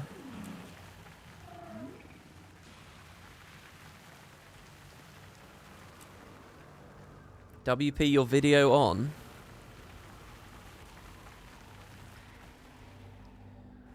Is there any waypoint that's important in ore beside the Gates of Arar? Well, not even that's important, really. If you load in with a party member who's already in the dungeon, you don't even need to go there. Like, my Mesmer never... I used to do Arar on Mesmer constantly, because Arar was the king of Mesmer, porting people over walls and shit. The reflects were incredibly powerful. Obviously, Time Warp used to be the de facto quickness. So, like, when I used to do runs... Don, if you're out there...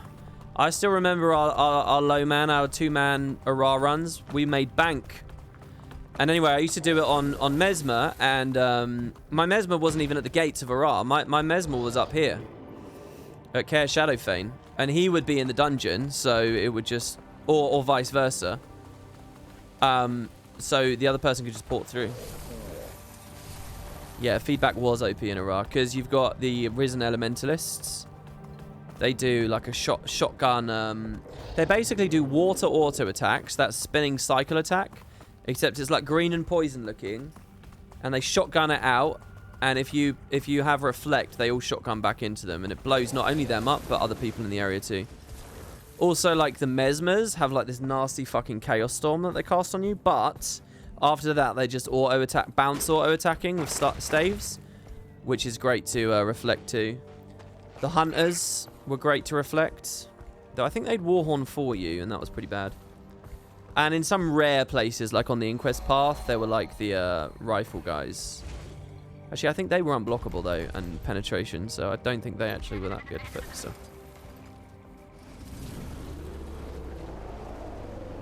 I love these fields here.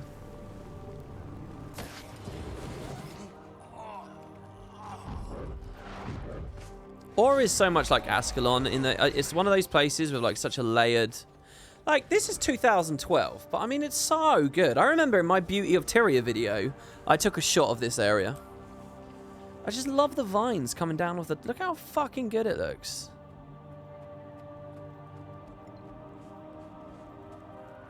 This is just such a cool environment. But yeah, this and Ascalon, they're so just steeped in history. So good to be excited about Guild Wars lore. Just there, did you guys see the flesh golem on the horizon there? Like clambering along. For some reason, it looked like a giant like spider there, and I could see like its limbs like stepping around. It looked like a massive giant spider, and it looked super creepy. And I thought that was the coolest shit. And then I remembered that Guild Wars doesn't do spider enemies, really. Not big like that. Not thick, hairy, chunky ones like that. It does have some, obviously, and some around ore. There's even a story mission dedicated to one. Or like a lich that summons a bunch of spiders. But speaking of spiders, we're going to find some in Grant Temple in a second. I would love that spider mount. Honestly, I've barely done any content in Guild Wars 2 because I like decompressing, running around the map and looking at the scenery. That's cool, man. That's cool. That's a valid way to play if that's how you want to do it. To me, like, my favorite area of Ascalon is there's a section of the brand from which you can see there's a bunch of ghosts of Ascalon. There's a bunch of faux fire ghosts fighting in the brand in the shadow of the Great Northern Wall. And it's like you're looking at like 4 fucking magical disasters from history all at once. Or like big, like interesting areas of that region's history and story all at once. And it's so cool. Hey, thanks for the sub, Lulu. Lulu Kasul 22. I don't suppose you're the person who put me in some clips on YouTube, are you? Anyway, welcome. Thank you. Okay, we can't kill the High Priest. No way. And I get that from ore as well, you know. You've got its life under the water. You've got its life now with all the undead. And you've got hints at when it was once upon a time a thriving city. You're not. Anyway, welcome. Thank you very much. Really appreciate that. What time will the turtle be live? In like 2 hours and a bit. What would you like to see in terms of changes to the maps to indicate that Zaitan is not really a thing anymore? It's because outside of the lore, nothing is different visually.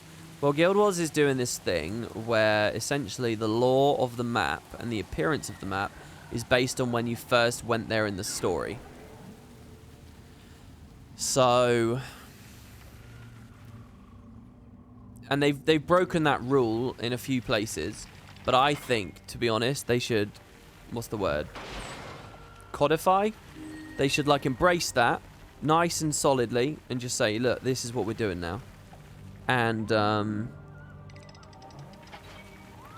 that would mean that they never change the ore maps. If they change the ore maps, it's only to continue the pursuit of what the story is here and now. What they do instead is they say, okay, we're going to add a new map, which is here. And in here, we can see it's filled with plants and Sylvari that have come to explore and Awakened that have come to explore. Do you know what I want more than anything else? I want a Scavenger's Causeway update. I want to see greening ore. You know, the time jump thing? Jormag 1, we were all in ice, and Jormag 1, that thing. I want to see greening ore, filled with Unchained, being approached by Awakened, who are looking to recruit them or whatever, and trying to figure out, like, what's the difference between us and them? I love the idea of that as a patch. I think that'd be a fascinating thing to look at.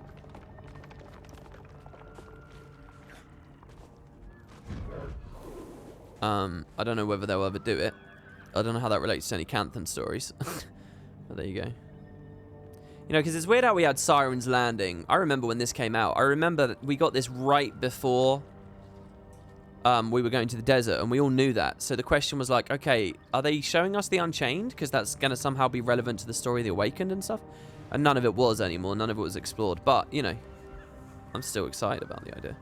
All right, so we kind of have a bit of a problem now, in as much as all the contiguous maps have been explored. There is no land route. Because the door doesn't go anywhere. There is no land... You know what, guys? I don't remember being at this waypoint today. When did we unlock this? I mean, Jesus, we've done a good job here. We've been everywhere. The gate, unfortunately, doesn't lead to the Desert Highlands. Some phenomenal places to go, so we can go to that expansion. But then there's also Living World. So what do you want to see first, guys? I kind of want to do the desert stuff. We basically have the upper chunk. We've got the Ring of Fire. A couple of other Living World maps. And then the whole crystal. Now, this chunk, the POF chunk's pretty good. We can go Desert Highlands all the way down. And because the Jahai update was so fucking incredible, it does actually have a physical connection, which also has a physical connection And then we can just skip over Deerstan or whatever. But yeah, we do have a few dotted around things via Living World.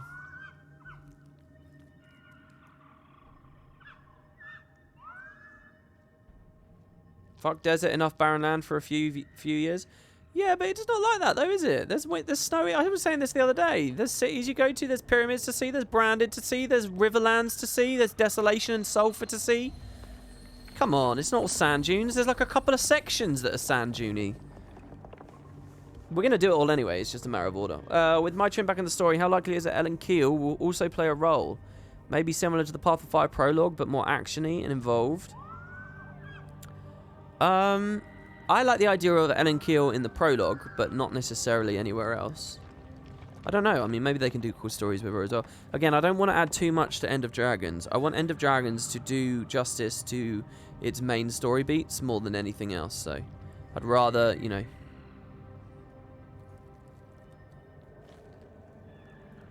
He hasn't jackaled yet? I was on the Raging Oryx a second ago. I think I've jackaled somewhat. Right, well, whatever. You guys pick. Let's, I'll tell you where I want to idle. Where I really want to idle is, like, not easy to get to. It's that place at Auric Basin. I'm going to go there anyway, because why not? There's a waypoint on the way. I'm going to make a cup of coffee, basically, in a second, so... Because I've been streaming now for 4 hours. I can't believe I've just streamed 4 hours of Waypoint Collection. You know, it's been really pleasant, though, hasn't it? It's been quite fun. So Boots should be here in, like, an hour 45. He said he wanted to come an hour before the stream. So, he'll give us a bit of a shot in the arm and we can talk about whatever.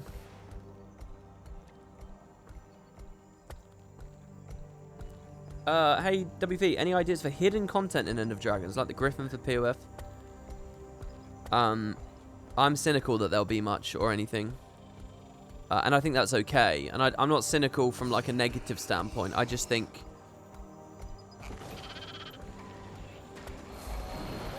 I would rather any value and any really exciting stuff that they put in to be there for everyone to see, nice front and center, integrated well into the main systems of the expansion, so that it's all bang for your buck, it's all, like, big and obvious, and it's as good as it can be. As fun as, like, the gimmick or whatever, I don't know how we phrase it, of, like, hiding the Griffin was. I think this is not the expansion to do something like that. I think this is the expansion to really blow people's socks off. And if that means being a little bit more cautious about hiding stuff, then fine. That's sort of my opening take. Right, now with the Sky Scout, can I just skip the flow of this whole area? Oh, of course I can. Wow. There's a whole road you're meant to go on and a cool fucking little adventure to get here. This place is so good, isn't it? This was my Windows desktop for years. Wait, not exactly here. Over here. I basically have a loop. I'm hosting it online still for people. Of this vista here. With the sun in the sky. Where's the sun? It's there. Where exactly was the shot from? It was like this. And what you'll see is the sun sets by coming down here. And then the moon comes up. And look at the birds and shit. Oh. I'll see you guys in a second. I'm just making a quick cup of coffee.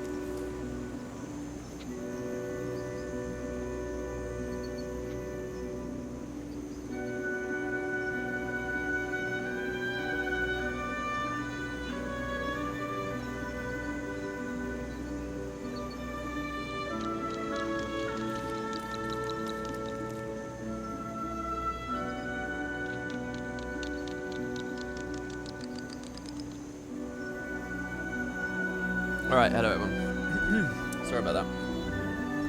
WP still roasting the coffee. Yeah, I just got to take the time to boil the kettle, that's all. So what are those floating glows? Oh, like the moats in the area? I don't know, it's just ambience, isn't it? You could say it's the influence of the exalted or something in the area. Look at this, look at these birds back here as well by this tree. As far as I know, they've basically got like 3 spawn areas. They have these ones that come up. They have these ones that come up. And I don't know if you guys have seen, I don't know if it's played it yet, but there's a massive flurry that appears right in the area. Oh, there they are, there they are. And it really does look really good. When the sun sets as well, it's equally beautiful. And you do get the... So that's why I had that on as my desktop, like my wallpaper engine background. Sorry, it's probably too loud, isn't it? Yeah, fireflies, there you go. That's a good explanation. You see this blue one here? They look really pop at night. But yeah, so I have a loop where you actually see the sun come down and the moon come up, and it just works really, really well. It's also quiet enough that you can film a whole day-night cycle without someone running in the way. This eagle's interesting too. I think I started my footage with it dead, so you see it spawn and fly down as well at some point, which actually meant that it didn't loop very well if I remember rightly, but whatever. Yeah, I don't know. I love just this. It's just awesome to me. And I love when they reuse some of these assets or these rocks. I don't even know how this works. What? When they're building this, what do they have? Are these just giant rocks scaled up? How many different types of rocks are they? Do they just spin them? I mean, it's so seamless, isn't it? I don't know what it is. But yeah, they bring them back in Jahai, these like red rock cliffs or whatever, and they look so good over there as well. Speaking of which, let's get that walk on. So let's go to Amnoon. We haven't been to the guild halls, but whatever. Armistice Bastion. Icebreed Saga. Let's come down here. The Lava Lounge. Unneeded. Armistice Bastion. Unneeded. But we can put the Season 3 tome, the Icebreed Saga tome, and the Season 4 tome in for now. And, where's my,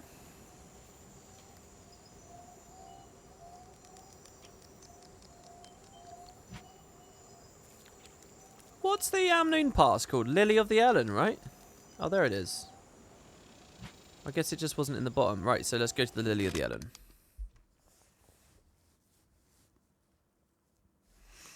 Amnoon is top left. Oh, it was there, was it? Well, I just did a search. Searches are what it's all about, guys.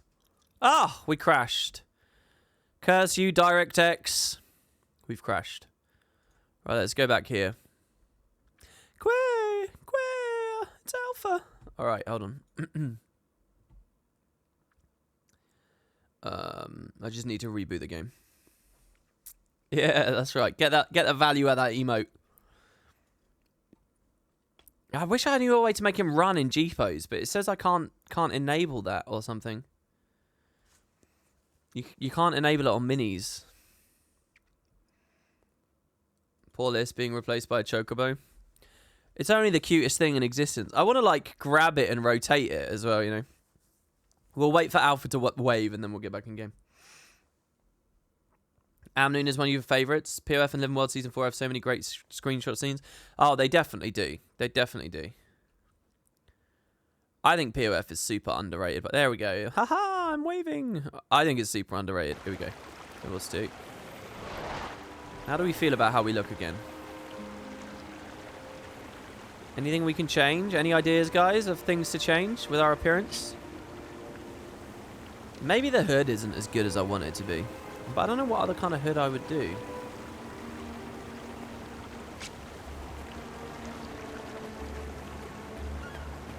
What else I'd go with?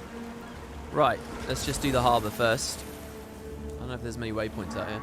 This area here is one of those areas of POF that I think is gorgeous and is really fun right when you start the X-Pack. This is an area that perfectly encapsulates my dislike of the mastery system as a countbound thing. Because you see what this is. You guys know what this is, right? This is... You came here at the start of POF swimming. And it was like, how the fuck do I get up there? What do I do? How do I get up there? And then you came back later and you had a skimmer and you realised you were closer, but not quite, I think. Right? And then the advanced one gets you up or whatever. But you never will have that experience again. And when you get in, the idea of how do I climb up, well, you need the stronger springer and stuff. Like, it's like a playground. It's like really cool, and all of that's just gone. I think you get that one experience once, so fucking enjoy it, because it is gone unless you pay for a new account. Which is just such an unreasonable thing, not just because of the money, but the time it would take to get characters and stuff. But yeah, this is such an interesting, like, weird place to me. I love the vines across the gap here. Like, look at this. But they never really did any content to come here. Not that 14's any better. It also underutilizes this open world, enormously.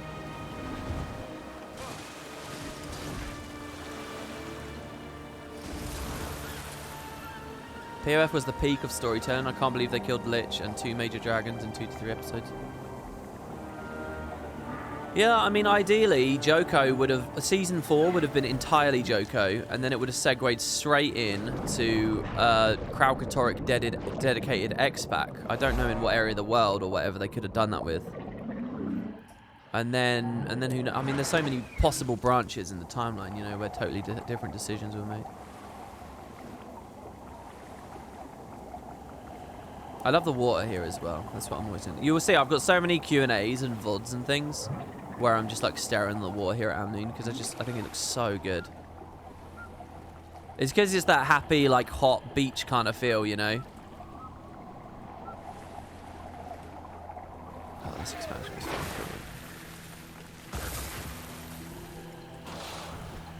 fun. Right, there were no waypoints. So that's the main thing we're aiming for here. Waypoints. But I'm going to go along the north edge here first. Oh, Lord, my frames. My frames are dying. I know how to fix it. Bye-bye reflections again.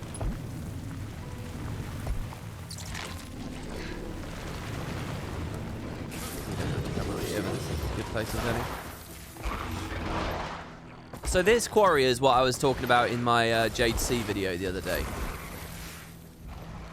Where there was a quarry in the Jade Sea and it reminded me of this place. You guys saw my commentary on that. What size monitor do I use? I'm playing at 1440p by 2560. The actual monitor size itself, 19 inches? No. What's like the step up from 19? Don't you fucking say 20. It's like 21, I think. 24? Is it 24? 24 or 27. It's one of those two, I think. And again, like the mastery system with this place. Remember your first time coming here? POF is so good. I had a lot of people saying that I rated POF to higher than Heart of Thorns, and that was a mistake. POF is so good. Do you remember the magic of this as well when you have no skimmer?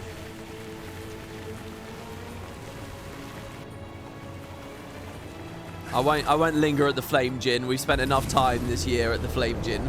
We'll be back to the Flame Gin next week. Don't you guys worry. Beta 4's coming up. Oh, and this as well. One of my favourite things to do on POF is... now, if you have the right reshade set up, I still kind of want to do it. You know, depth blur is such a funny thing. If you can get it just right, I think it can look so good. But I have some footage. I can't remember what video it is. Does this ring a bell to anyone? But I have some footage. It's nighttime. I've got, like, reshade out the ass. I've got, like, saturation up. I've got, like, it's a dark night. And I'm on a raptor walking up here. And this fire here and the torches are, like, really popping off in the darkness. And we all know the skybox on this map at nighttime is one of the best skyboxes they've done. It's like a Ratassoon one. And I'm just walking up. And the wind that is blowing and the sand. Do you guys remember that? And I think I had depth blur on as well. And it looked so good.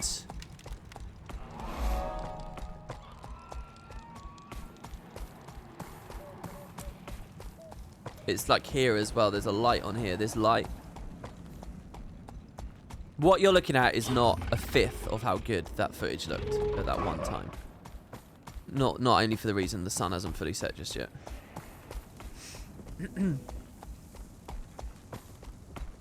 Obtaining mounts was fun, but they opened Pandora's box in terms of power creep for the rest of the game and ruined that stuff. Yeah, you're right. You're 100% right. And I will continue to say what they needed was like a mount exhaustion system.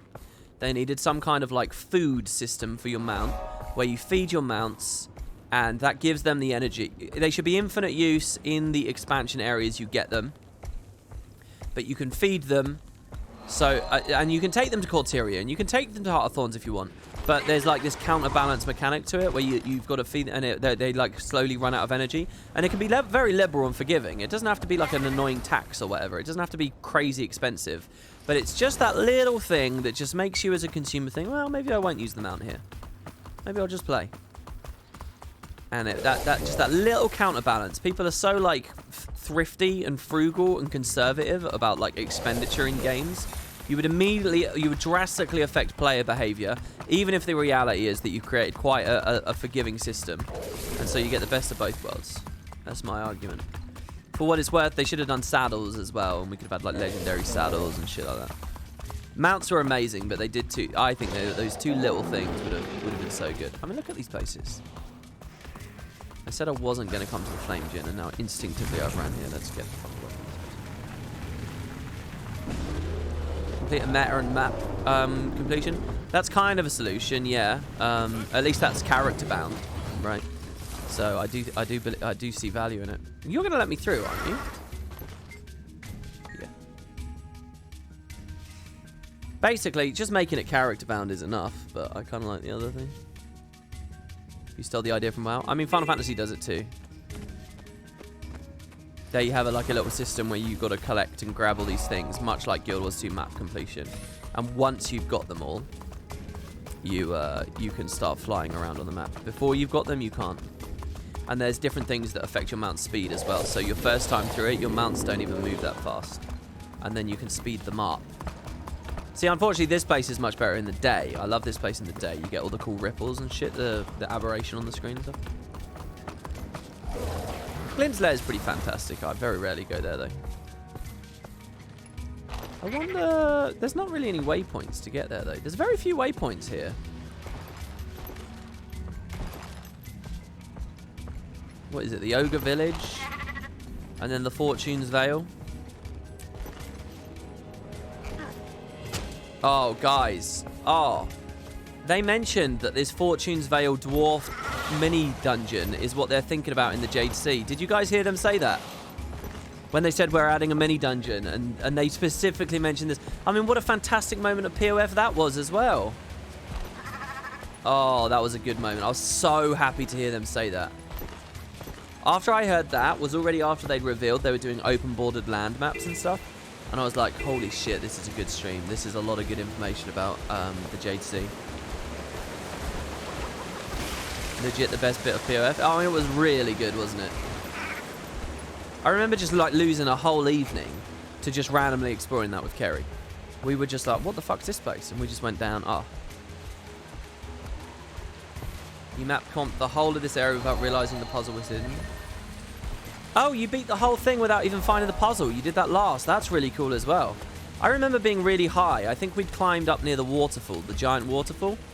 And then I saw like a crack in the ground. And I was like, what is that? And I just went in, and then just this whole adventure.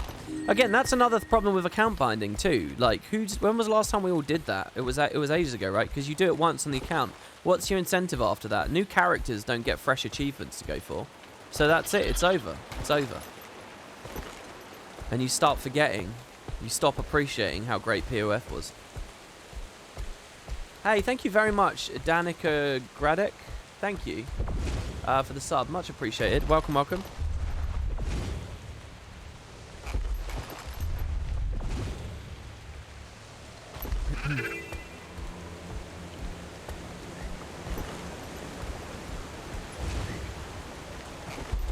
I've often wondered, right, if a nice solution to this... Here's a nice middle ground, all right? Okay. I'm going to try and not be too hive-mindy here, all right? Because I know a lot of people like the account-bound achievements. So what do you guys think about this as a solution? Imagine an achievement that gives you a title. Imagine those are all now character-bound. But here's the thing. Once you do it on one character, you get the title account bound. If you're playing on the character that earned the title, it's like gold colored. Instead of regular colored, it's gold. So you do get the account bound title, and you can skip doing it on every character if you want. But if you want that little badge that says, yeah, this is the character that did it, you have the choice of going through that stuff again. And you will be recognized for that because it will be gold. It will be, yeah, this was the guy. This character did the dwarf puzzle. It's not something I did years ago on an alt. It was literally I did it on this character. And so when you roll an alt, you've got the choice. Do you want to gold up all your titles or whatever? So then you've got a reason to, you know, go back to that. Maybe that's something you can do. Is that a nice middle ground? Or is that insane and stupid and a waste of everyone's time? Something like that, I think, there might be something in there. Such a thing as only for those 7 days a week players who get bored. No, I don't think that's true. I don't think that's true. I think that's for, like, let's say you quit in 2015 and now you want to play Guild Wars 2 again. You want to get into it and you want a fresh experience. Well, sorry, fuck you. You've already got half the shit unlocked. Well, no, I want to have a fresh experience. When I reinstall Terraria every 2 years, I don't want to just log in on my old character that's beat everything and got everything. I want to replay for the progression. I want to play the content. Why is that suddenly a sin in the world of MMOs? Why is content for the sake of content not exciting anymore? Why is the assumption that everything was there just to steal your time and keep you playing a game? We don't even pay a sub in this game. It's there to have fun with. So why are you only allowing me to have fun with it once? Huh? It's just like MMO culture is just like blind to that stuff, I think. Let's go... Is there even a waypoint here? These are the... There's one I'm missing.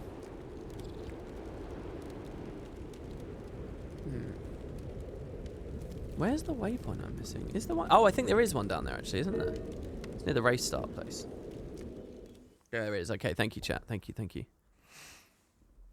Calamity got a content update since we mentioned Terraria.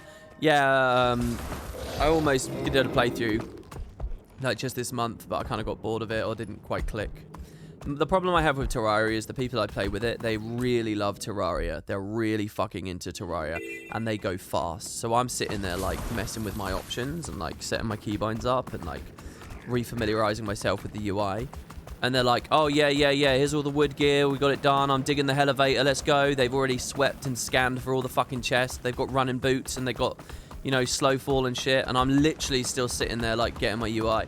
And I don't want to rudely, like, sit there and say, no, everybody has to slow at my pace. So I just end up, like, I don't know, losing it.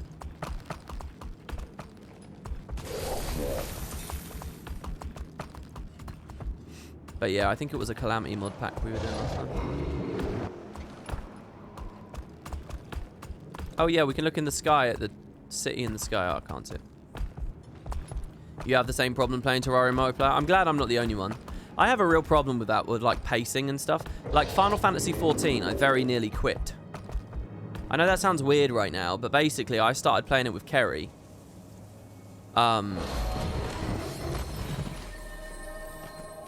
our playthrough just, she's happy to go a lot faster than me, and she's a lot smarter than me, and she takes information on a lot better than me. So she's like raring to go, and I'm going slow as fuck, like really slow. And every day I was like logging in and like just feeling all this stress and pressure, like that, oh, I've got to catch up, I've got to go fast.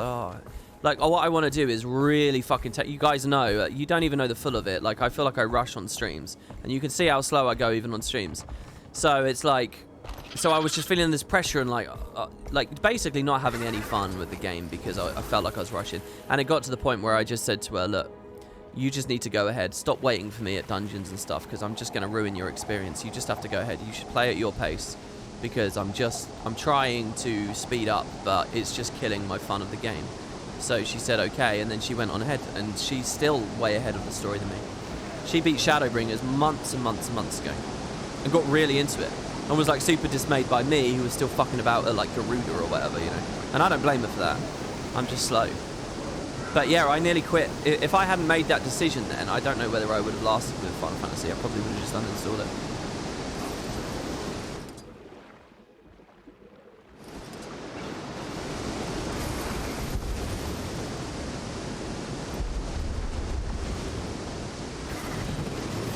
fresh start is the opposite of their whole philosophy. Just look at Legendary Armory. It's basically finishing the game. Well, I think you're right. Classically, I think you're right.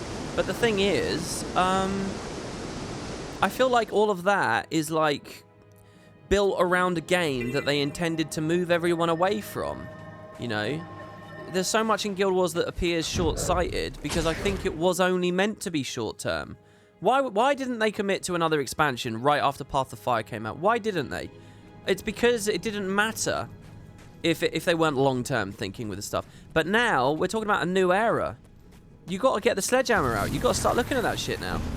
That philosophy doesn't work for a game that's going to go multi-decades. It doesn't work. I'm sorry if that crushes people to hear, but it doesn't. So it's time to like see what kind of compromises can be made. That's why I think this conversation is relevant. I don't think it's enough to just say that's against their philosophy. I think the earth is shifting below their feet.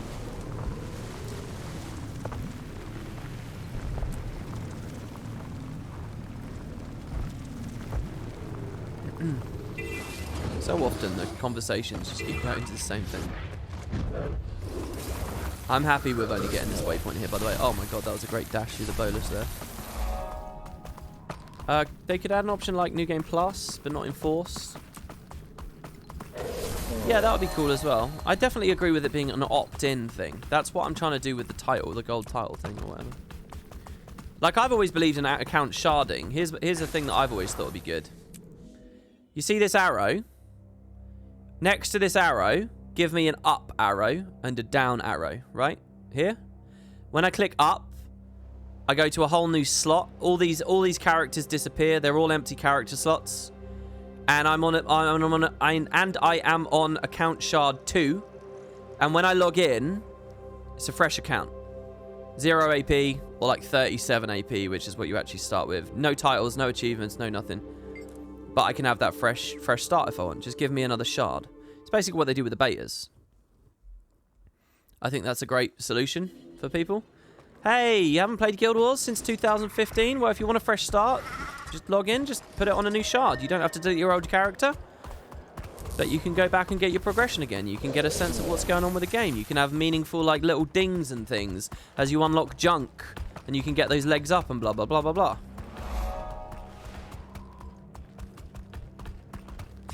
The question is, do you get more login rewards? Absolutely not. If I was there, I'd be killing login rewards instantly. Wow, why did it start me over here, by the way? I'd blow up login rewards. We were talking about battle passes earlier. Kill login rewards and do battle passes instead.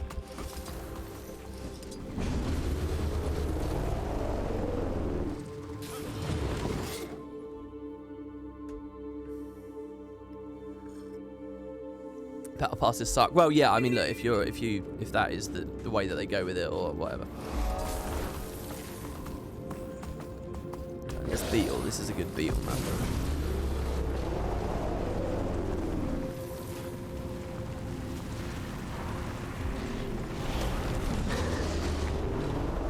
All the gem store stuff would have to be shard wide. Oh, whole account wide. I mean, maybe they could do that. I mean, it is literally what they do for the betas. I mean, literally what they do for the betas. It's just they then also add extra stuff with the betas that says, okay, you can only be on this map or whatever, you can only have this elite spec or whatever. I mean, it's there.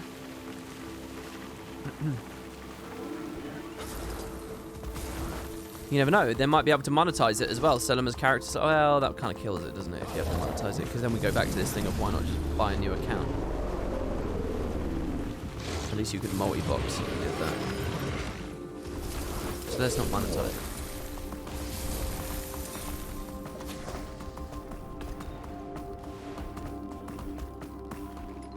Just come out with Guild Wars 2 Classic. I would love a Guild Wars 2 Classic, and I'll tell you why. Because Guild Wars 2 Classic is not what people think Guild Wars 2 Classic is.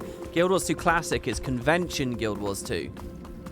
I still want to believe that on a hard drive out there somewhere is... someone has the convention demo. Somewhere. I have to believe it's out there somewhere.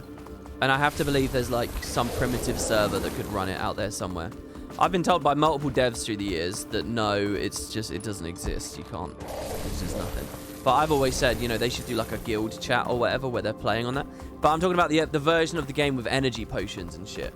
and Diablo-style attribute assignments for levels, and the classic trait system. All that shit. That's Guild Wars 2 Classic. It's basically a different game, and it's a fascinating thing to look at. Different skills, different animations on skills that you think that you know, different weapon. Like Phoenix was on staff for Ellie, for example. It's just crazy town. There's just a million things on there. Most of the UI was completely different. There were other features. There was like enemy bestiaries and stuff. All half finished and not really done, but you know. That's Guild Wars 2 Classic. And it would have a grand total of 2 maps. 3 maybe. Queensdale, Blaze Ridge, Gendarin. And maybe 4 with Sparkfly. But by the time that Sparkfly started appearing in the demos, the game was changing a lot. Like it was now, energy was gone and all that shit. Things had changed a lot by the time Sparkfly was coming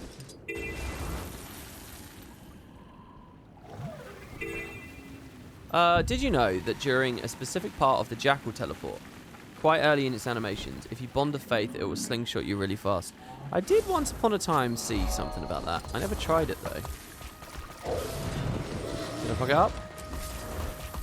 Was that too fast? That looked like a regular bond of faith to me. This area now forever makes me think about scrolling combat text. Because this is where I demoed it. On that YouTube video earlier in the year.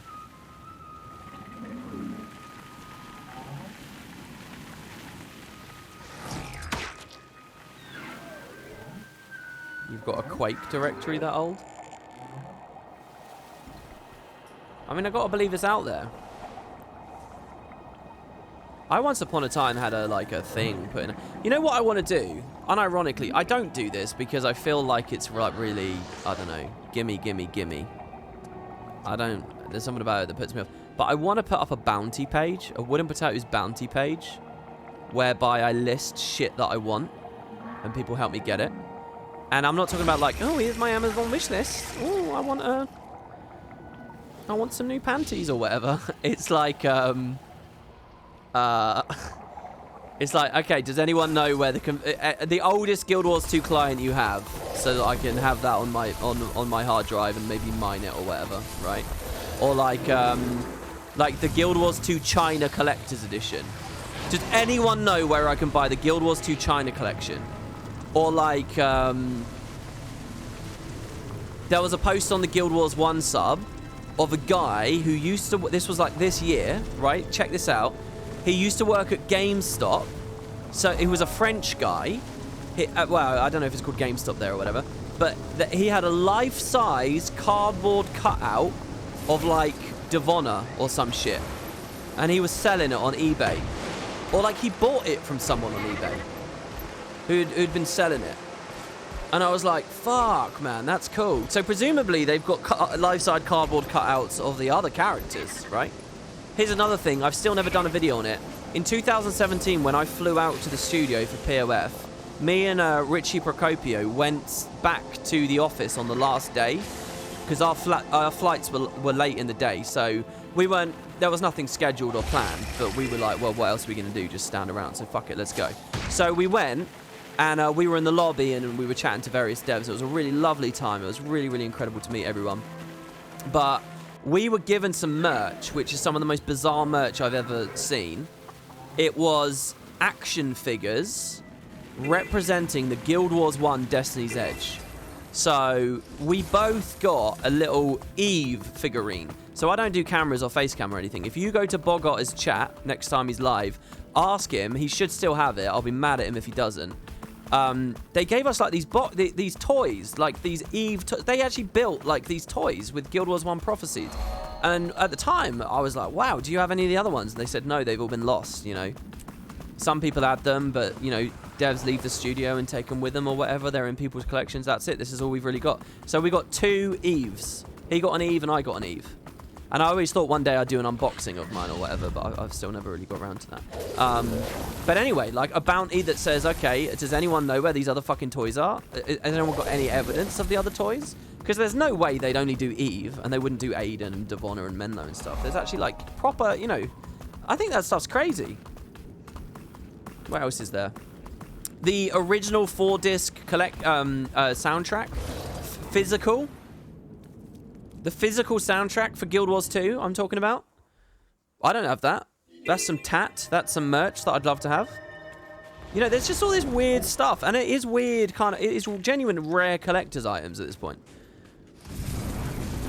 So, yeah. Anyone got any concepts like that? Let me know. I'll put a few bob on it.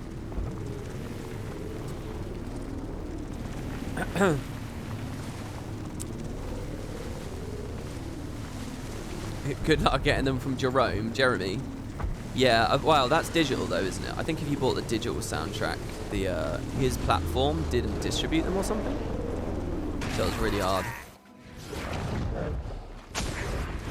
It's stuff I just didn't care about at all for a long time, but now it feels like it's like history and stuff, you know, it's cool, it's exciting.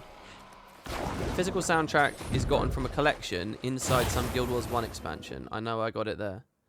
I'm talking about the Guild Wars 2 physical soundtrack, which was sold separately.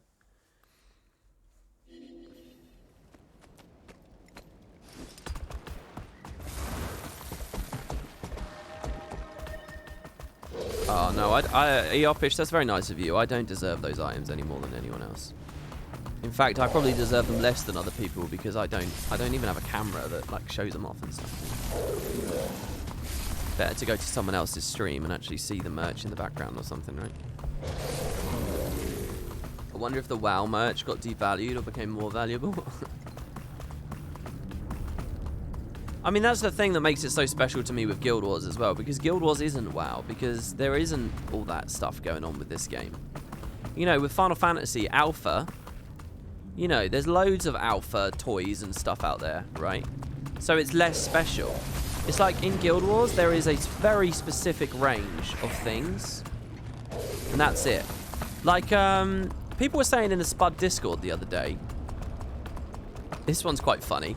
Do you guys remember the Icebridge Saga announcement? They did Funko Pops. What else did they do? I don't know what else they did. But, do you remember that they did leggings? T-shirts? They did leggings. Now, the company that made those leggings and distributed them, that company's defunct, bankrupt. They can't do anything anymore. If you go to their website to buy some Guild Wars 2 leggings, it says, yeah, we're out of business. We can't fulfill any orders. Sorry. That's it. So it's like, if you got some, that's it. They're kind of like a collector's item at this point, right? Somehow less interesting to me, but there you have it.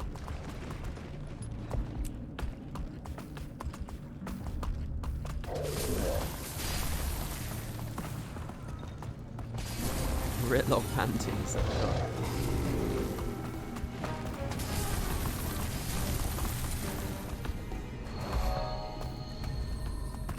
I said panties a second ago. I don't want to come across like some horrendous misogynist there. It's that a long time ago I remember. I'll keep things impersonal. I was seeing someone's stream where, yeah, here on Twitch they had an Amazon wish list, and that was like some of the stuff they were asking for, and it was sort of a joke. So that's why that came to my mind. It was Boots. No, it wasn't anyone in the Guild Wars 2 scene.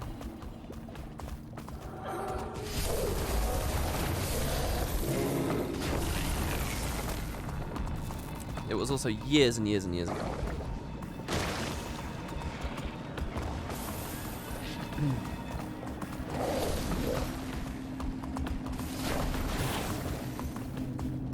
They're on my wish list. Yeah, what's some Guild Wars 2 underwear? Some underwear with a big Guild Wars 2 logo on it.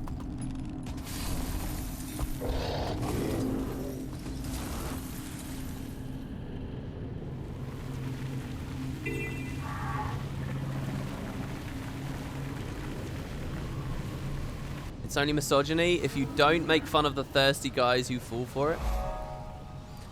I mean, I'm forever dismayed at...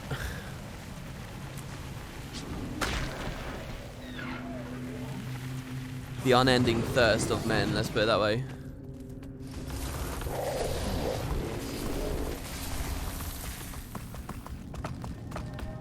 Can I see your face, please? Yeah, here you go. Look, I got this hood on, but I don't know what really looks any better. Maybe the wizard's hat? I want to love this, but I just don't. Maybe we do the super adventure box thing so that we can see super adventure creatures as we run around.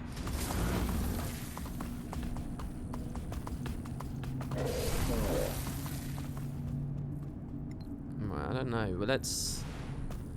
I always get a little bit confused on this map as to the best way to move. Because there is a tunnel, but then the tunnel's always filled with spider webs that will trip you up. We'll go this way.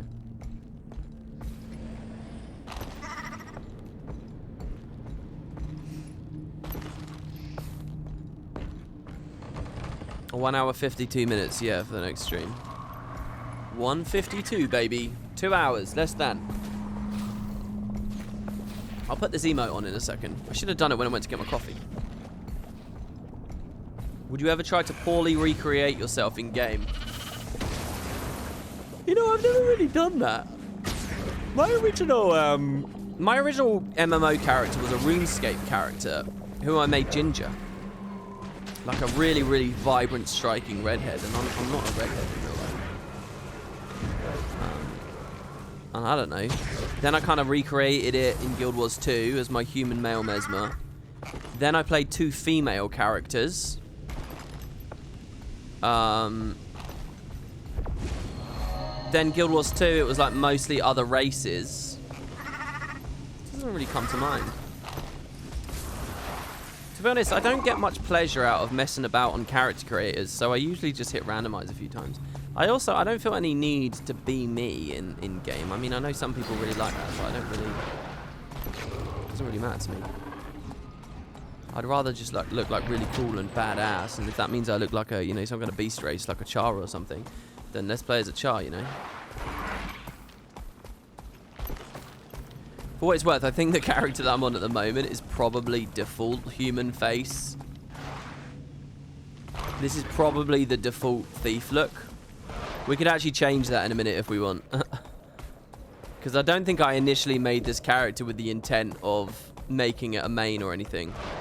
These places are awesome, by the way. Oh, I'm not actually leaving the map yet. Let's go to... let's go across the sulfur. Out to where you get the jackal.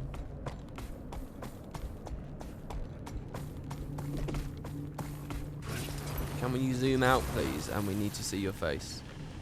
What, you want me to be out like this? Is this better footage for you, is it? This is how to play efficiently.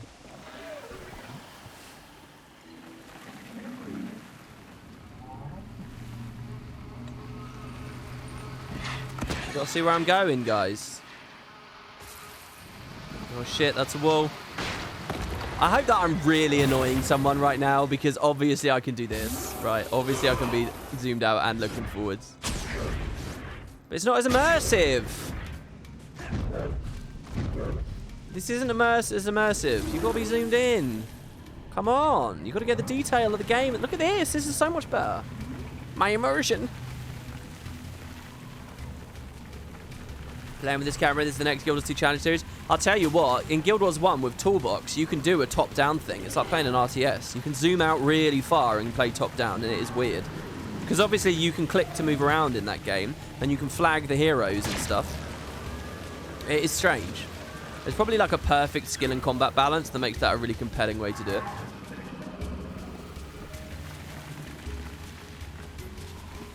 One man's immersion is another man's claustrophobic. What's claustrophobic about this? You can see plenty. Here, I'll do this for you. Yeah? So now you can see nice left and right of me. Lots of breathing room, lots of space.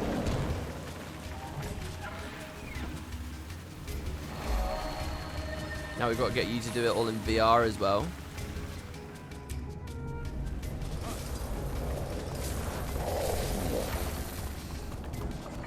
So you could actually do that.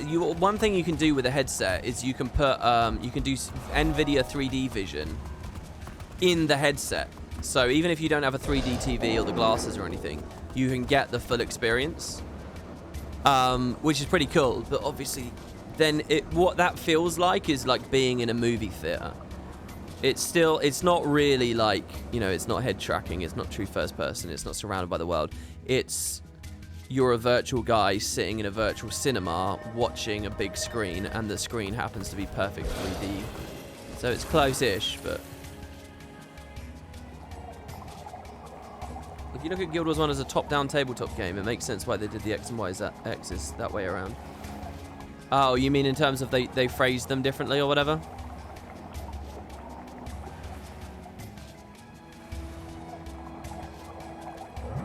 Really? I tap in Google wooden potatoes face so nice. If I remember rightly, if people used to Google that, it gave you a picture of like, who was that guy? There used to be some poor guy. He was just like another content creator on the scene around Guild Wars 1 times. And that's what Google came up. This just guy. And it I don't know if I ever talked to them. Elaborate Roos? Is that the guy? I don't recognize that name. You like your animal mounts? Yeah, my favorite mounts are all the ones that look like just other animals.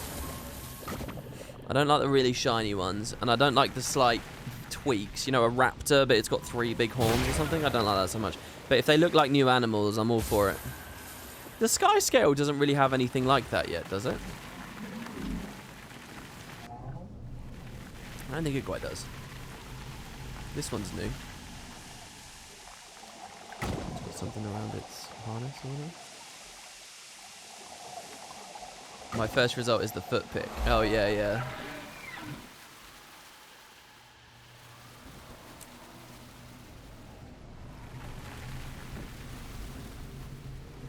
Yeah, people were crazy with that, actually.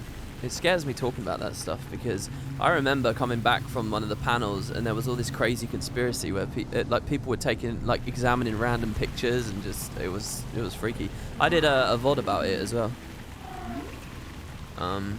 At the time. I think if you go to my YouTube channel, there should be a video which is the VOD of a single shoe or something. And it was so easy to take that picture of Jebra at the time, but I feel like I probably shouldn't have fanned the flames or something at the time. What are your thoughts on the non-animal skimmer skin? The turtle that I'm riding right now. I mean, there's the hummingbird, there's the turtle. What else is there? I'm not sure what else there is. Fuck, also, there's no waypoint here, and this place is actual hell. So let's just try to get out of the way here.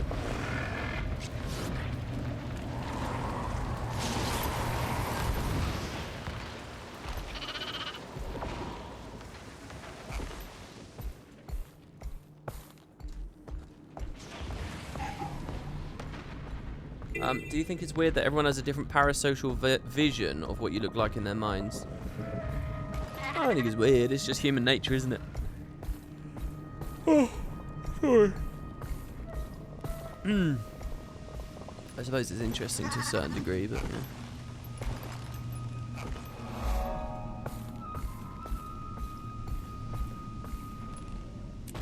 Well, I think anonymity on the internet is like the beauty of the internet, and it's also like the horror of the internet. It's like, it's sort of like the great liberator, you know? It's like nothing matters except the content of your discourse. It's like the actual discussion, the actual mind, the actual, you know, whatever, argumentation. That's it. It's not clouded by all this other shit, you know? And I quite like that. Obviously, people use that anonymity as a shield as well. And the internet is one of the ugliest places on the faces of humanity. So it's a bit of both, but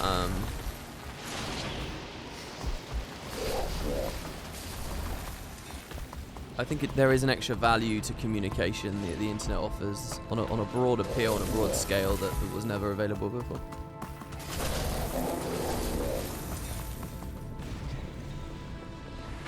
Right, I think we're pretty much done with this map. We've got 6 out of 6, and I'm still just wondering.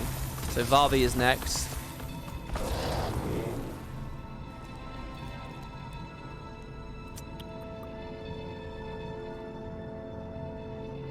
Fuck.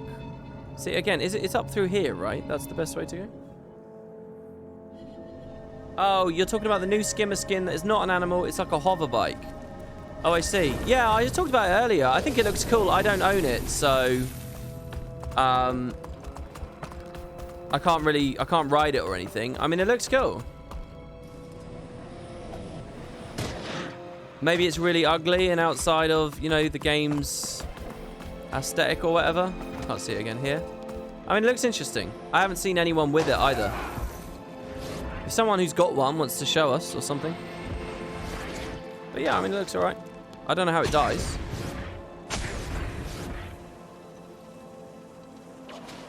Come on, no more emote. No more emote. Ugh.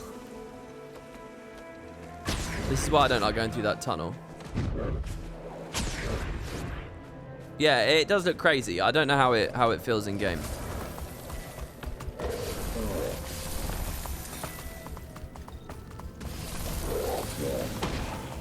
There we go. There's the exit.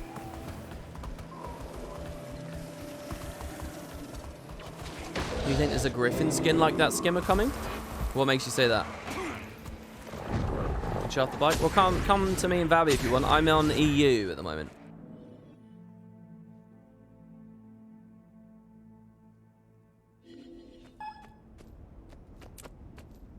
All right. How many waypoints have we got? Oh, I can't see because I'm not in Corteria right now. Lodge Origin versus the total that are in the game. How many we've actually gone ahead with? Oh, the Sky Scale gets a mecha skin next week. How did the idle animation work on that skimmer and the roller beetle wheel skin? Wait, there's a... Oh, here you go.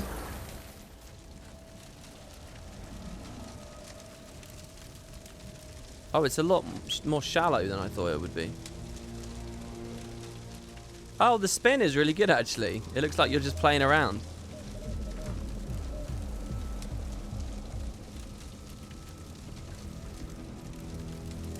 Yeah, it's cool. It's cool, isn't it?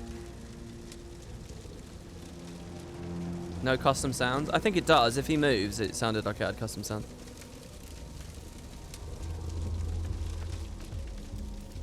I think they're just very quiet, but I do hear them. Maybe when you're riding it, they sound louder.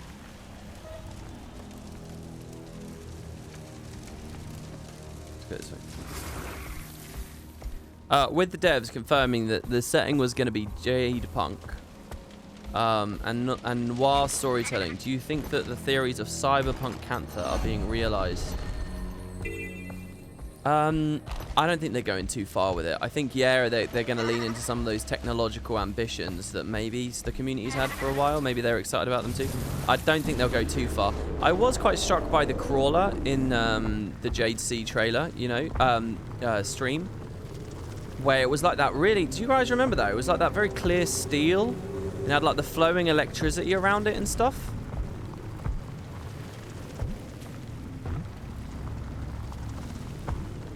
Did the ArenaNet stream happen already? No, it didn't. Yeah, so I think that they had some fun ideas there, like circuit boards and stuff, kind of feeling thing. So maybe there'll be a lot of it. I don't know for sure, though. There is a shot with the mounts on it with the Jade Punk. Oh, okay. Chanta. What's a Chanta? Cantha?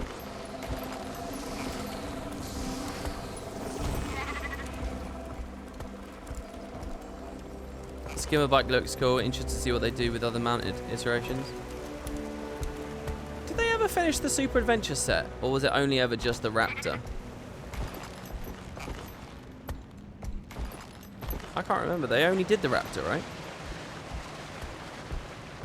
I do own the Raptor. I was saying for a long time that Super Adventure Box skins make sense to me as skins to do. But I don't know whether, like...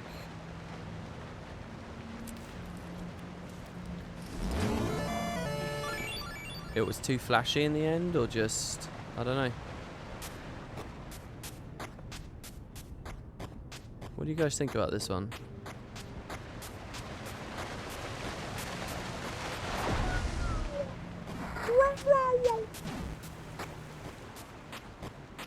You just like the cowboy hat.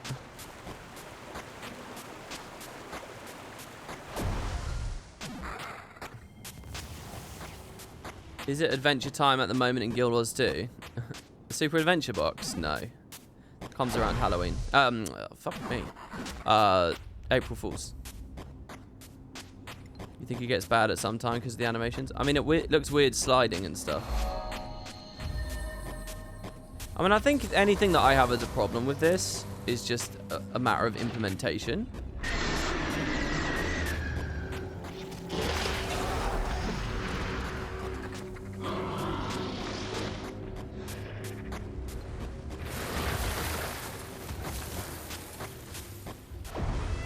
Why haven't you been on Teapot's pod for a long time? I mean, he's asked me a couple of times. I don't really like podcasts much. You know, I'm not very sociable. I'm quite private, and I don't... First of all, I don't like any podcasts with a lot of face cam, because I don't do it, so it looks a bit like a fish out of water kind of thing. Second of all, I talk too much. So, you know, surrounded by essentially a bunch of strangers... I talk way too much, and I'm always just insecure that I'm talking too much, or I'm like cutting over people and stuff. So unless it's like, I kind of like one-on-ones. I think one-on-ones are a lot better for me. But if we're not like already friends, if I don't really know, you know, the idea of just throwing myself into a one-on-one like with a stranger is also weird to me, and something I don't really want to do too much of. So I don't do much of that stuff.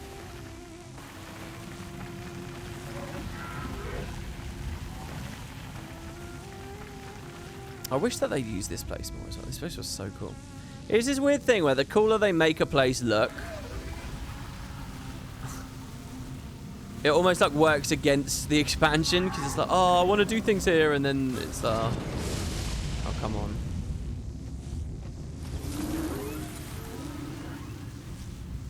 Clearly not the mount to be on, but we'll make it work. You can really manage Deeg's thing. Well, look, Deeg does interviews. I'm not going to do an interview. What is there to interview me about? No, I don't think that. I like Deeg's interviews. I think when he's doing an interview with a dev and stuff, people will value, people have things to say. I think that's really, really good. But you know, I'm not presumptive enough to think that it just wouldn't really work. I mean, sure, it'd be a nice conversation. Deeg's asked me multiple times as well, and I've said no every time, and probably will continue to. Maybe at some point where I feel like I have a bit more to say, but not my scene, I think.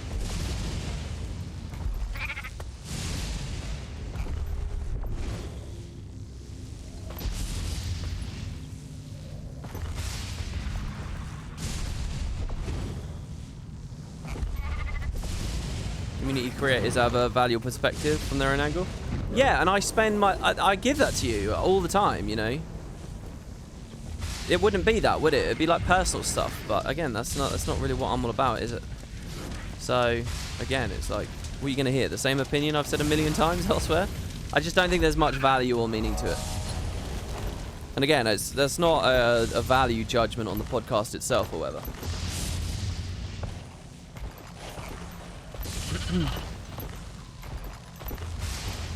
Also, you just said Deek. It's Deek, isn't it? It's a G, isn't it? It's not a Q. Am I wrong? I don't know if you can or want to answer. Oh my fucking god, I'm dead. Oh, it's okay, we can waypoint.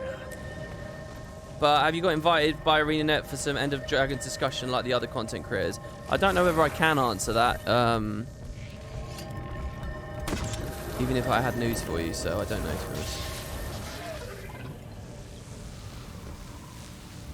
Yeah, I think that was full damage and then a little bit of a lightning strike.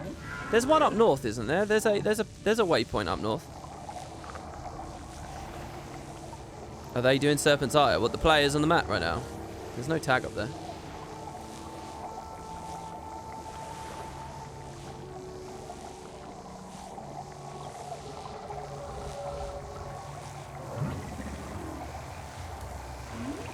I was watching you die and thinking, is he going to self-heal? Well, I was kind of reading chat at the time, but the other thing is I was assuming, you know, you get in the bubble, the lightning will stop striking you. Also, the mount heal is temporary heal. It can actually put you at more risk.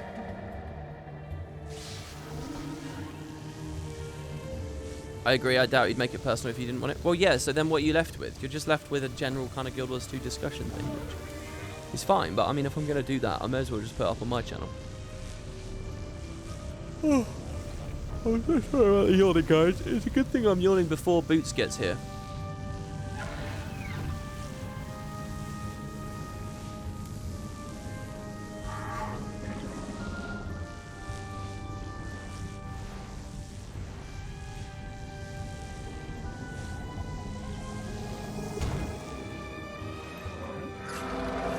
Jesus Christ. Every time, right before I click a waypoint in combat. Every fucking time.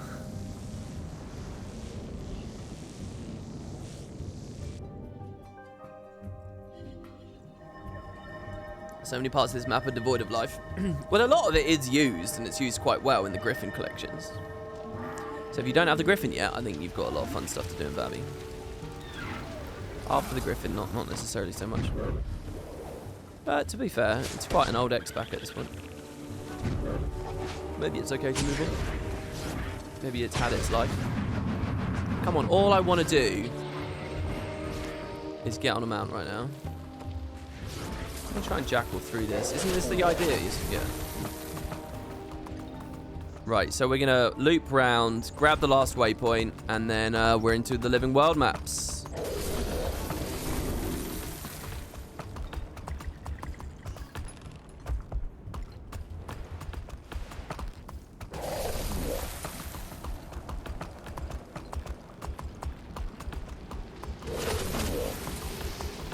Are you going to go Fantasia into a male Vieira for Endwalker? The character creation part at the start of Shadowbringers is very fun and memorable despite the hideous mustache.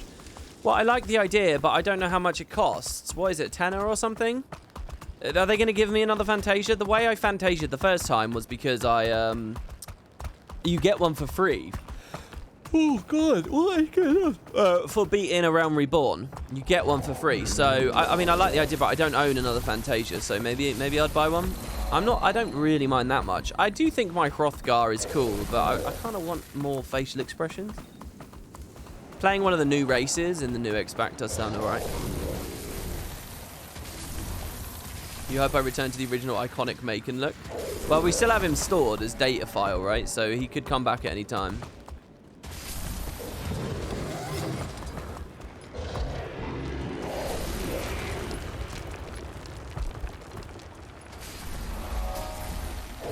You can use the multi-mount chair to have someone port you between waypoints. Oh my god, so you can just unlock all the waypoints using the multi-mount chair. I'm actually going to hold off from that. It's a pretty petty, insignificant little thing, I agree, but that does sound a bit like probably an exploit-y level thing that I shouldn't stream. It's definitely going to get nerfed out. Yeah, that's crazy though. Someone could just take you on a tour of the world, unlocking every single one. Make Monkey Macon as a retainer. Hey, that's a cool idea. The previous characters you have should become your retainers. It's like in Guild Wars 1 when your heroes, when your other characters on your account become heroes.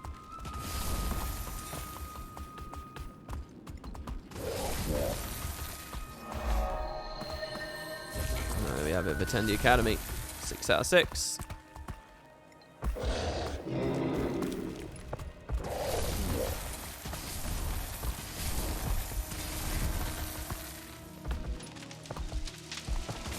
Here's a question about the Return to achievements. Do new players get them by completing the living story for the first time, or do they have to beat it once to unlock them? I think they get them the first time, don't they? I think the whole point is it's like, I know it's called Return to, but a big point is free unlocks, new players. Here, I've got a question. If I log in today, do I unlock just this week, or do I unlock all of them? Yeah, it's basically like new players can get a free legendary amulet. It's just this week's. That's a shame. Hold the door. There is no door. I didn't realize the whole fucking thing was faced. The whole doorway is faced? Am I in the wrong place?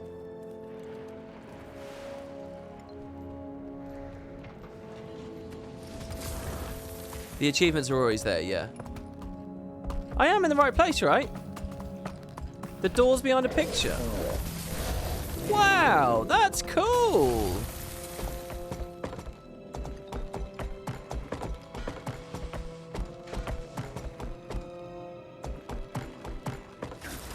That is so cool. Are there any lobbies I can go to down there? There's no lobbies down there either, right?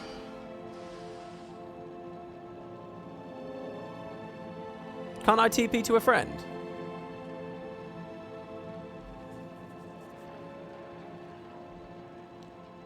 Oh, the Sun's Refuge. Oh, you guys are right.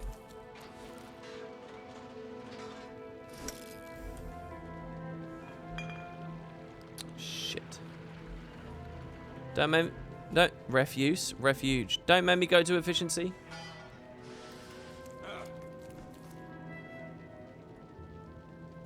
Refuge.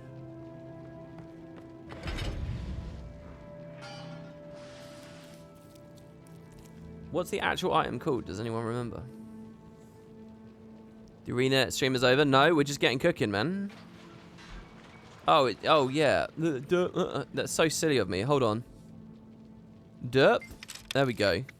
Let's just go to Istan first. Oh, did somebody come with the tea set there and I missed it? Oh, I'm so sorry. I feel like you just wanted to show off cheesing waypoints anyway, but I'm really sorry about that. It's okay, I got a portal scroll.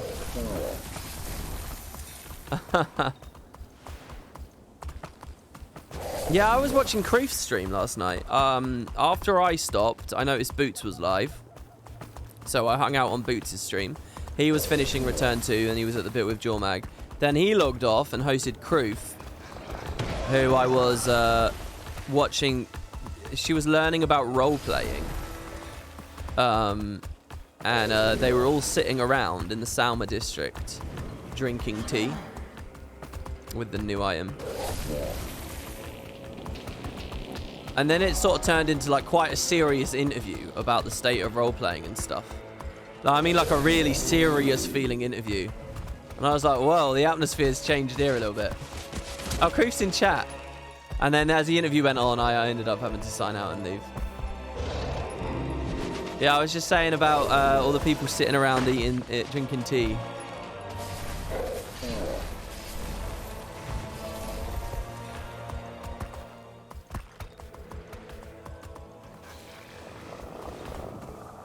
Do we go... How many more waypoints are there? Do I actually care about getting all the waypoints on the map? That's the big question. I feel like... When am I going to be coming back here? Almost the idea of coming into these maps at all is a bit silly. So, what are we doing? Are we just trying to unfog to feel like it's complete? You RP yourself with Lean and Tombstone?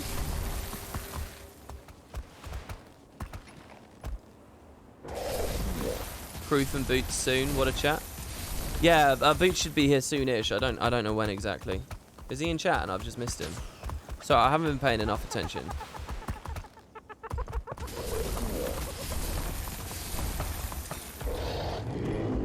That makes me think, do you think selling world exploration with the turtle will become a thing once that's out? Do you think selling world exploration with the turtle will become a thing? What does that mean?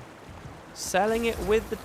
Oh, players riding other players around, doing this, but basically running. I love running. I miss running. I think that was a really interesting part of the Guild Wars 1 experience. I don't know whether ArenaNet of today are that happy about it. But I mean, to a certain extent, I guess it's kind of like... It's like a big thing about Guild Wars 1. How does it function when you swap maps? Am I still on the mount? Because currently, you don't stay on a mount when you swap maps. Wait, do you? Holy shit, why don't I even know that detail? See, in Guild Wars 1, you could just drag people along. Like, the way it worked was with, like, this dragging... These walls look so good. You might not get POIs that you pass through while a passenger. This is how it works. Yeah, is it like the only the main guy gets the stuff? Colin said he wants it. Really? Colin says he wants running back with the turtles. I mean, I think he's right to be excited about it as far as like cooperative, social experiences people can have. They said taxi services is something they had in mind when making the turtle. Colin said it on Reddit. Wow. That's pretty good. Read this comment from Colin about taxiing. Here you go.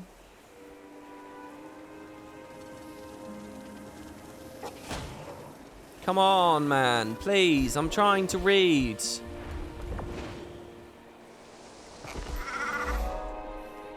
Okay, so War Scythes. Oh, good. This is only 6 days old. I'm not that out of the loop. I wonder if this could bring the beginning of a new service, a bit similar to Guild Wars 1 Drocknar runs to unlock waypoints. I like how his memory is Drox runs, specifically. That was the ultimate. You just pay somebody an AFK on the turtle while the driver is just pilots around across all the waypoints in the map to unlock. I can see people do this for ults because it's pretty obnoxious to redo waypoints for every ult. Hello, that's what we're doing on this stream. I've enjoyed it, but I can imagine 9 times in a row. So Colin said, taxi services a la Guild Wars 1 and introducing friends to the game who don't have a mount so you can play on a mount together were absolutely 2 of the things we hoped folks would do when we were in the early design phase of this sweet, sweet turtle. There you go. They were absolutely something. See, what you guys aren't reading between the lines there is he said that that's what they wanted in early design. They're in late design now. Unfortunately, it's not the same anymore. They're going to take it away from you. Divinity Coast runs, yeah, the desert run. And then there was obviously late game runs as well. I remember spending so long trying to perfect an Imperial Sanctum solo run so I could earn money and find a solo run for the Imperial Palace too. Sorry, did I just say the same thing twice? Basically the penultimate mission and the final mission on my assassin with Shadow Form. I really wanted to be able to do it.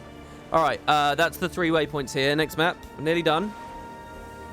Well, kind of. Well, look, I gotta ask myself some serious questions now. What am I doing?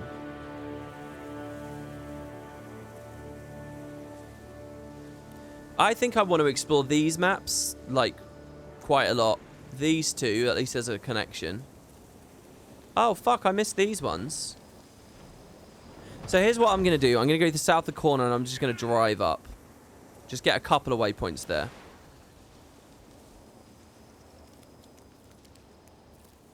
You know what might be the best thing to do? That's season 3. Is just enter the map so I get a waypoint on them. Because this will auto-proc a waypoint, right? So you can just hit a bunch of loading screens. And then, you know, you can leave the rest. But I will do the walk here because I think it's fascinating and cool that you can actually go back up.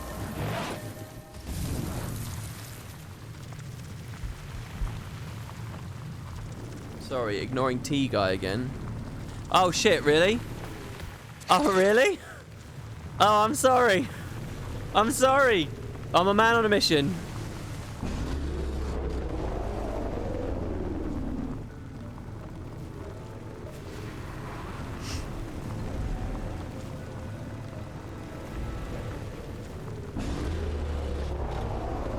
Yeah, the Shiro mission wasn't that bad.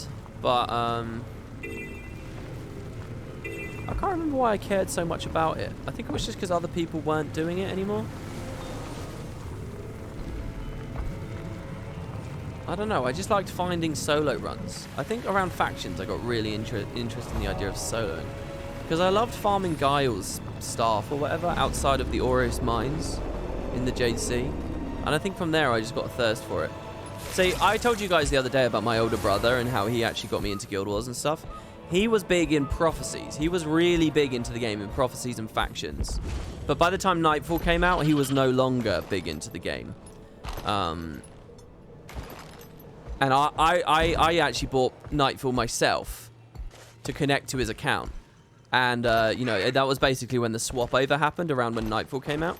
And I became a lot bigger on it and so on. So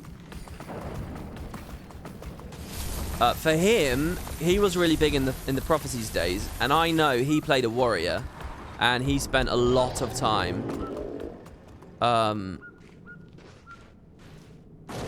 Where the fuck is the exit? I thought we were at the exit.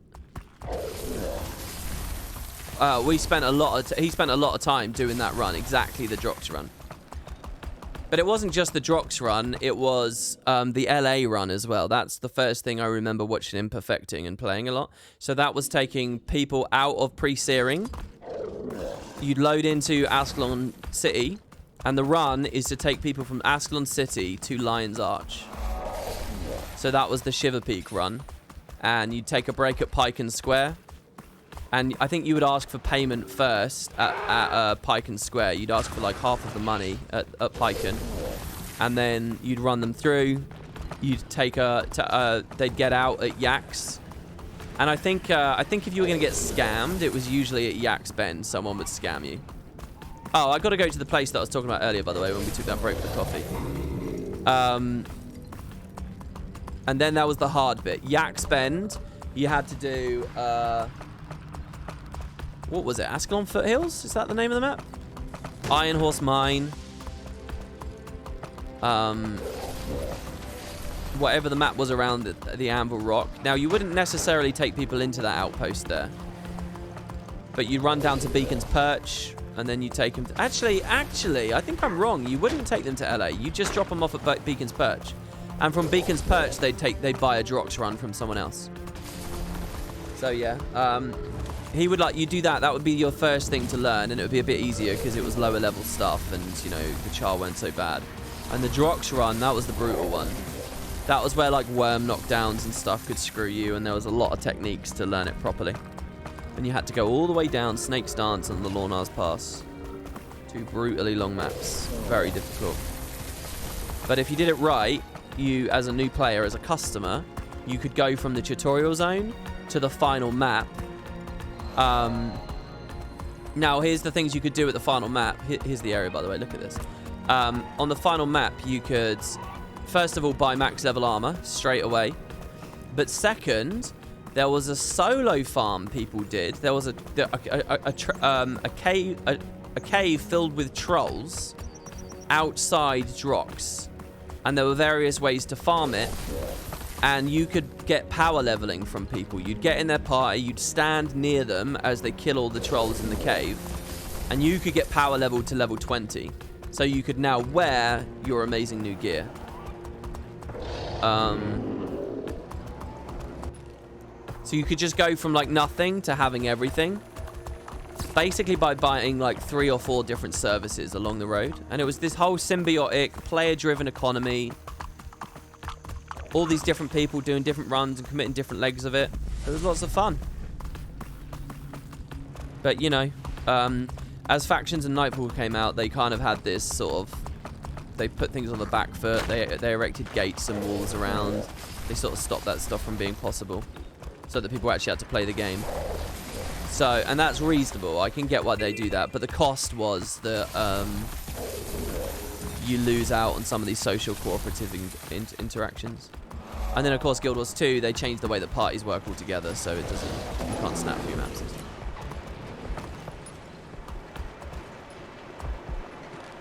Quite an interesting thing to talk about in the context of today's stream, where I'm on an alt roaming around unlocking shit.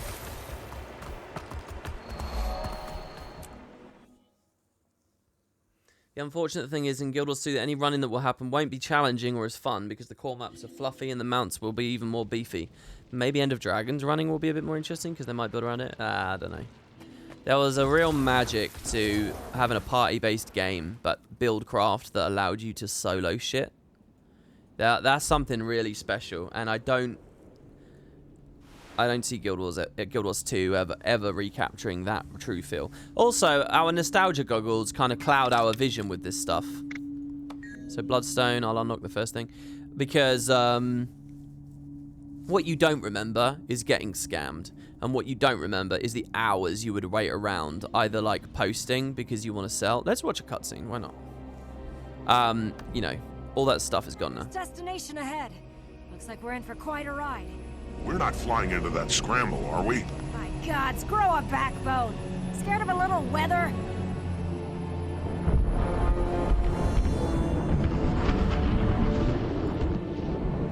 More bloodstones later in the story, baby.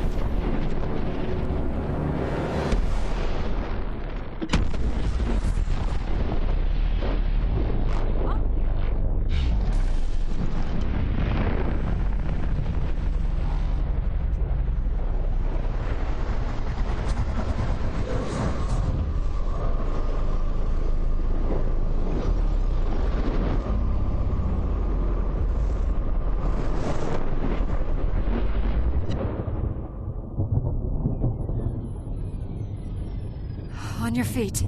We survived. Somehow.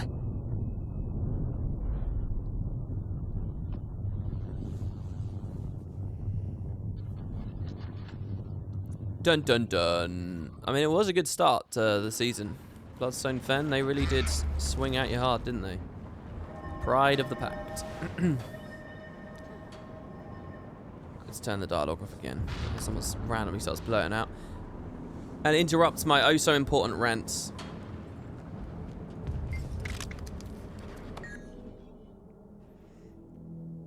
Balthazar really came in clutch to save our lives. He created the explosion. Can I draw your attention to guildwars2.com sales on gem cards and Path of Fire this weekend? The Path of Fire with Heart of Thorns is 50% off until the end of the year. Why not spend that on the living world? Well, that looks cool. I hadn't kept up with that. Looks like there's some kind of sale going on, guys. Is that a gem sale, is it? A bit of frost.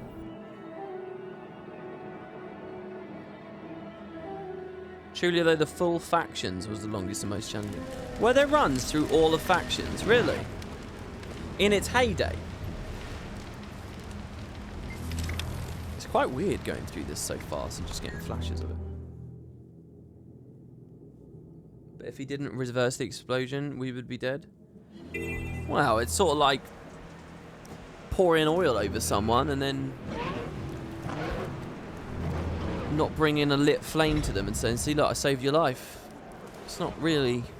It doesn't count, does it?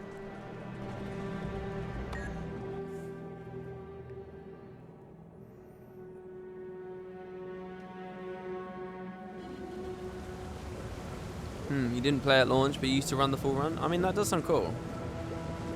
Running was cool. Why have I explored all of... Oh, I guess it just unlocks the bottom rung. Finally, Siren's Landing. Yeah, the mega gaslight. Throw you off a cliff and catch your hand, yeah. That's the actual solution to the trolley problem. You push the fat guy off, and then you get cold feet and you grab him. True hero. Alright, Icebreed Saga.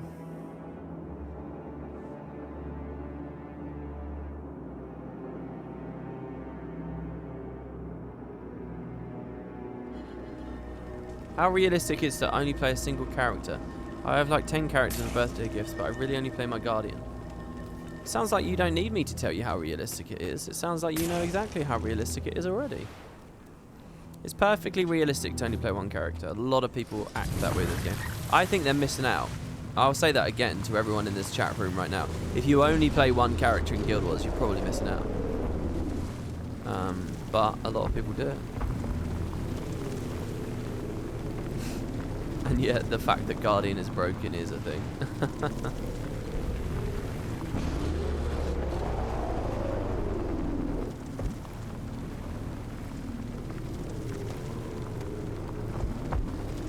Someone mentioned pate earlier, and now I really want pate. That's fine. Off to Bureau. It's so weird looking at the portal scroll with just these couple on it. Well, actually, hold on. Do I not have Drizzlewood unlocked on the portal scroll? Did I never buy that? Hey, WP, I just finished up Heart Thorns. Your recent tier list has me so excited for the next expansions. Great video. Oh, man, nice. What, because you can see that other stuff is coming up better? Dude, really, POF is great, especially for a first-time player, especially if you're just getting used to, you know, you don't have those mounts or anything yet. Hats off to you, by the way. No, I have Drizzlewood there. If you've just played, let's get the waypoint halfway through the map, because I don't know, it feels like I want to for some reason. You've got a lot. Hats off to you for playing through Heart of Thorns and not skipping to get mounts first. If you skipped and you did it with the Raptor, that's unfortunate, but I can see why you do that. Doesn't seem like the discount is actually live yet on Amazon. So what is it? It's half-price gems on Amazon, is it? So if I put a little Amazon affiliate link there, and if I had a special partner program thing, could I get a cut of that? I also took your advice to not get mounts right away. That's interesting you're saying that, because in my Do Player Guide, I actually did recommend people skip. I said, well, in the guide, I said it's your choice, and I explained the pros and cons. But I was an advocate for skipping if people want to. I got a lot of pushback on one of my guides because people were saying, no, you shouldn't tell them to skip, blah, blah, blah. Like these idealistic veterans that have all the gems and everything unlocked and blah, blah, blah, blah, blah. And to be honest, I think it's naive. But there were a lot of people saying, no, they should do it all in order, perfectly in order. And it's like, it's rich to say that when you're not in that position, I think. I think it's much better to recommend new players should feel comfortable skipping around. I don't want people to skip, but I recognize it's not realistic. Exactly, that's the same with me. So yeah, I don't know what I really said in the video. Oh, maybe it was somewhere else you heard me recommend not to skip. WP, I forgot to pre-order with your affiliate link again for the 3rd time, sad. That's okay, man. That's okay, I appreciate the thought. So you've bought the game 3 times, have you? You've bought End of Dragons 3 times? Yeah, the other idea is to play it by ear. Skip when you feel ready, exactly.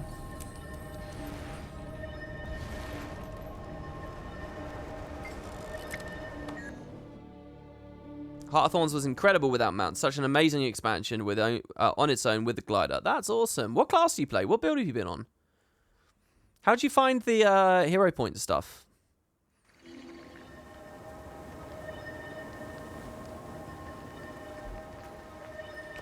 You take Path of Fire over Heart of Thorns any day?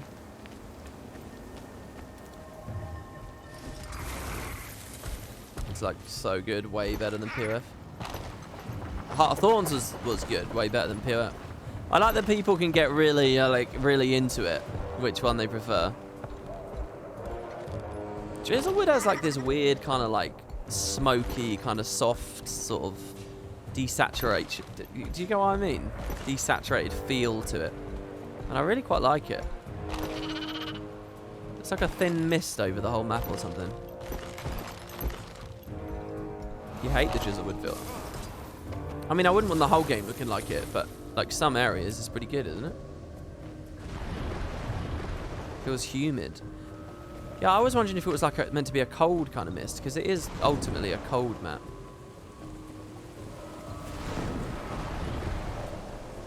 But I wonder if they can do stuff like this with Echo Vowed. That's what I was talking about in today's video. I don't know how many people watch that Q&A at this point.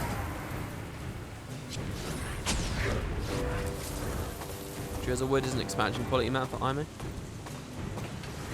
I don't know, I had a weird thing with it where I felt like it wasn't quite new enough for my tastes. You know, they have some new varieties of trees and stuff.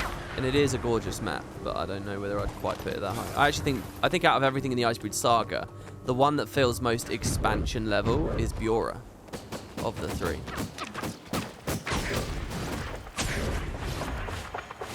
And again, that's not to take too much away from this map, but Bjora I think is my favourite.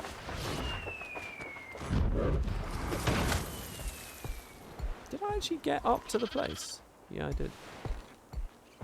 Where was the place on this map? Is it? Oh, it's in the cave on the left. Of course it is. Humidity can be cold too. You just meant water vapor in the air. Okay. Yeah, you're right. You're right. What am I thinking of? You really dislike Drizzlewood's constant farm meta feel? Well, in the context of the Icebreed Saga, it's alright, isn't it? Because Grothmar didn't necessarily have that feel. The first half of Bjora didn't really have that feel. I mean, they had metas, they had stuff. The second half of Bjora did, it had a big boss. I think the meta is this map. This map is nothing without the meta, right? I mean, this is world versus what. This is like Silverwaste style stuff, you know. And I think it's fine. I like what it added to the overall season. I wouldn't change it.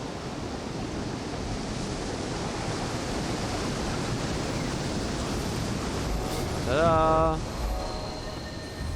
All right, 2 out of 2 waypoints. So, couple of Ascalon environments. So we're gonna cut up here through these 2 maps, and then we're gonna do Harathi and maybe a little bit of Lake Doric. And by and large, South Sun. South Sun. How do I get to South Sun? I never remember how to get there. It's a boatman, isn't it? Somewhere. South Sun is the trickiest place to go. Can anyone give me that advice?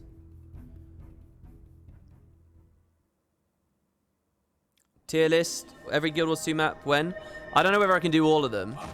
Oh, it's just the portal, isn't it? Yeah, that's why I always get confused. It's just the portal. Thank you, guys. So look at the experts, man. Why am I on you? Why are you on my stream? I should be on your stream. I've been slipping ever since they rebuilt Lion's Arch. What can I say? Didn't even learn where the South Sun entrance was. I think there's a ship into South Sun in LA. I think there is too, and I always end up looking for the ship. Right, got it. I always wanted an entrance via Caledon as well, but whatever. Okay, so Kindling Waypoint. Why don't I remember being here? We really did this on this stream. When the fuck did I go to the Kindling Waypoint on this stream? Eh? I don't remember coming here. Alright, well, we did it. Probably rambling about something. About my dream timey story. My End of Dragons fan fiction. The thing that makes POF so much better is that it had safe havens when exploring. Heart of Thorns felt like constant stress with danger everywhere. Yeah, it did. There is a different intensity to both expansions. I think you're right. POF is much more spread out, and it's much more open, and it feels more like sort of the exploration of a region or a continent than Maguma, which was much more focused, right? And much, yeah, there was adrenaline pretty much everywhere in Heart of Thorns.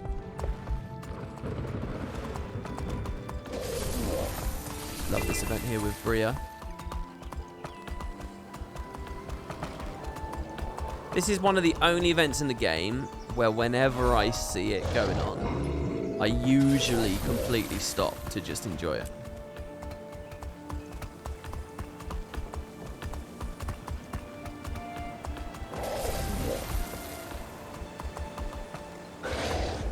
The danger and the claustrophobia was the point. Oh, I agree with you completely. Absolutely, yeah, it was. It was.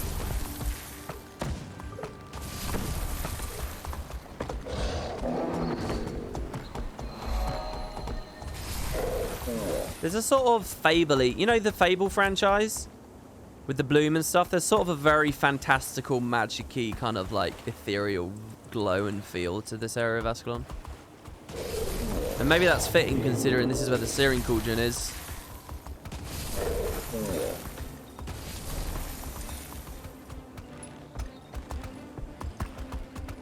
Aha. And we of course must collect this hero challenge.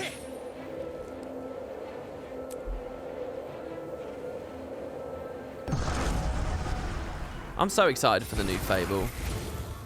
There are a couple of games that I'm like really keen on at the moment. The trailers just blew me away. Hogwarts Legacy is one. The Fable trailer is another. Nothing else comes to mind. But it is true. There's quite a few random games like that. I'm even looking forward to Ark 2 with Vin Diesel. Yeah, the trailer's brilliant. They get a moment where a bullfrog, a pixie gets eaten by a bullfrog, which is just such a brilliant touch. It's the perfect mix of like cutesy, sort of Disney kind of feeling, like, you know, fluffy fantasy, suddenly torn back for a joke with the bullfrog. It feels like Fable. They managed to get it in just a couple of frames as a CGI trailer. It's really fun. Elden Ring. Oh, Elden Ring's a weird one to me. I haven't been following any of the press. Maybe. There's a big question mark on Elden Ring as far as I'm concerned. as whether I should get into it. Sent you an email idea on Discord. Could you check it out when you have a moment? Smiley face. Oh yeah, let's set this. Well, hold on. I will do that in a minute. I promise I'll do that in a minute. Let's just get these last waypoints. We'll look at the emo. Boots is due soonish, so we can sort of transition into the turtle phase of the stream very soon. And the live stream is actually in an hour. Actually, Boots is probably around now, isn't he? Christ, you know what? I haven't actually alt-tabbed out this entire stream so far. I got up and stretched my legs a little bit. Right. Waypoint. I love these modern things dumped in here now too. AWP, who built the Eye of the North? I was watching your LP recently and I can't remember if it's been mentioned in lore. I think they sort of gave a vague nod maybe in the Icebreed Saga that it could have been Jotun. I don't know if they ever actually came straight out and confirmed it. And who built the scrying pool is actually probably the deeper question there, right? Do an ad cycle, stretch your legs. Yeah, maybe. Just give me a second. We'll quickly get up north just a little bit more. Yeah, let's see as well, by the way. I have grabbed 300 waypoints nearly on this stream. It's pretty good. Gabu built it. Gabu came from the other franchise. I'll tell you what, guys. I hope Gabu's okay. I hope when I get out of Northrant, Gabu is there for me.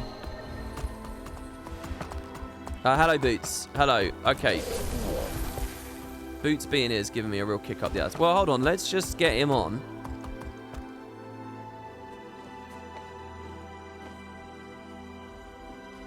Oh, sorry. Carried messaged me there as well.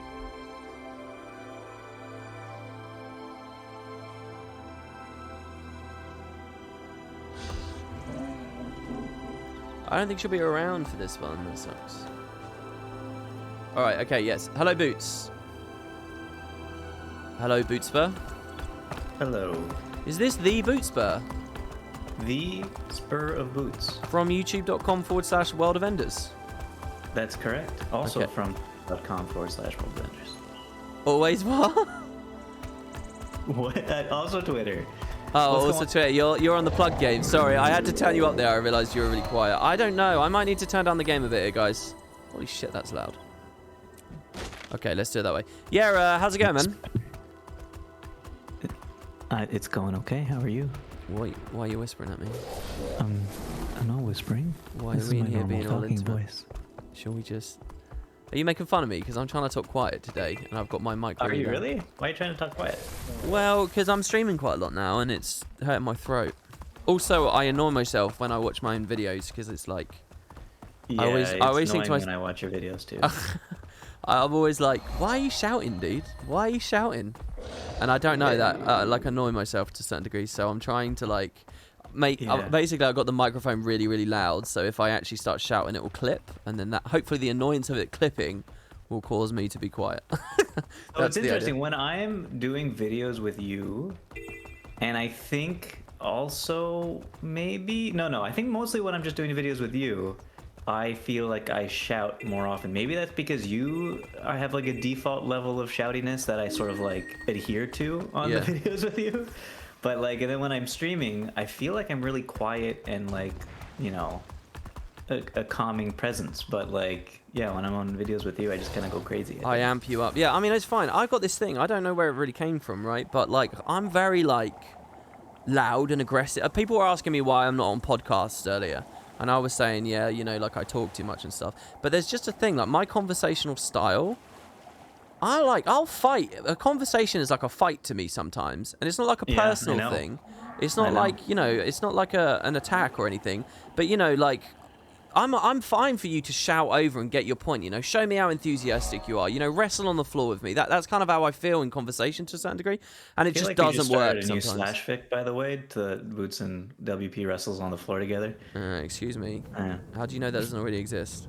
It for sure does. Yeah, so I don't know. I kind of have that as well. And if people don't click that, if they don't get that, like I have that with Kerry all the time. Like whenever we like start getting passionate about something, like I just get way too domineering and like way too like And she's like, you got to calm down. And I'm like, I am calm. The only person that I really gets my wavelength with that is an Australian guy. It's Brom. Me and Brom will have... yeah. Me and Brom will have, like, fuming arguments. And, like, we'll go to town. It'll be brilliant. And it's fine. I mean, we honestly... It's... At no point are we mad at each other. It's just, you know, we talk over each other and we just get louder and shoutier and stuff. So, I don't know. Yeah, I feel like that's kind of default for Australians, too. Oh, really? Wow, that's unbelievably prejudiced. Are you guys going to take that? I feel like Australians are like Canadians, but slightly louder. Really? Yeah, that's my understanding of Australians. What is Canadian about? Except the fact you're Commonwealth. Yeah, Commonwealth. That's it. Well, why aren't Brits in that then? What? A subsidiary of British. Because you guys are like the grumpy parents. We're the overlords. Say it. Say the word overlords. No, the grumpy parents. Masters. That we left the house of because you guys were terrible. Yeah. I started watching this like geopolitics YouTuber a while ago. I think I told you about him, that he's dead, and I didn't realize he was dead. But he had all these videos about like British colonialism and stuff, and it's like, oh god, not happy with my country's past. But he did like a video, like a 2-hour video purely on the history of Australia, which sort of blew my mind and taught me a lot of things I didn't know about its origin. Because it's not, I always just sort of knew it as a penal colony, but there's a lot more going on than that. You said it. What, penal? Okay, so Boots, so here's what's going on. I've been getting waypoints, talking to chat about End of Dragons, who are now paying a ton of potatoes to go back to Guild Wars 2. And once I'm done with this, basically just we can chat Jade, we can just talk Siege Turtle and Jade Sea and End of Dragons up until it goes up. I do have to do the setup again, where I have to put the browser on, but I think it should just all be ready by default, because I haven't really messed with things. Don't count on that though. Definitely go in a few minutes early just to make sure. No, we'll just fly. It'll be fine, man. It'll be all right on the night. I'm a lucky person, you know. I can wing a thing and it will be all right. All right. So what did you say you had to do now? Something about potatoes? No, you don't have to do anything. How many potatoes do you have, though, by the way? Can I just ask? Ooh, almost 20k. You have 20,000 potatoes? Yes, that's right. Wow, that's quite a lot. Do you click the little box thing that flashes and gives you extra? No. Am I supposed to? No, you can, just to get more. That's all. What does it do? Click to claim bonus. You see that? 60. I got 60. Yeah, so, and that will come up every now and then. That basically is like, if you're pure AFK in chat, you'll just keep getting them. But if you're actually watching chat, those little boxes, you can farm them up quicker. Do I get extra for being a sub and like a mod and stuff? Not a mod. You get a penalty for being a mod. No, you get double as a sub, I think. I don't have any. Right, well, then I have a few people to thank for that, and it's not me. Thank you, Einolf, and I think a couple other people gave me subs a few times. Oh yeah. Yeah. I honestly didn't even realize, or maybe I did at one point actually. But yeah, you guys can click that and you can pay that challenge, just so that everyone knows that Go Back to Guild Wars 2 challenge. That is. But aren't you in Guild Wars 2 right now? Yeah, exactly. It's not real, guys. The Go Back to Guild Wars 2 challenge isn't real. It's not like I was ever actually quitting Guild Wars. It's just like about a month ago, I had the idea. I thought I was gonna do like a challenge run or something, like the. Do you remember the hardcore thing I did before, where I couldn't get hit? I was like, oh yeah, maybe I'll make a series out of this, and so I'd set potatoes up for that before even then. But I don't really have any ideas for a project or whatever. It's basically, what that challenge is just to vacuum potatoes out of the economy. So that then I can do fancy stuff with it later, I suppose. I don't know. I was just messing with features, really. I think that chat, whoever's been contributing to the Go Back to Guild Wars 2 challenge should riot because they're not getting the value for the potatoes. Yeah, well, no, here I am, guys. I did it for you. I did it for you, everybody.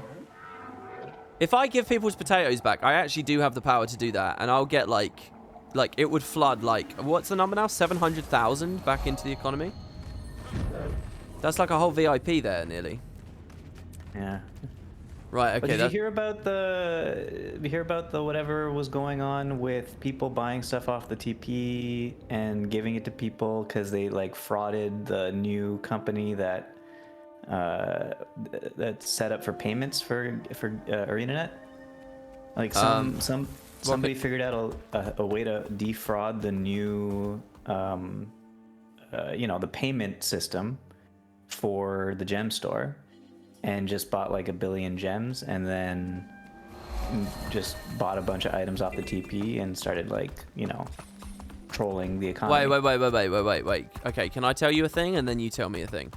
Okay, all right. Okay, my thing is I know about 3 weeks ago, I told this stream on story, a guy found a way to get infinite gems. They updated their payment system about a month and a half ago, and a guy realized that if you go in game, just like this, everyone watching the stream, if you go here, if you go to buy gems, it says, do you want to use a credit card? Do you want to use PayPal? And it had a thing on there which was PaySafe card.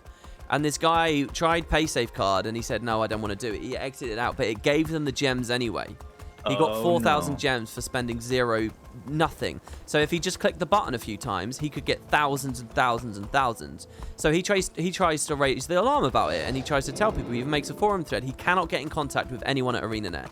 Eventually, he submits an official support ticket, and within 20 minutes, they bring it down and they fix the security error. For his efforts, and I was talking about this on stream, he could have broken the whole game. He could have that's infinite premium currency. He could have turned that into gold. He could have had anything he wanted, but he submitted and said, no, I won't. Someone in my stream chat before Boots pointed out that if he'd kept that on the down low, he could have sold that information for a lot of real world money. It's not even just Guild Wars money. He could have broken the game and he could have earned real money from it, but he didn't. He was, altruistic. What's the word? He was a good Samaritan or whatever. He reported, and ArenaNet rewarded him by taking half of his gems away and saying, here you go, you can have 1,000 gems for free. That was his reward, and they barely typed 2 messages to him. And I was just aghast at that. How lucky? Make a statue of him. Yeah, how lucky are they that they had a community member that did that right when all the new world dupe and economy glitches and shit are going on? That Guild Wars has a community member that does that. So that's the story. That's where it ends for me. So now what's your thing? Well, apparently there was a not so nice person who did a similar thing. I don't know if it was that exact same exploit, or a different exploit. No. And I think that exploit is the new exploit. If it was a new exploit, got patched out as well. But yeah, bought 40,000 gems, mystic coins. Oh God! With the gems they had transmuted, and I think also a bunch of like the keys from the Grothmar thing, and like raised the price to 6 gold from 16 silver. And then I think he gave a lot of it to Mighty Teapot, and Teapot figured out that it was all fraud, and then he deleted it all on stream. Oh wow. Yeah. Wow, that's crazy. I didn't know that someone else had figured it out. Maybe when the original guy had made the forum thread, someone else figured it out, from there or whatever. Does that make sense? Yeah, probably. So what's that? It's just a guy got banned. No, but this was like really recently. This was like a couple of days ago or something. Oh, well, my thing was from about a month and a half ago. Yeah, this was very recent. They claimed it was a different bug or whatever. Yeah. It was $40,000 in free gems. Worth of gems. Yeah. How does that not send up a flag to them? $40,000. Well, I think it must have, because they figured it out and got people to delete everything. Well, later though. I mean, it sounds like there was a bit of a period between. Yeah, well, maybe I'm. I mean, I guess a good amount of damage can be done to the economy in that amount of time, but like if it's done over the weekend when the person in charge of the economy is not in the office, you might not catch it right away, so on and so forth. Wow, that's crazy. So there wasn't a massive PR storm about it though, right? Not like how New World's been having them. So somebody did manage to explain. Makes you wonder who else sneakily got. What I was saying before was someone could sneakily, like abuse that, and if you were just smart about it and you don't raise up a flag, who knows how long you could get away with doing it. That was what I was saying about the guy, the Good Samaritan. If he'd just been really sneaky about it, he could have kind of done it for ages. Yeah, I wonder actually, but I think I have a feeling that things like that, when it comes to the payments that that ArenaNet is supposed to be receiving. I think that gets caught relatively soon. Yeah, I guess. I don't know. I mean, I know that before Path of Fire was coming out, when I was doing the Get POF competition, and people were like emailing me like legendaries and like hundreds of thousands of gold. I guess I won't say his name. I don't know. One of the guys at the studio, he's not there anymore, but he tweeted me in like a DM, and he said, "Hey, you came up on our like thing.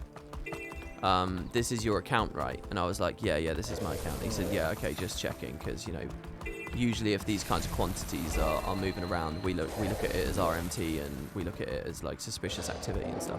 So I know that they do have flags in place, and they could just verify, oh yeah, this is just a streamer, this is just a YouTuber that's doing whatever. So you'd think, you know, you'd have to keep it small to fly under that. I wonder what the thresholds are though. And I wonder I don't even know how they operate. Someone in chat said, can't they just buy a ton of stuff off the TP and correct prices? I don't know if they manually go in there and mess with prices of items on the TP. Isn't there something like weird or unethical about that? I don't know. Is it ethics? What is it? I don't know. All I know is that at least with the Mystic coins, so it was bought like at 3 a.m. or something, all 40,000 of them, and then the price went up to like 6 gold from 2 gold. Jesus Christ. Add 4 gold to the... Yeah. But within like 2 hours, it had gone back down to 2 gold. But what does that mean then? That means that a lot of people in the game, either a lot of people in the game are holding on to Mystic coins. Yeah. And they would just instantly sell them because they saw it was a spike. Exactly. So, and that regulates the market because there's so many people that are just holding on to Mystic coins. Or you're saying the studio has got a counter manager. Or the studio had something to do with it, but I don't know about that. I mean, there has to be accounts linked to the coins that are being put on the trading post, right? I mean, Mystic coins are definitely a bubble at this point, right? Like, a lot of them do get generated. I mean, a lot of them are required to be spent as well, but a lot of the value is in the perceived value. And the fact that a lot of people that grab them do just hoard them, you know? Mm-hmm. Speaking of which, I want lots of Mystic coins. Everybody, please send me Mystic coins. Thank you very much. Unbelievable. This guy, everyone. I need like, I don't know, 4,000, 5,000 gold for the legendaries I could make literally right now if I had the money for them. But that's never gonna happen. So, Boots, what do you think of my my character in game? Hold on, I will. Wait. He's not done. He's not. Well, don't look yet. Are you wearing your eye. VR No, goggles? don't look. All right, now he's done. Yeah, you look like you're wearing VR goggles. Yeah, no, not the VR goggles. God damn it. Hey, what do you think? I mean, yeah. It's pretty Oh, cool. that's not the reaction I wanted. I like the cape. Yeah. I like the hood with the cape. Yeah. Do you like the double hoods? It's weird that you have 2 hoods. Yeah. He noticed. Everyone, he noticed. I don't know. You look a little edgy. You look like a bit of an edgelord. Well, I'm a thief, you know? Yeah, fair enough. What do you think about the back of me? Do you any insights about the back of me? Like your butt? Yeah. Or anything? Anything? It's a nice butt. Anything else strike your eye? And And I don't mean the your fish. I don't mean the fish. All All right, you're clipping? Yeah. I was gonna say he doesn't see the clipping. Look, it's fine. While I'm running, I'm not clipping, right? Yeah, there you go. Yeah. So when I'm standing still, it's okay. So what do you rate me out of 10? With the clipping, it brings it down to a 2. I'm afraid. Are you serious? No. You're like a good 7 out of 10. What do you think of the black and white? It's very basic. You're kind of like a basic bitch. Call me anything, but not basic. Unbelievable. Sorry, man. Sorry.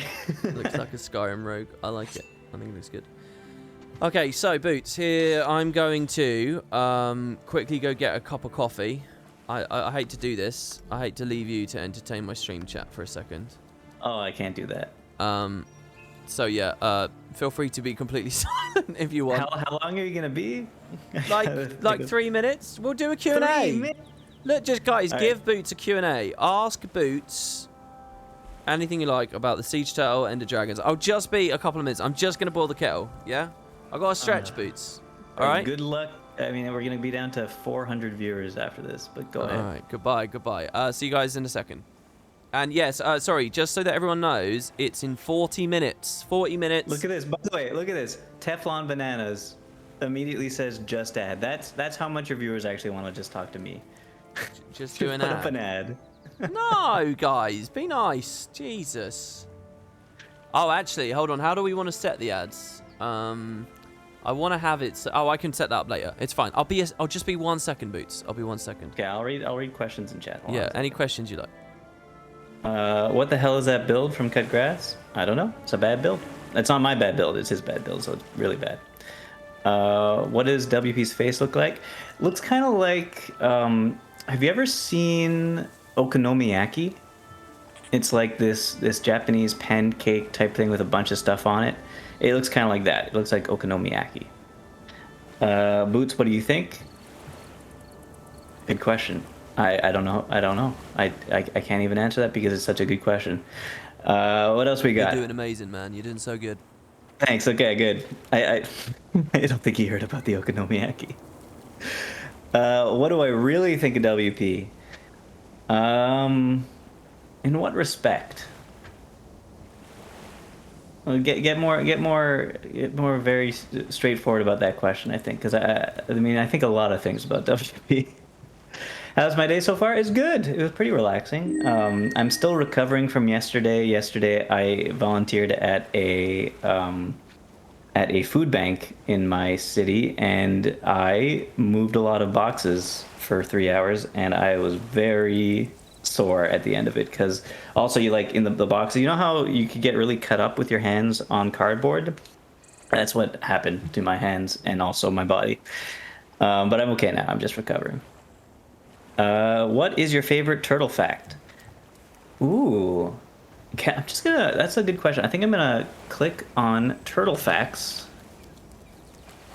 I'm gonna type turtle facts into Google and see what we get. What are 5 interesting facts about turtles? They live all over the world. That's not that interesting. Turtles and tortoises aren't the same thing. So I think they're not good facts. Let's look at different facts.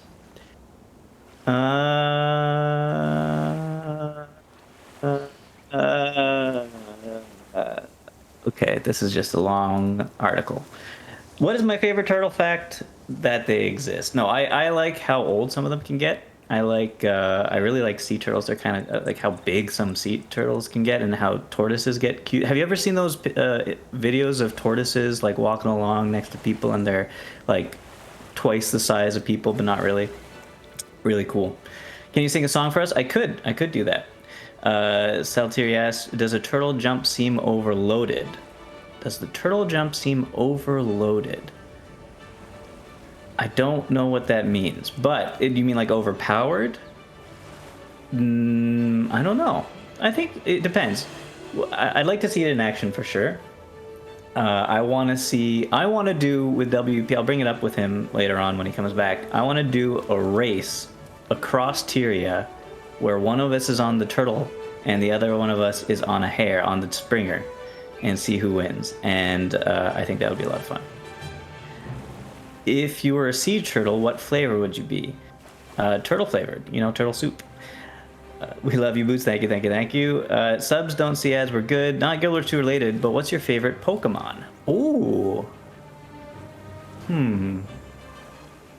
My favorite. Mudkip's always a good one. From the original, though, let's think. I mean, Zapdos is cool. Oh, nice use of bad. Thank you very much, BR Spies. I'm way behind on chat now. I'm just gonna zoom down, see what I'm missing. I'm gonna just read the ones where you messaged me directly. So Krupp says, how was trivia? Trivia was good. We came in 2nd place. Thank you very much. Now's your chance to red pill us all. I already told you about the okonomiyaki thing. What was WP's bad build? I don't know. I wasn't watching the stream. Honestly, I have 19,000 potatoes, but I very rarely actually listen to it. But it's just like background noise when he talks. Nerdy PG asks, what's the link for the video you and WQ Wrestling? We need it for research. I don't want to link it on here because I think that's against TOS. It's on Pornhub, so we'll just move on from there. What's your favorite flavor of ice cream? I mean, I always there's some really good ones that are kind of like, okay. So back in Montreal, there was an ice cream shop called Léo Le Glacier, and my favorite ice cream from there was they did gelato basically most of the time, and so my favorite ice cream flavor from there um, was Campari Pamplemousse, which is Campari and grapefruit. So it's a little bit like, bittery grapefruity, but it's really, really good. But if you can't, I mean, I can't get that now where I live, so I usually go for just chocolate chip cookie dough, Let's see. Okay, favorite pie. Favorite pie. When I was a kid, my favorite pie was sugar pie, which is a thing in Quebec. But like as soon as I hit like 17, it became way too sweet for me. And so now I think my favorite pie is strawberry rhubarb. Okay, real tortoises in hair predicament. Yeah. I want to see that. As a mod, can you somehow refund all our potatoes back? I'm sure I could, but that would require me to learn my mod powers, and I don't intend to do that. Canadians or Leafs? Canadians. Oh, why is that even a question? Canadians. Although this year they suck big time, but Canadians. Which is your favorite movie? I would say my favorite, like my comfort movie, one that I could watch over and over again and always go back to, is Amélie. I don't know if it's my favorite movie though. There's a lot of good movies that aren't just comfort movies, but I would say that's a good answer for now. Best quick story from your D&D campaign. From the one I did. All the NPCs. Sorry, all the PCs. I killed them all. They all died to Baba Lysaga. They ran in to a fight with a witch who knew everything about them, and were not prepared, and just thought that they could cheese it with some powerful spells. But they got destroyed and they all died. And also half of them were evil, so it's all okay. Don't worry about it. What do you think about the Toronto Maple Leafs? I think that. I find it very interesting that they haven't won a playoff round in like 20 years. Hey, how's it going? I answered a lot of questions, and there's more questions. Should I keep going? If you want, I have a question for you. What is the fanciest food that you regularly eat? Probably gazpacho. Gazpacho. That I regularly eat. A fancy food that I regularly eat. Well, I make fancy food all the time. Oh yeah, go on then. I make bibimbap a lot. I find that, I mean, technically it's not a fancy food. Technically, like, if you're Korean, it's like leftovers. But I think it's fancy food. Bim and Bop. Bibimbap? Bibimbap. How do you spell that? What is that? Bibimbap. Oh, are you joking? What is that? Somebody spelled it properly in chat. Oh, I see. Bibimbap is Pog. Yeah. Bibimbap's amazing. It's a rice bowl basically, and generally in reality you put in, if you're just making it at home as a Korean person, you just put in like leftover sides that you had from before and like some extra stuff. Right. But if you get it at a restaurant, it's like you get a bulgogi bibimbap, which is like a beef one with like marinated beef, and then you'll put some mushrooms in there, maybe some carrots, an egg, a soft-boiled egg if you can. I put in like some sprouts. It's like a bunch of different vegetables and some meat. Okay. And then the important part is the gochujang sauce that you put on, which is like a spicy fermented hot pepper sauce that's just delicious. It's like a little sweet and a little hot. It's really good. I kind of want to try it, because even through all your description there, I still don't really get what it would taste like. It's really good. It's a little spicy. It got a good response in chat. I can see that. Sorry, I'm just reading through people's messages here. What did everyone ask you? I heard a little bit of it while I was in the kitchen. I won't lie. For the past like 3 minutes, I was sitting here. I don't know if you could hear me, but I was sending a tweet out, and I thought, I'll just let Boots keep talking while I set up. I answered a lot of questions. There's still a lot on the table though, but I think I did pretty good. I can see people talking about turtle sex. It is determined by sand temperature. Lovely. Not turtles having sex. The gender of the turtle. All right, so Boots, I wanted to ask you, Sex of the turtle. what's your take on the Jade Sea stuff from last week? Because obviously we never streamed that together. I wasn't around. Not even last week, just a few days ago. Hey, whoa, hold on a second. Could I just say something right now? I just got you a sub. Oh, did you? Well, yeah, I was going to say there. Bronze Ox, thank you so much. Oh, and the Lazy Sage. Apparently, while I was making coffee as well. Yeah, it's because I answered so many good questions. Thank you very much, sir. Did you just sub because of Boots' Q&A there? Say yes. Just say yes. Don't answer the truth. Just say yes. Well, I don't know. I don't know who to believe. I don't know. I don't think he's still around. Okay, what was your question? Yeah, I didn't get well. I just wanted to know what your take was on the JC thing, because I haven't chatted with you for like a week and a half? So I didn't know what you thought about it. About the stream itself or the Jade Sea? Well, either or both. I mean, what did you do on the day? Were you on Lightbringers? Yeah, I was on Lightbringers. Okay, so I mean, I guess if you really want me to say it here, or you could just look at the Lightbringers show and scrub through it until you. No, when you should say it here, seriously, what was your take? It was so I mean, okay, I actually got a little choked up while doing the stream, and I don't know why. Just looking at a few of the scenery aspects, just like it reminded me of my honeymoon in Japan a little bit, just the scenery a little bit. Really? And so and then I remembered that like I can't really go back anytime soon, so I got a little bit misty-eyed. Really? That's quite an endorsement, isn't it? That they've recreated some beautiful environments there. No? It's very pretty. It's very pretty. Yeah, I honestly, I was struck mostly. It wasn't even necessarily the jade areas, which obviously are really interesting and evocative, but it was actually more like the temples, right? And just like the mosaics and the walls and, you know, the gently falling leaves and stuff. I honestly thought that those areas struck me way more than anything else. Which I don't know, by the time we get there in the expansion, maybe we'll be a bit sick of it, because presumably we've already seen a lot of it in Xingji by the time we get to the Jade Sea. But yeah, I thought all that stuff was incredibly well done. It was really nice. I'm really looking forward to how they actually populated what's there. I don't want it to be, I mean, obviously the quarry is going to be quite busy, bustling, etc.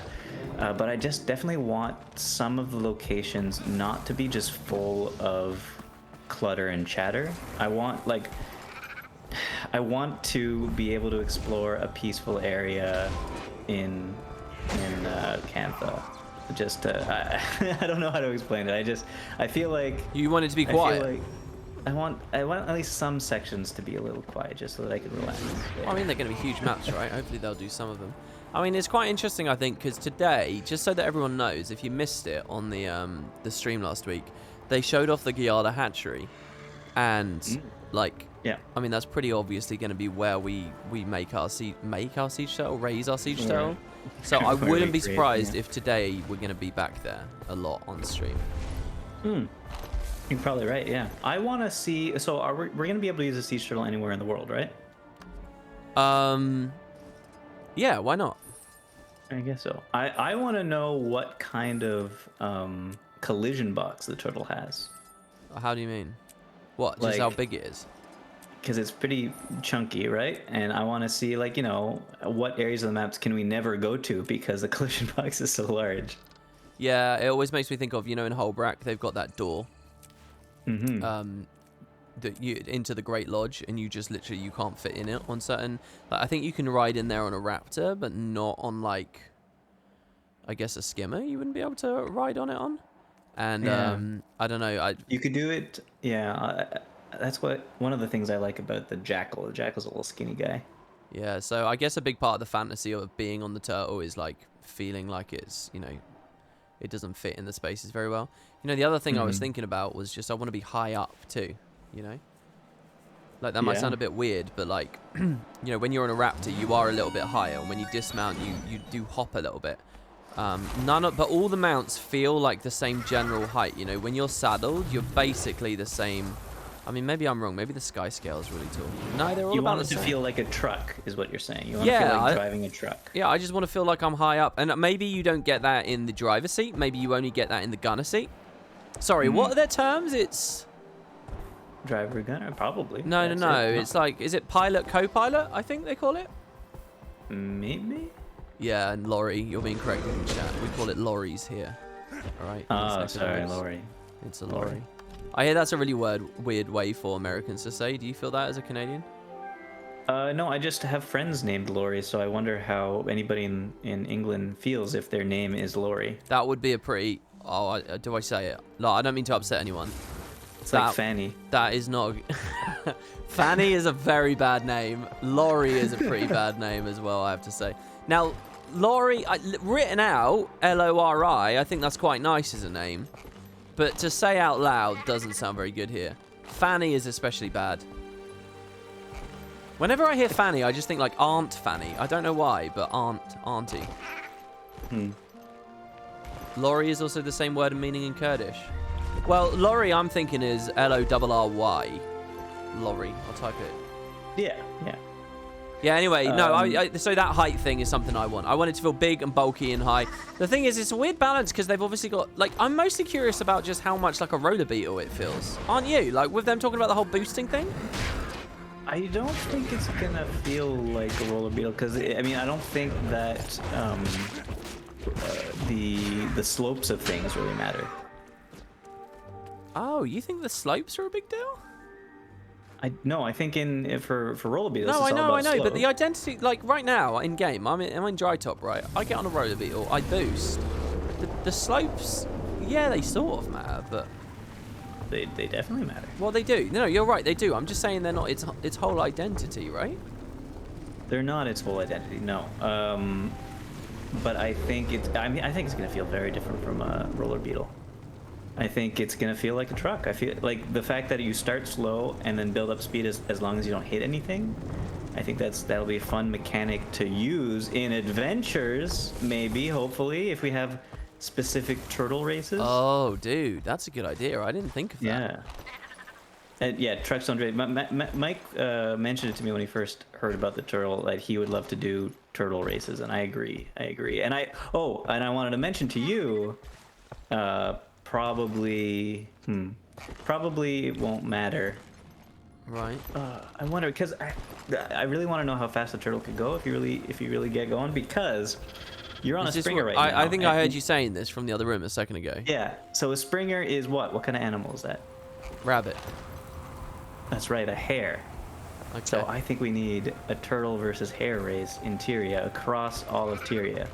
What? How is that the turtle's gonna crush it? The turtle's gonna destroy it. That's not a race. Is it? Is it though? Is it? Yes, it has an actual Why? movement thing, doesn't it? I know, but what if you go to like what if included in the race is things that only the rabbit should be able to make go through fast little shortcuts or something. You're having a brain fart. No, all right, I get the idea. If the terrain is perfectly laid out, maybe it kind of works. If there's a lot of verticality or something. Look, you find the perfect spot, I'll have the race. I'll do it. But I guess this really does beg the question. I think this is the best. Unless I'm misinterpreting some of the information from the PC World article, we really don't have a good sense of how fast this thing moves, do we? Or how slow it moves to begin with. Yes, exactly. We don't know how much the ramp is there. Now, they kind of described it as an all-rounder. Also, I don't even know if the guys at PC Gamer got to play it. Something tells me they didn't get to play it, and they've just been given a press sheet, and they're just taking it on faith, which is an interesting sort of sign of games journalism, I think, to me. They can't actually pass off what they were saying as personal testimony, right? They're basically just a mouthpiece for the studio in that article.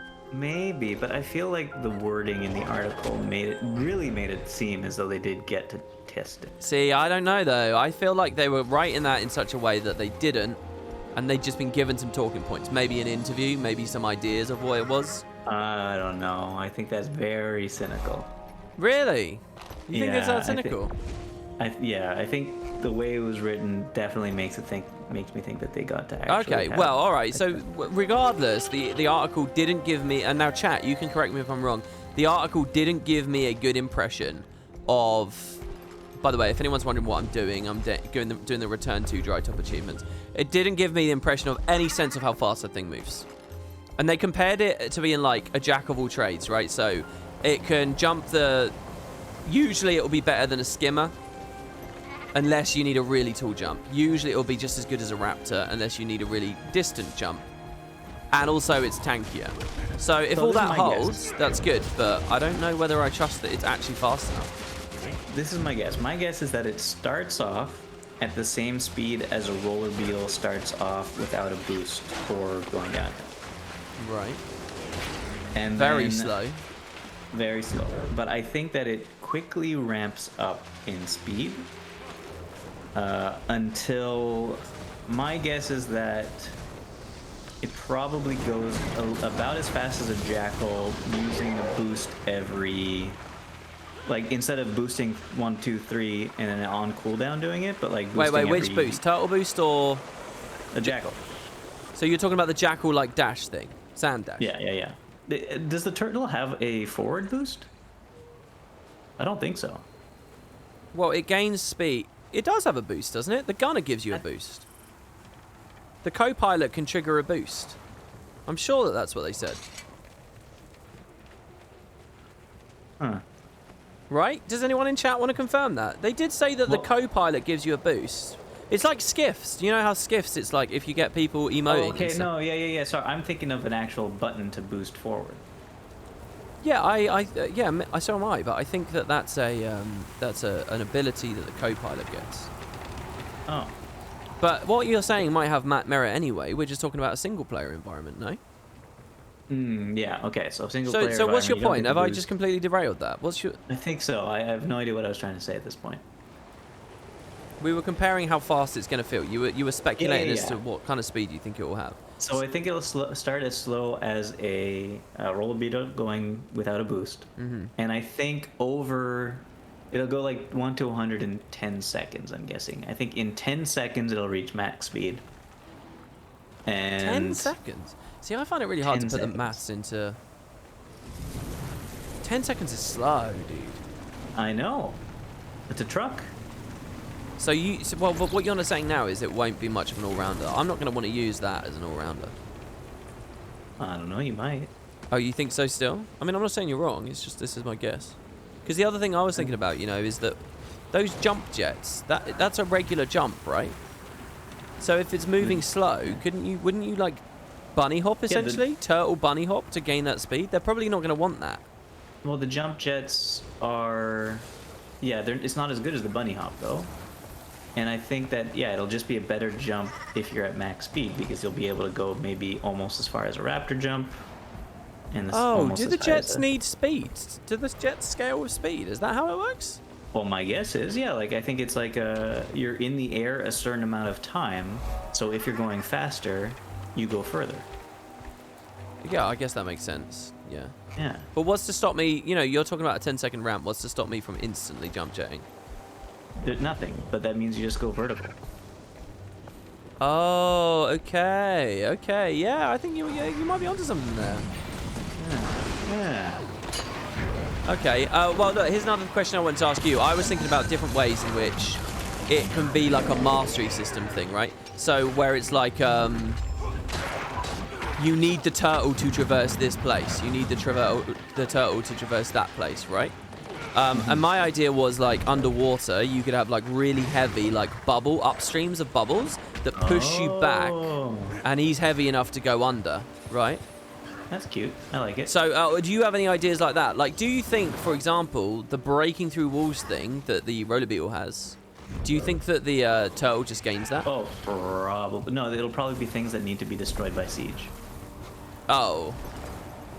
So you can siege down a door or whatever? Yeah. But the thing is, again, though, it's like, you need a co-pilot for that. Can I swap seats? Is there a swap seat button? You cannot. I don't think you can. And I think that's great that you need a co-pilot. That encourages playing together. And on top of that, if people don't have the turtle yet, and you're talking about things that you need to traverse things on the turtle, then you could start doing taxis. You could be like, remember back in the old days in Guild Wars 1 where you'd have like a runner to get down to certain points? Yeah. Yeah, someone gave me a link to a Colin quote on Reddit. Have you seen it? No. Literally a couple of days ago, someone said what you're saying right now on Reddit, and Colin responded and said, "Yeah, we designed for this. We're actively encouraging this. This is what we wanted it to be." There you go. Yeah, I don't know the great siege minds thing. think alike. I like the idea that like you can break open walls and stuff, but if I need to do it, I think that's over the line. I appreciate the impulse about having people playing cooperatively. I just don't know if that's too outside of what ArenaNet's happy to do. You know, they don't like pushing co-op stuff on people. We can agree on that point. What are you talking about? There's world bosses, there's group events all the time. Yeah, but they're generally optional. Yeah, so this is probably optional too. So is it that fun if it's just optional? Well, okay, maybe you got a point. So optional little areas, optional little walls and things you can break if you've got a driver and a gunner, and it'll be siege based. It won't be too big of a deal if you don't get to do it. Yeah, all right, I'll buy it. I'll take my cynicism back. I think you might be onto something there. Okay. They also might do a thing where like that slam attack is like acts like siege as well, you know. So if you just slam the ground as the big turtle, then Oh yeah, I guess that could. it procs make it the so that same you don't things need in the same way. friends. The trick with the siege. If you're really having a hard time WP finding friends, I'll be happy to come on a siege show with you. No, I like the idea. Honestly, if I could have it as why can't I get this thing? I like the idea of it being more co-op based. I really do. I think there's some questions to raise about like 5 years after End of Dragons is out. How does it feel the playing Indian that? stream is up, by the way. Oh, the official stream's up. Apparently, yeah. Oh, well, it's 11 minutes. countdown. Don't worry, guys. Don't worry. Yeah, I think there's some questions about it in the future, but I like the co-op side. So yeah, I mean that's really one of the most innovative things about the mount to me. It's not necessarily that it's a combat mount, but the co-op side of it. So what do you think about the idea? I mean, obviously, it's not. They said it's not going to be in War vs. World, definitely at first. But what do you think about the idea of adding it to the Edge of the Mists as a test phase? Whoa. It's okay. It's quite cool, and it's a reason to get people on Edge of the Mist. I like the idea, but I also feel like people don't like Edge of the Mist, and If they turn out that they don't like the Siege Turtle either, why not just do a regular beta in regular World versus World? Is basically. I think people care too much about the integrity of World versus World. No, a beta though. It doesn't. What you're saying that they can't beta test a thing for one weekend? And regular World versus World doesn't even need to go down, does it? It can be a separate, overlapped World versus World, just like what currently happens. Yeah, you're probably right. I just think there's no harm in testing it in Edge of the Mist because nobody really goes there. No, I want to see updates to it, man. I really do. Look, if you're asking for my true opinion, I think Edge of the Mist is brilliant. I like the idea of the turtle in World versus World. I think that the devs should be brave and excited about doing that kind of stuff. But if I were to do a poll for my Twitch chat right now, I think a huge proportion of people are going to say no, they don't want it in World versus World at all because it will fuck with what they're currently enjoying. People don't like change in World versus World. Right, but that's why I say try an Edge of the Mist. Yeah, I don't know. Just have a regular beta for it. I think just because it doesn't really matter how the turtle feels in Edge of the Mist. What people really want to know is how it feels in the maps that matter, right?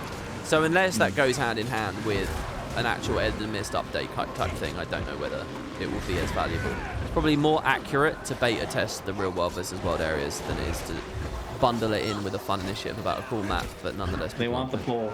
They want the poll. They want the poll? Yeah. All right. Well, okay, so what do you think this poll's going to come out like? Hold on. What do you think this poll's going to come out like? Well, no, if we make predictions, it's going to Well, I already made one. I already coloured the outcome by saying that I think most people would vote no. Well, I didn't say that. I said a huge amount of people. Didn't I just say a huge proportion? Yeah, go on. So it depends how we phrase the question. So make it like 3 choices or something. 1, test an Edge of the Mist. Test it as a beta. Don't test it all. Oh, you want to poll that? Oh. Yeah. I thought the poll was going to be, do you like the idea of it in World versus World full stop? Oh. No, that's not a good poll. Why is that not a good poll? Because you just want to talk about... That's not what we're talking about. All right, fine. Okay, so guys, Boots wants to know if a regular test is better, or an Edge of the Mist test. So say it again. Or third choice is no test at all. No? Why? Who's going to say Just no don't do test it. at all? Because you said there's going to be people who say they don't want Animal vs. World at all. So that is the... Okay, so hold on. So no turtle, full stop. Yeah? No turtle full stop. Number 2 is put an Edge of the Mist to test it out and to, like, you know, refine it. Or number 3 is Regular maps. Test. Regular maps 1 week beta test. All right, so go, guys. Oh, you've just explained a little bit more about your concept there. You want the idea of it just in Edge of the Mist, not even as like a beta. It's just there. No, yeah, just there. Well, I didn't get that. That's slightly different. And the other one's like a time-gated beta. I mean, your idea for it, just dump it in the Edge of the Mist. I think that's a cool idea. I'm not going to stand against that. I mean, why not, right? Exactly, that's what I'm saying. Fourth option should be throw it away in World vs. World haphazardly. I can't just add it. The poll's already live, guys. The poll's live. The poll's live, and it looks like regular maps test is the way to go. Because people don't like Edge of the Mist, I'm afraid to say. That's the main thing. They don't like Edge of the Mist. That seems like the thing, yeah. Or, look, I think some people do like Edge of the Mist, but since ArenaNet isn't pushing people there, and it's not really a part of the fold, I think they're going to say, well, look, Wild vs. Wild is the regular maps. That's where we got to know if it fucks with things, so we need to test it there. But they can do both. Now that I realise your idea... 73% of the Guild Wars 2 population only want pips. That's all they care about. Yeah, no pips, exactly, yeah. If it gives pips, I'll go there. Well, I like the idea. I've made the argument before that they can rotate it out with EBG once a week or whatever. Every skirmish. Fuck it. Every skirmish, it should swap. The middle map is Edge of the Mist, and the next skirmish, it's EBG. Even that, though, there's some people fucking furious. Oh, no. No, I like Edge of the Mist. Sorry, I like EBG. But I think that they can do that. They can put it on a rotation. So we got 5 minutes left. We got 5 minutes left, and you still haven't tested to see. Yeah, it's gonna be fine, man. It's gonna be fine. Look, at some point you got to learn to trust in the job you do. Ready? I don't trust. Okay, I don't trust British people with their mechanical stuff because Jebro is like 3 minutes late every single time. Yeah, but he doesn't even live in the UK anymore. See, this is the true UK magic. Ready, everyone? Boom. He's still on UK time while trying to do it. One click of a button is ready. We're good to go. Why does it say a lot on the bottom right? Oh, something's wrong. Is that on their stream? That's not me, is it? Why does it say a lot? I think that's you. That's part of... It's not me! Uh-oh. Alright, we've got their music as well. Oh, I have closed captions on? Okay, what do I do now, though? Like, I have to go to their stream to listen to it, eh? I can't look at your stream. Yeah. You got to watch it on their stream. Sorry, so is everyone... It's not on the official stream. Why would it have closed captions on just my thing? Hey? How do we turn closed captions off? And also, who said a lot?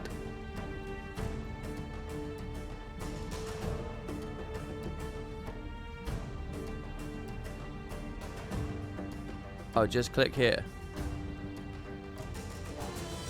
Off. To pop out player. Beautiful. Look Chat at that shit. settings. Oh. See, Chat I'm learning how this settings, website works now, man. How many they got? They got 1,000 people watching.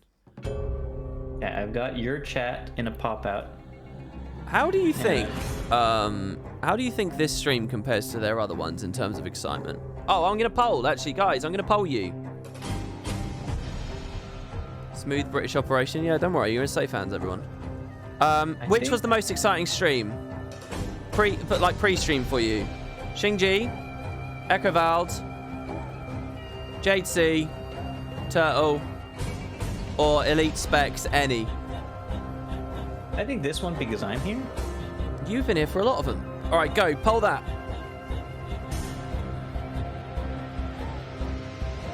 Oh, they have 400 and we have over 1,000? Oh, I don't know. Anyway, let's hear it, guys. Let's hear what they got. No, they got 1.2 now. It's gonna build. It's gonna build. Yeah, the stream is blurry. I'm a little bit worried about that. I don't know whether that's quality auto. That's you. That's your fault. I got it. I got it. I feel like the people were more excited for the maps, whereas the turtle, they feel like they've seen what they wanted from the trailer. Yeah, to me, I feel like look, I'm not trying to be a Debbie Downer here, all right? I'm not going to be a doomer, but I think I was more excited about the map tours than I am about this. Important question. You didn't put on the poll the Arbor Stone revitalization stream that's going to happen. The what? The Arbor Stone revitalization stream. What is that? There, it says it right there. Hold on. Down in December. Oh. I don't know. What is that? What's their next thing? That's gonna be a huge stream, by the way, in December. Arborstone revitalization. I didn't even know they're doing that. There's the other masteries. Oh, is that next week or is it 2 weeks away? I don't know. I don't know. Hi, John Man. You just finished 5.0. Great time of the stream. John Man, give me your rating out of 10 of 5.0, but I also want you to give me your rating of Heavensward and Stormblood on the same comment, on the same message. So like Heavensward 2.2 out of 10, Stormblood was 1 out of 10, 5.0 Shadowbringers was 7 out of 10 or whatever. Yeah, let's see. I don't want any more details on that, but I want to know. Spitting Llama says, are we expecting 5 maps in the expansion? Didn't they say the Ender Dragon story will have 5 acts? They did suggest at 5 acts. I don't know whether that means 1 map per act, though. Nox says I can do that. Heavensward 8, Stormblood 7, Shadowbringers 10. All of them 10 out of 10? 14 out of 10? Okay, John Man says 8, 7, 9. Ooh, John Man, my man. Can you make a character called Maverick, and I'll make a character called Goose, and we'll ride in a turtle together? And we'll do what? Ride in a turtle together. You want to do that on the expansion, do you? Do you want to do that on the beta? Isn't there a Siege Turtle beta coming up? That's also with all the new elite specs, isn't it? Yeah, we'll do that. We can do that, but I'm an uncultured swine. I don't know what you're referencing. You gonna illuminate me, or? No, it's not important. Okay. Fuck's sake, WP. What have I done wrong? Am I going to convert Boots to 14? I don't think he's on the hype train, guys, and that's perfectly fair.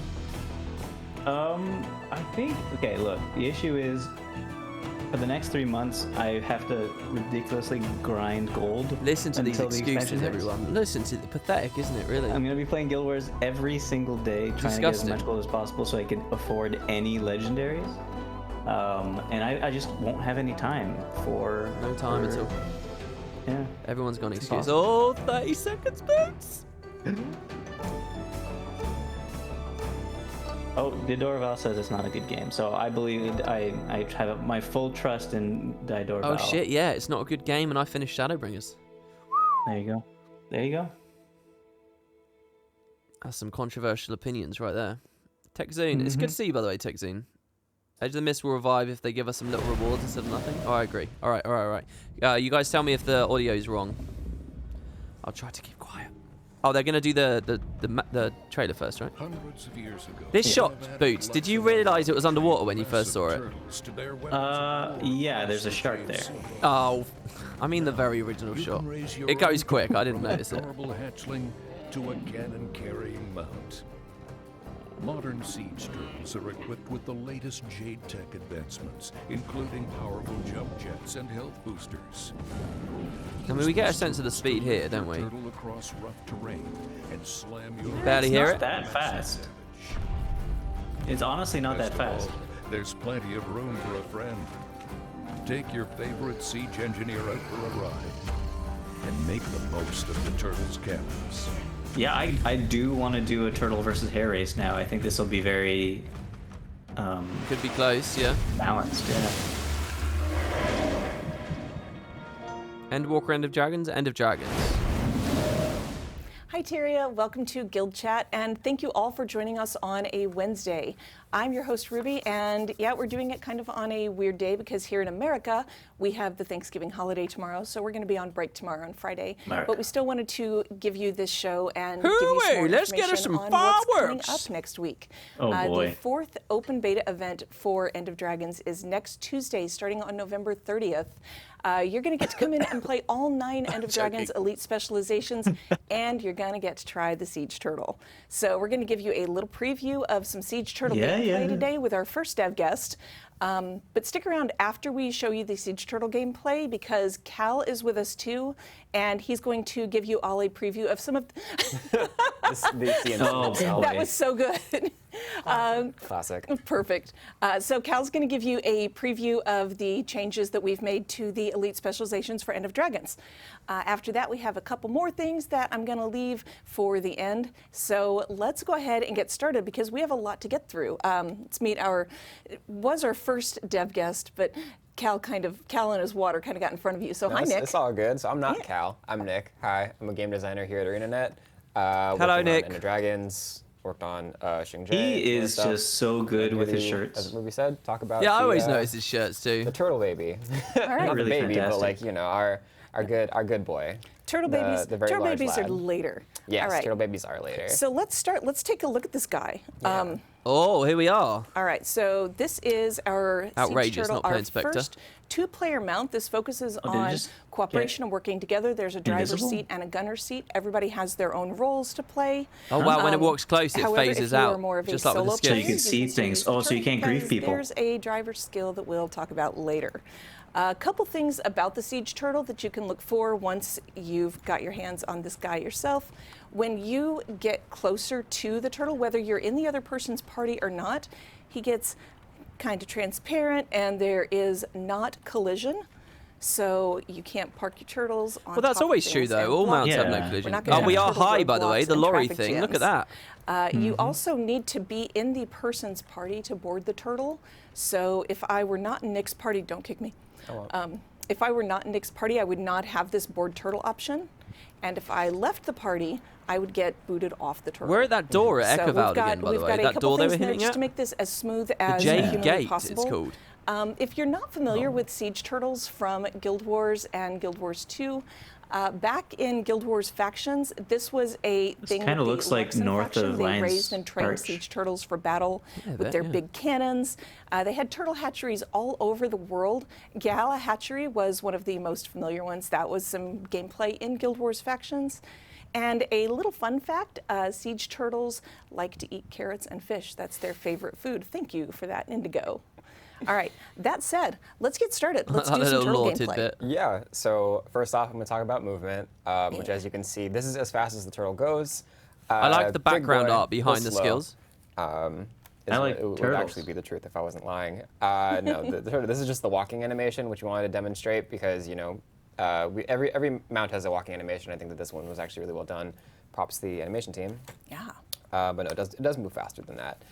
In reality, because this is the only mount, like the only creature mount that we're developing for this expansion, we tried to make sure that we and the team tried to make sure that my the God, the movement of the sliding. mount felt like a strong utility, and like you wanted It is slow. to use this mount over other You wanna mounts have that, depending on what your situation. I do. But I mean, it he hasn't been boosting yet, Like right? it has a horizontal jump, but it's like a lower horizontal jump than the Raptor. It's And it got does a look like it higher is affected by it's the got a slope. high What's the vertical juice jump, do again? That's a compared to the speedometer, Raptor isn't and the it? Jackal, but it's lower than the Springer. Yeah. That's how fast you're. increases Oh, its so you're speed already. and This ramps is up, which you're 75% seeing of we do your. somewhat right now, very similar to the Roller Beetle, but has a lower maxed out Speed. of course. Which you actually, this bar right here. Wow, you'll that be was able to max see, speed. Is the momentum speedometer, which basically shows how fast your turtle is going and when you have hit its max speed, because it will be fully filled out.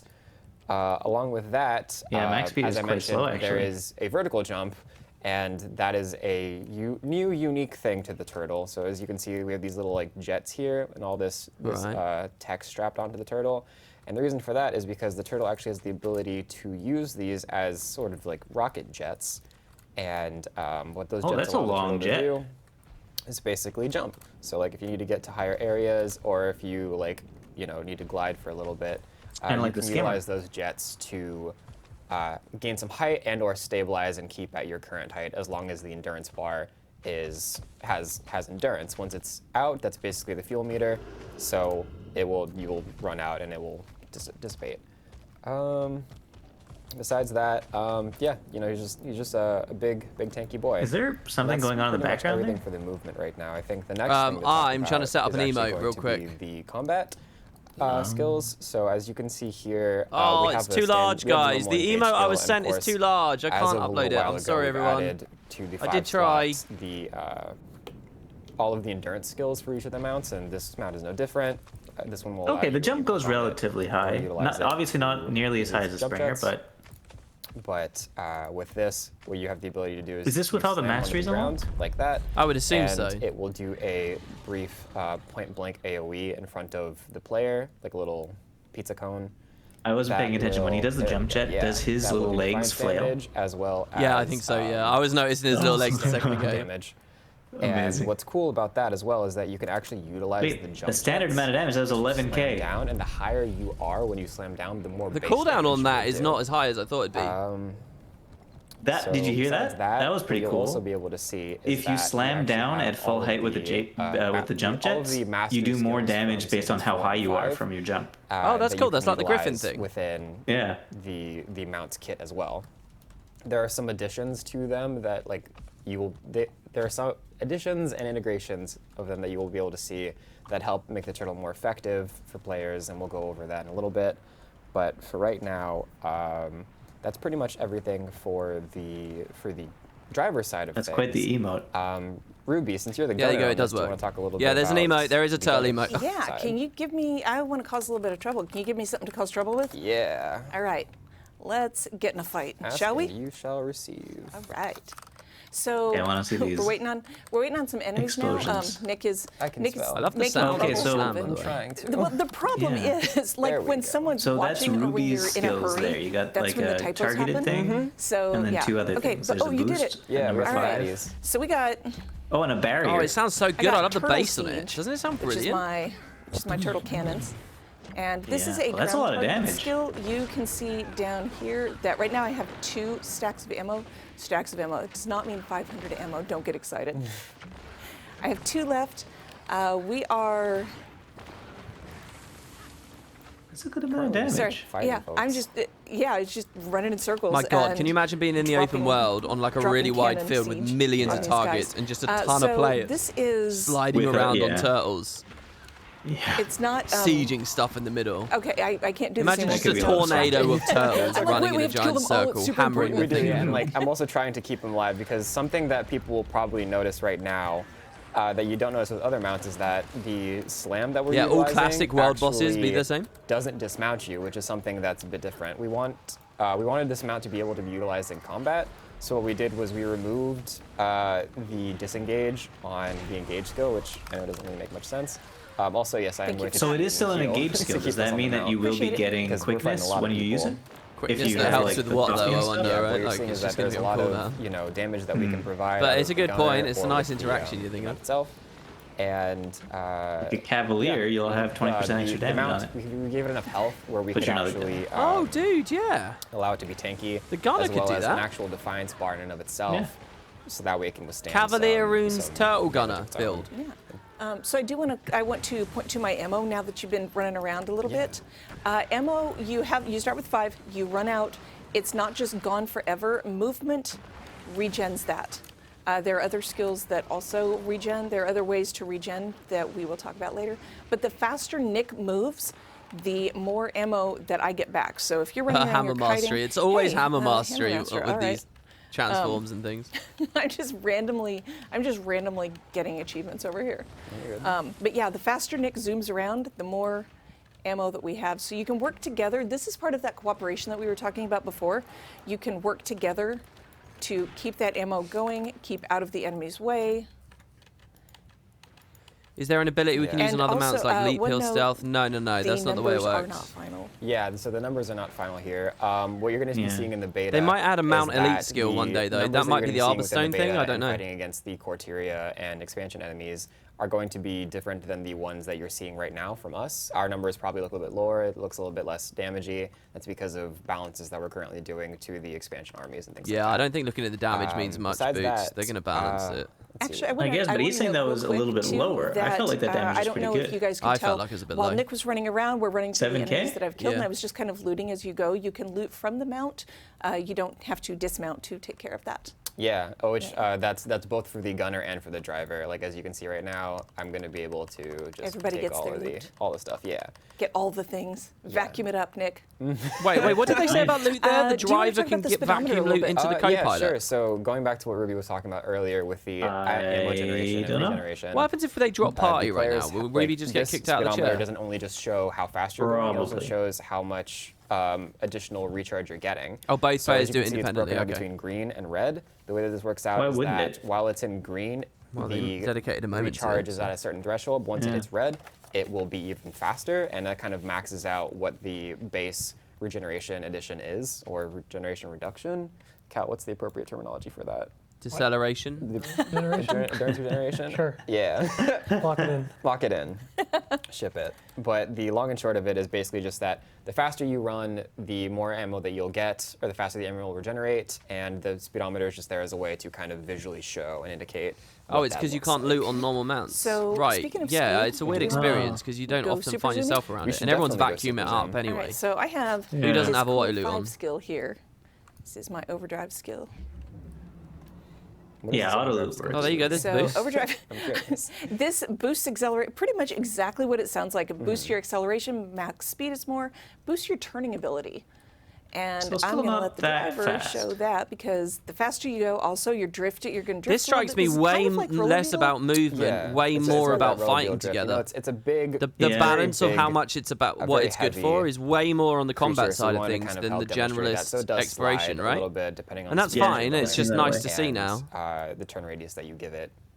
What Yeah, happens when you when decide you to turn. guys? You just get dismounted if the turtle Also, something dies? to note is that does Don't know. also I help guess you both do, the yeah. siege ammo And knock down. regeneration.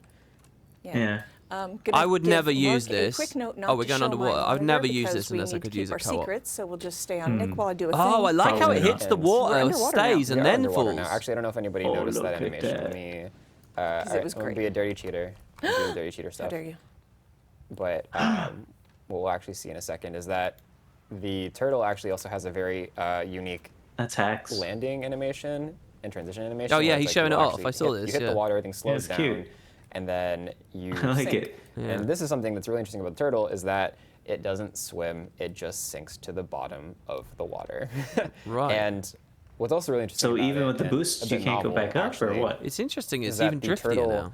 walks around on the ground surfaces of every single water area within the game. So like, as I mentioned earlier, it doesn't swim. And going back to what we were talking about earlier, where it's more of a utility mount and it has a little bit of everything, similar to the upgraded skimmer, this is another How do mount the that you can ground use targeted underwater. siege weapons work And, underwater? Yeah, I was what wondering actually this really too, like about yeah. it is that Because if someone's biting with you from mounts above, in the what game, do right, you with do? gliding, those additions Yeah. kind of reshape the way that you think about those specific areas in the traversals. What I found with the turtle as well, at least for myself, is that it kind of changes the way you look at all of the underwater areas. So, Yeah, like, I know whether what it's you in mean. Corteria or Path of Fire or even in Den of Dragons, just being able to walk around at the base level of a map kind of changes the game. I like Yeah, it. so put some That's the way I see content, it. some I'm excited for incentives players down to there, and it's going to be see crazy. that and hopefully, Yeah, I agree. you know, experience it and maybe hopefully have the same thoughts. Yeah. It's like a whole new world. I do love that the turtle can walk around underwater. I love how Submarine I love the simulator. animations. Oh, but how I cool would also it be if, love like, an that it- energy shield okay, hello, my holographic screen is full bubble of turtle. rose up over the two people in the cockpit while you're underwater? Suddenly How it's just cool would that turtles be, just everywhere. artistically? I also want to talk a little bit about the combat underneath water because you can still do that. I need you to take me a little bit closer to that hermit crab that I have. Yes, please do. targeted Oh, it's not over ground here. targeted You anymore. got it. Oh, they change it. wait, Of course no, they do. okay, well- Oh, there's another Perfect. one right there. Yes, we can get that one. Oh my god, just- it's like orbital bombardment. Yeah. So underwater Yeah. is not ground It's like the targeted, Jade it mech. is Enemy targeted. I don't want to kill that koi. That's just kind of like stomping a fly. Can you give me? I need another hermit crab. Oh, this is good. The way they're talking to each other is trying like to how find you enemies talk to so hard, someone you while all. you're in a warthog or something. While you're trying to find me an enemy, I also want to know. Give me an angle. Give me an angle. Move around the corner. Around the corner. Oh, he's got a rocket launcher. No. Just you have to be on dry land or it doesn't work. Yeah, not I just like that, this. but like also the gunner. Holy shit, the range. Whoa, was that a billion damage? Yeah. Another person's siege turtle as well. So it's like it's not just that 10 million, the I person think. can mount and dismount, but also the gunner can hop in and out. Oh wait. I'm doing like mass damage to these creatures because they're the only ones I can find. Yeah. Poor, I'm sorry, Koi. I'm sorry, Koi. Got it I'm for so the stream. sorry. I It's like fine, the I'll idea just- that Nick set Yeah. this up very Something specifically else so to know, I that think, is, Ruby would like, have a as you target-rich mentioned, environment, there's a and then she said, difference "No, I'm not going to kill the between koi." And the he's ground sitting there version, which quietly has thinking, actual ground targeting, very similar to our other Yeah, it's like skills, 11 million. versus the click target, and the reason for that That's is a good way to just get, that You can't uh, convince me this wouldn't be that, amazing in World vs. World. Yeah, it's a hide bit and more, be like, on the Alpine accessible, and, Borderlands, like, in the the user water under a access is bridge, to just everybody while shooting they're using people these from things underwater. within the water. What's the So range it's a on bit the harder to use ground siege? targeting skills Separd, in thanks so much for the water. sub. It really is. I also want to note that you're getting I don't know, XP it looks for my infinite at the hard moment. work. Yeah. Siege cannon and koi. Yeah, that is definitely something else to note. Is that I think because we're in the same party, anything that you do, I will get credit for to a certain extent, and vice versa.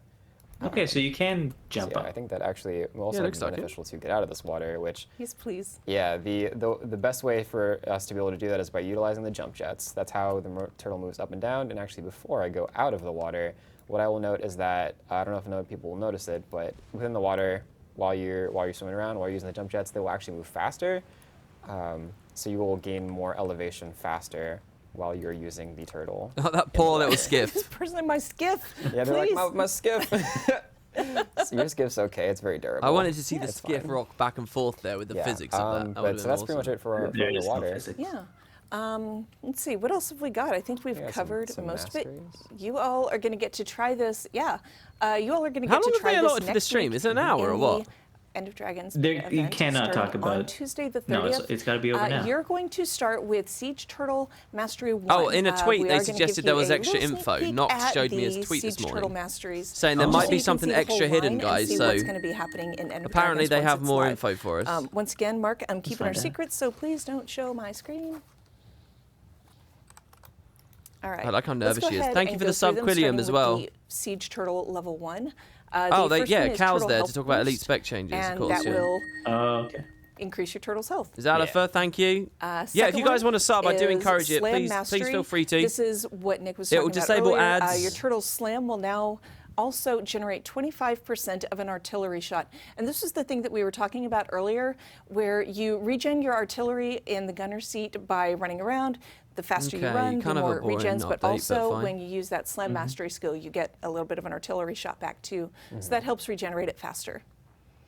Improved jump jets, which would have been awesome when you were getting out of the water, but would it have been, still does its thing. Yeah, Your further turtle and can higher. now jump farther and higher using his jump jets. Power Shell is a protective skill. This allows you to convert incoming damage into ammo from the passenger seat. And you have a little protective shell. beyond Weird. your actual Convert turtle shell. incoming damage to And finally, ammo. That's sharing a is crazy caring. interaction. This gives your turtle's health boost to all of your other mounts too. Oh. So this one is useful for all of your mounts. Not Oh, you bad. didn't know this, Boots. This is good, isn't it? All right. Agreed. Yeah. Yeah. Sorry, I'm one going to second. hide that. Yeah. Yeah, they said that on we PC have Gamer. to, like, That's a take good one. little pauses and make sure that we're not showing anything off. Like we've talked about before, the game is Thank a you work for the in gift progress. subs there, We want to leave Sep- tons Separd, for you to thank you. discover. So we're trying not to Separd. give away all of our secrets. Yeah, just wanted to make sure that we could actually also visually demonstrate some of those differences. So if you were to look at my client as an example, Climbing what you'll closer see to our is- goal. what you'll see now is that the turtle hovers a little bit higher now that I've done that. Let's see. I think it also mentions in the tooltip. Yeah. So now you'll see that also within the tooltip, ammo per hit is increased, and also the health has also been increased. as well. 60k, Well, bro. So just things like that, 60k. wanted to kind of Wow, yeah, give yeah, a little bit of visuals to that. Okay, so they weren't And using the also as masteries well, before. No. If Ruby wants to show off the shield skill, Yeah. Wait, let me come back. Wait. yeah, I'm right behind you. There we go. All right. So that shield skill is my 3 skill. And then, Oh, it yeah, looks it's a good. It giant looks bubble like, around us. And Jade Tech. we will die. Yeah. Didn't the much less golem quick. have a thing like that? Something else to actually note. Yeah. I don't know if I mentioned this earlier, but just in case, when we're talking about ammo regeneration and we're talking about the season 4 and 5 skills, the Bond of Life once again heals and increases the turtle's health, and that also increases dependent on whether you have the mastery or not, as well as the Bond of Vigor not only increases your endurance for your jet fuel, but it also increases the rate of ammo reacquisition. Oh, that's cool. When you use that plus the boost plus max speed, you're just going to be constantly firing. That is awesome. So that's like a turbocharge for the gunner. Standard mount stealth Yeah. and the Bond of Fate. I mean, you're still a The fixed fire rate stealthing- also better, The stealthing siege the tail team is wanted kind of to make sure hilarious that to we me. could better integrate and give additional value to both those who get the turtle and go back into those old expansions and content and get that. Yeah, as what well happens as when we additional leap? value Do we for those who discard our already have allies? those What things and happens? get the turtle. So They should definitely show wanna make Ruby sure that leap we can take some and then time show to him integrate leap. those things and Yeah. make them worth it. Absolutely. Also, one Do issue you about want to World versus talk World is the about height of the versus turtle. world If you a little? dismount, you might be able to get Yeah, over some sure. barriers. That's the thought. I'm sure that that's something that's on everybody's mind, right? It's called the siege turtle. So I know a lot of people out there that play World War are probably thinking like, siege turtle. Hey. Like, does turtle do siege damage in World v. Worlds? And the unfortunate answer right now is no. What we decided for the expansion is that we will not be shipping the turtle within World v. World and will not be allowing it to be usable in World v. World.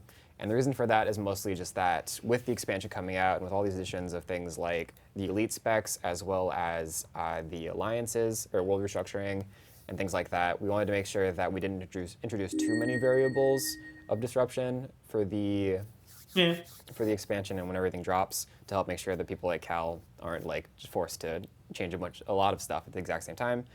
But that doesn't necessarily mean that it's off the table. What the not gonna team come in the future. decided on is that like if we do add it, it's going to be because people like yourselves and all the players have decided that they really, really want it, right? So, But what does that through mean, kind though? of community. What do you mean? What does that mean? Well, how do they desire read and forums with and community Reddits and decide, influence, okay, this is the point at which we try it? We will make the decision on How whether do we they guess it should make the depends on- decision? But something to Whether also people note actually there, like I think using it? actually our current design director said it best. We're only going to do it if it makes World v. World better. So something to note is that if we were to add it to World v. World at a later time, we would make sure that it doesn't break the game mode and that it fits. So it would be different, right? It would be a highly modified version of the Siege Turtle, very similar to what you see with the Warclaw obviously. in PvE versus World v. Worlds. Use Siege. But yeah, I To think use that's the everything Siege. for World v. They're not Worlds. really giving any Yeah. specifics Something about else where I it would think fit that, within the is Siege worth mentioning is metagame, any that, like early ideas they have. I think some people might have actually. Well, because I don't think they want to reveal that just yet. Yeah, Why wouldn't they I mean, wanna reveal T set chairs because I think it's a similar I functionality. don't know if yeah. But Nick is in charge you of actually, that while you stuff. have a passenger, you have the ability to teleport around with them. So as an example, I'm gonna cheat real quick, and I think. We can. This we is can the show one of our exploit. This is the screens. waypoint thing they're going to I'm show good. off. I'm safe. Yeah. Oh, look So at the Nick idol. is Look at how teleporting. both people sit Trying back to in the chair at anyways. once. Aha, that's The why. typos are happening I'm again. not The used to idol, this it keyboard, but goes so as back you can into its see, I just shell. That's teleported so cool. To, back over to the starting area that we were That's at earlier, good. and Ruby was pulled with me. So that means that you're not just That'll taking be your abused at friends some So that's point, but it's intended. good. right? Like you can take them to different. That kind of parts of takes the map magic as out well, of running, utilizing doesn't it? teleports and It's not really waypoints. running, is it? I think True. something else that is worth mentioning, because I'm sure that a lot of people are also curious maybe- about this, is that maybe you both need the for the waypoint unlocked, acquisition though. method, Yeah. we can't really talk about. Oh what shoot! it You is could and how definitely it's grief built somebody out, like but we that. can If say they, that it if is you going to have be, if you have an SSD faster and the for person you players in acquisition invite to your than party in doesn't have an Skyscale, SSD, you could example. continuously keep them in loading So for screens those and they who can never Oh, leave you're parties. is it going to right. be comparable to Skyscale in duration and investment? The answer is it's going to be a lot simpler to get. That a worries lot me how faster. quickly you thought of that, Boots.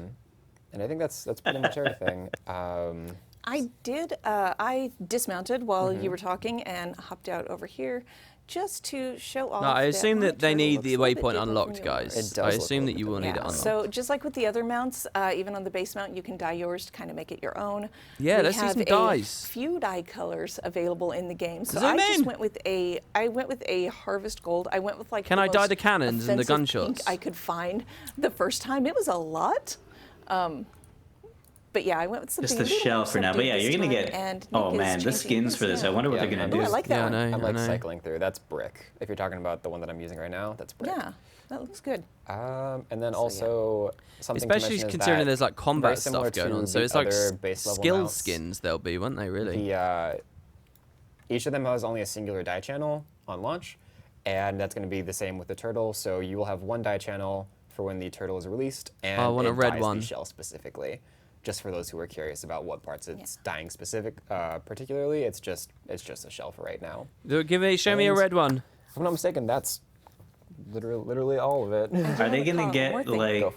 This is just like Yeah, a I fun agree, little Mike. I animation think the thing because transparency we've talked transparency before thing's about weird. Like, why how isn't much that work there on and the other care mounts? and the details They should put that it on everybody all puts mounts into and have these as an mounts. option. And if you look at my turtle, Yeah, go on, I'm Boots. just going to move away from you, Nick. As I was he just is- thinking no, that you're fine. one skin could As be. he spins around. They as have I'm moving bandanas around, on their the eyes. Cannons Oh are following god, me. yeah, My maybe. siege cannons are following the way to point in the direction that they are going to go. Probably because the thing's so big. I mean, yeah, it's- that's true. But it's a fun there are a touch, great but many it's very also big a mounts helpful already. visual indicator, like which way is this going? How weird is this going to be depending on what I do with ground targeting? So yeah, kudos to everybody who worked on this because, like we said, it's still a work in progress. We're Let's see still Bond of improving Faith. things and putting those No, final sorry, touches Leap on, of Faith. But it already looks fantastic. Yeah, and shout Yeah, out can you to, get higher up because of people it? like, Ben Kirsch. Well, who no, was I doing just the want to animation see for the this, passenger get and flung off the everybody on turtle animation because team I worked on jumped it, off. programmers Oh, as well. Or do they yeah. come with me? Or I want to see Solid, Ruby launch this herself is off a backwards. staple piece and kind of like one of the key features that we're shipping for this expansion. It's like one of the back of the box features. So the team really wanted to take some time to make Make a sure that Blastoise it skin? was, Yeah, it's that very it felt Blastoise-y, good, that isn't it it? felt what's the word I'm looking for, like worth the investment, worth the time, and things like that. So we just hope that y'all feel the same way. Yeah, awesome. Thank you very much for He's that got time, such a Nick. calming like demeanor, So doesn't he? I promised you all some more things. Not We're like gonna me take a screaming very really short break, loudly. and then we will come back, and Cal's got some updates about the elite Oh specializations shit, for End elite of specs, Dragons. baby! So I stick around, we'll be can't back in just a wait. minute. What do you think? What do you think, everyone? Elite specs. What do we think? What are they going to do? Everybody What do you want to It's see gonna be- most, Boots? CMC's gonna go. Based on your feedback, we've completely deleted the catalyst and we've redesigned it from the He's ground going to up. drink some water. This could be huge. These reveals here could be huge. All right, first shot is going to be him drinking water. The second shot. What do you want the biggest revamp on, Boots? Catalyst? Revamp, biggest revamp. Yeah, I guess no, Virtuoso. Oh, is this a new trailer? It is. It's sort of a generic trailer, isn't it? Thank you for the subs. Yeah, guys, listen, I really appreciate everyone here. I hope you're having fun with the show. I don't know how to do React content at all. I hardly know how to hold a conversation with Boots, so hopefully this is fun. If you do want to follow, I'll be doing this for all their streams. If you want to sub or anything, please feel free to. The support is very much appreciated. We are on a sub goal towards 800 at the moment, and you're getting me a lot closer right now, so I really appreciate that. Thank you, like we've guys. been talking All right, about, Ruby, sorry. it is next Tuesday. How have the elite specs changed? Cal is here to tell us that. So take it away, Cal. Great, thanks. Oh, so prediction Beta 4, failed, we actually no got water. a lot of feedback throughout the first 3 betas and all the elite specializations. So a lot of things have changed. And for today, we're just going to do like, at least for the stream, we're going to do a very high level, kind of more organized overview of a handful of the key feedback items that were actioned. But right after the stream, we'll also be posting the full list of update notes on the forums. So look Oh, forward to nice. that. Get We didn't want UF5s to go going. over every single specific thing here on the stream because we'd be here for, a No, very, very go long over every time, specific thing. Given, you guys know my history of talking about elite specs, so we wanted to keep it really nice and contained, talk about the main important things, and leave the rest for all What's of you to going on see with the on delay forums. of his voice, by the way? I'm literally over here setting that up I right could now. hear him in the background of your audio. All right, so let's just hop into it. We'll run through these in the same order that we initially revealed them. So we're kicking things off I with feel like the his mouth is Virtuoso. moving later than his... I'm hearing So the the mic first thing we audio. see Anyway, here, kind of one of the big feedback points is, well, what about blade generation, clone generation? generation? And, we increased the clone cap to 5 for this character, obviously new blade songs, really. And then, of course, being able to maintain blades across combat. It really felt like we wanted to give a little bit more blade generation. This is something we saw a lot of feedback around as well. I end the fight with a shatter, and then I have nothing left. And it feels a little bit weird to have this functionality that doesn't really do anything because by the time I get in my next fight, I That don't have any wasn't more my clones. concern. And so one of the things that we've added here is that a piece of one of the minor traits for the Virtuoso is now just going to generate a clone every 10 seconds.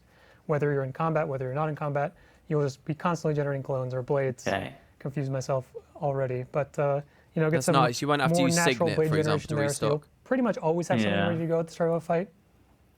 In addition to that, we fixed up some interactions with stuff like mirror images, decoy, these skills that for base Mesmer, for other Mesmer specializations, you need a target because you're spawning a clone to go attack something.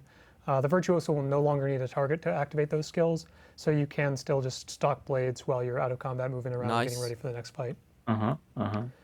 So with additional blade generation, that's going to play into kind of, it's going to enable shatters a bit more. So this character becomes a lot more shatter focused. And one thing we've added Okay. there to kind of play into that identity is the minor master tier trait is now going to give you a damage bonus every time you shatter. This is going to be a duration based thing. So it's like, I think it's 5% Okay. for both power and condition every time you shatter for some duration. Just so more damage. So it's going to create Okay. this really nice flow of combat where you're going to be, building up blades, shattering, get the damage bonus, press some more buttons, get more blades, shatter again, keep that damage bonus going, and so on. Ooh. So importantly, that does increase condition Ads damage just because got another bombarded on feedback your point that chat. we saw a lot about is condition builds, and they're just not as exciting as say the power builds are. And so we've added the damage bonus there, tuned up some of the numbers on some of the bleeding and some of the other condition applications for this character, just to make sure that condition build. So they're feels a still little bit going with more a Condi line. They're little not bit more killing the relevant Condi than line. Yeah. They're still it just did during pushing the it Yeah. down. So next up, we're going to talk about Harbinger. We've got some pretty Meh. exciting stuff Big going on meh here. from me on the Virtuoso. So first things first. That was it bullet point from here is Virtuoso? The life force drain. This is They the didn't thing even that Harbinger did talk when about- you were in combat. He said high Interaction level. with There will be Jin. lots Full more, health, but high they'll level, constantly it's all drain your kind life of force meh. to heal you, convert that into healing. And this was kind of an interesting design decision. Sorry if you guys got an originally, that ad. we I wanted have to no create control kind of over it. I really this, don't. I'm really a little bit sorry. more sustain, but also create kind of this push-pull between building up life Yeah, force the numbers wasn't the and, problem. Sorry, anyway. managing your life force and your defensive play, that you would be able to have enough life force to get a good shroud.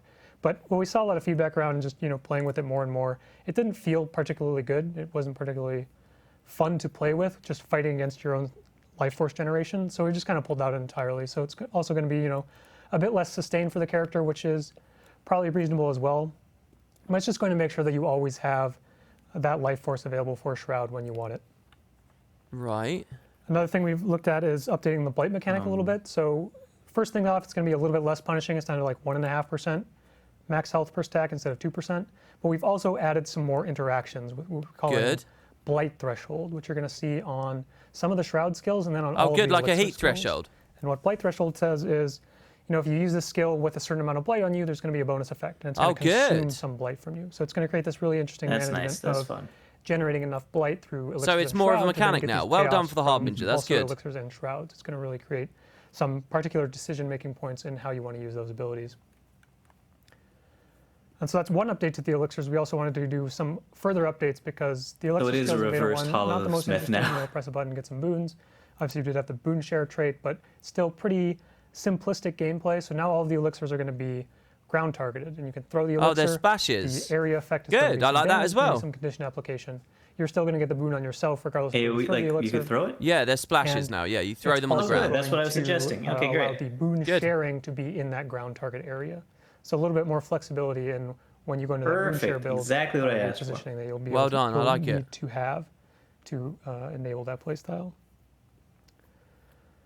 So next up, we're going to move into the will bender.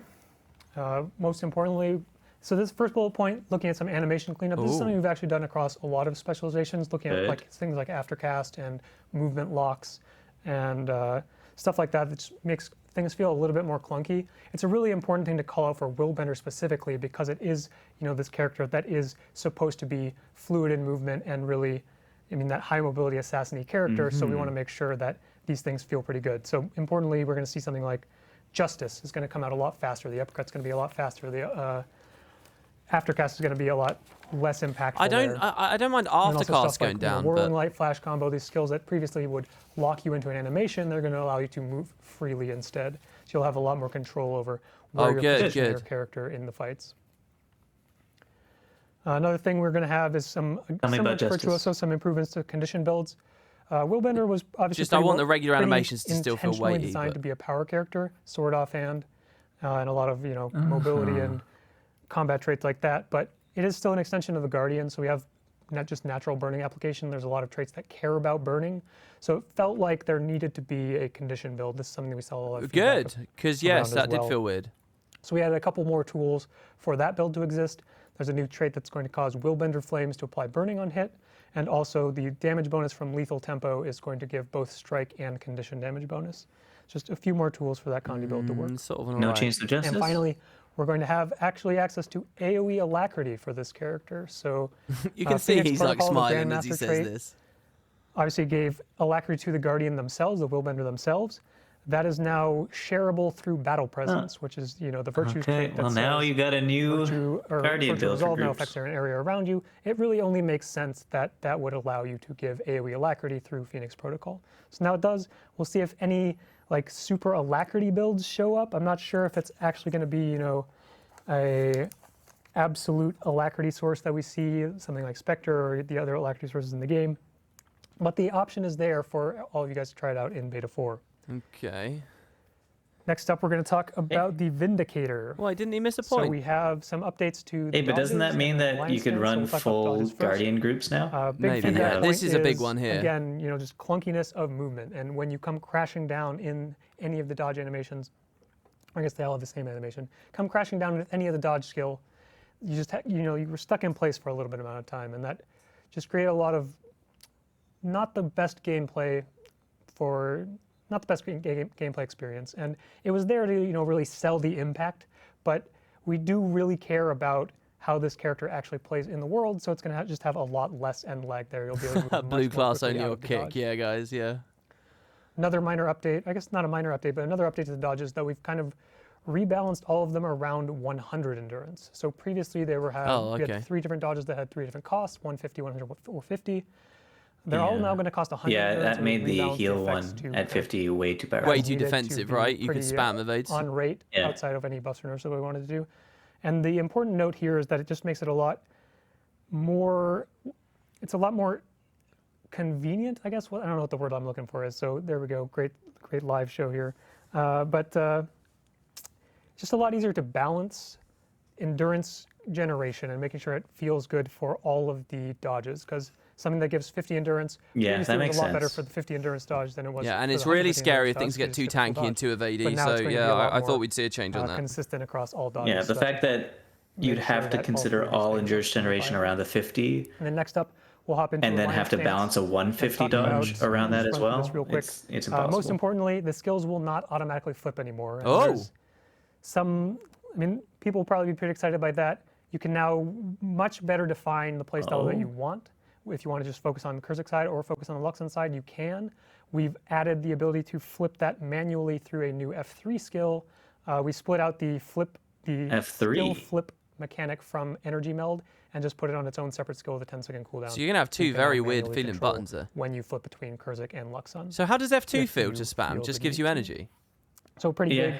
big usability update for the Yeah, Vindicator the called flip change is Vindicator. good. I'm excited to see that. I still would have rather they get separated completely, but hey. There are a lot of. I don't know. I don't know how I feel about that, actually. Next up, we have the Blade Sworn. I don't think so- I like that. Oh, There's, really? One thing I forgot to Yeah. mention at the start here is that there's a lot more changes to these than are just shown on these bullet points here. These are just kind of general categories that feel natural to talk about in this kind of super speedrun version. So the big point here is talking about Dragon Trigger. There are other changes that you'll see in the patch notes once we get there. But some updates to Dragon Trigger and Dragon Slash. So one of the main feedback points around this mechanic is that it is just overly slow. I mean, it's a 5-second channel for the maximum value Dragon Slash, and it's not super realistic and competitive. Even in like PvE modes, it's a lot more difficult to use effectively. And we agree that, again, that's something that makes the character just feel a lot more clunky. So the flow cost per charge is going to be down to 5 instead of 10. He So said it's it. He gonna said cost you clunky. half of your bar to get a full charge Dragon Slash, and it's also going to charge You're waiting for the slight twice as fast. lift So off the instead of ground half a bug second to per be charge, fixed. it's now quarter of a second. Yeah. So it'll be 2.5 seconds for a full charge versus 5. Just some opportunities to make Dude, that a lot Kata is more not that accessible, a broken, lot more guys. Kata usable just needs in some orb regular updates. gameplay Kata will be situations. fine. Wait, I We want got to a hear couple this. of minor trade interaction updates For as well. playing, anyway. I The mean, it's a Immortal waste Dragon of trait is time, one, the there's whole also thing, but protection it can be based off fixed. the number of charges, and Unyielding Dragon will give you some number of might stacks based off how many charges.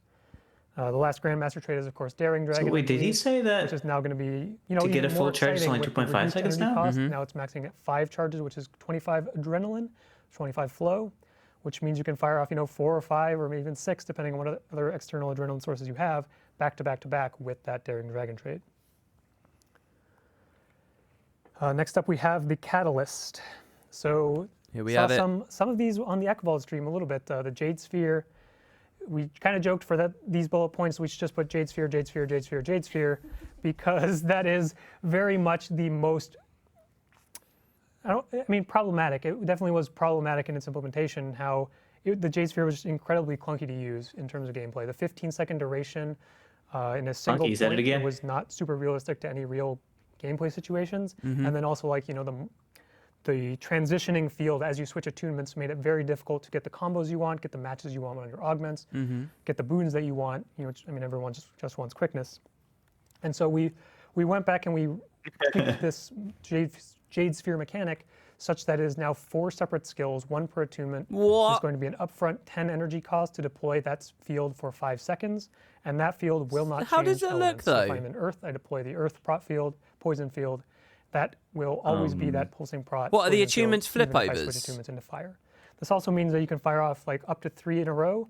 If you have 30, drop Earth, switch to fire, drop fire, You can stack them on top and so of on each and other. so forth. So you can get some potentially more exciting stuff, or you could just pop into air and use fresh air to always have access to quickness over and over and over. Okay, interesting. So that should. So is help it still with F5, just the flow of F5 character a flips lot, based and on your also attunement? Help with the augments. Yes. But even though another thing with the augments, Yeah, it's like that I will elemental say is that shades, that the are combo matching fields. mechanic we thought was cool. We saw some feedback. The matching mechanic is cool, but these skills are just too weak, and you need the bonus effect to feel as though this is the same power level as a more natural utility skill, and that's definitely pretty accurate. So for most of the augments, not the elite, we'll talk about that one a little bit later, or we'll just leave it for the patch notes, because that one's actually pretty crazy. We made a pretty significant mechanical change to the elite skill that you guys can take a look at later. But all of the other augments will have the previous bonus effect rolled in baseline, and then you have a new bonus effect that is either going to be cooldown reduction or duration bonus, depending on which augment. So the fire damage bonus is going to last longer if you use it in the fire field.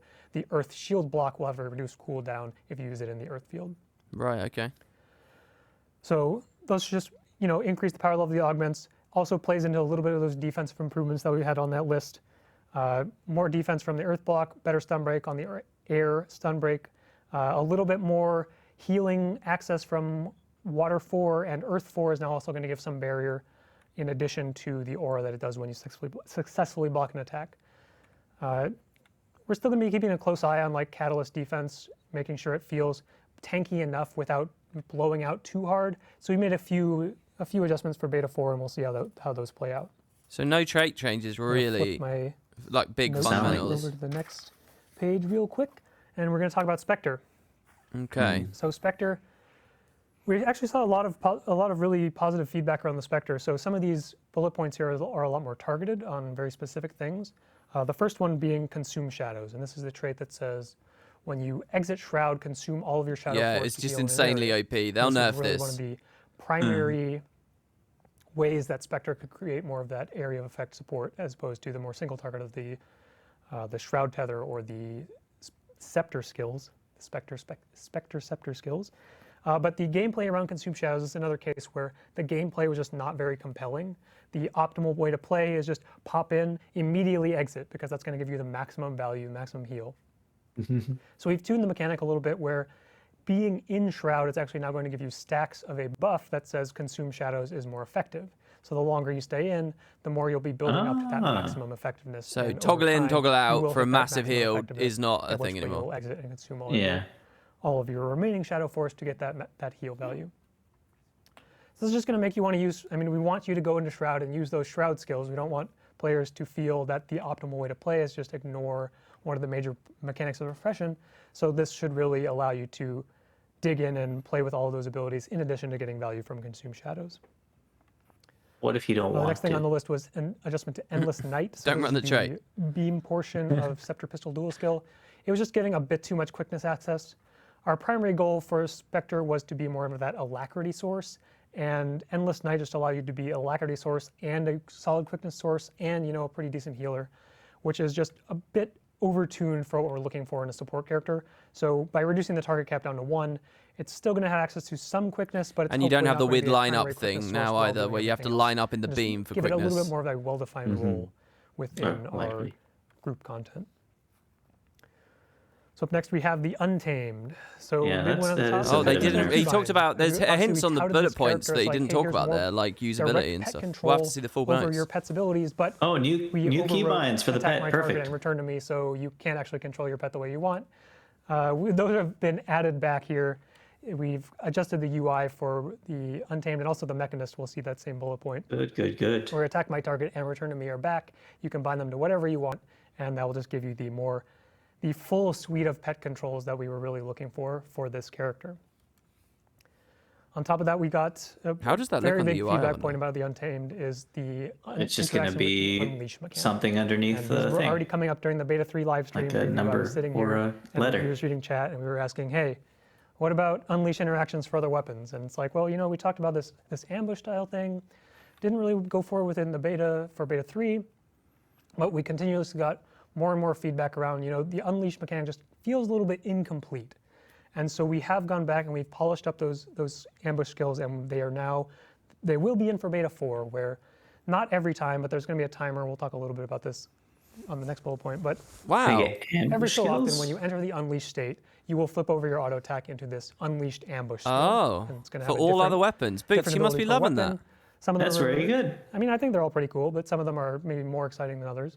As we've seen, I mean, it's the same thing with Mesmer Ambush or any burst skill. Good, okay. I think, again, they're So all wait, pretty they cool. had this held They had back. it, they rained off of So it, it just and now adds they're another deciding to go layer for of it, yeah. interaction with the Unleash mechanic. Weird. Cantrips are also going to see a bonus depending on your state. It will give you a little, it's kind of a variable buff. So for example, the heal is going to give you super speed if you're in Unleashed state, and if you're not Unleashed, it's going to give you a stack stability.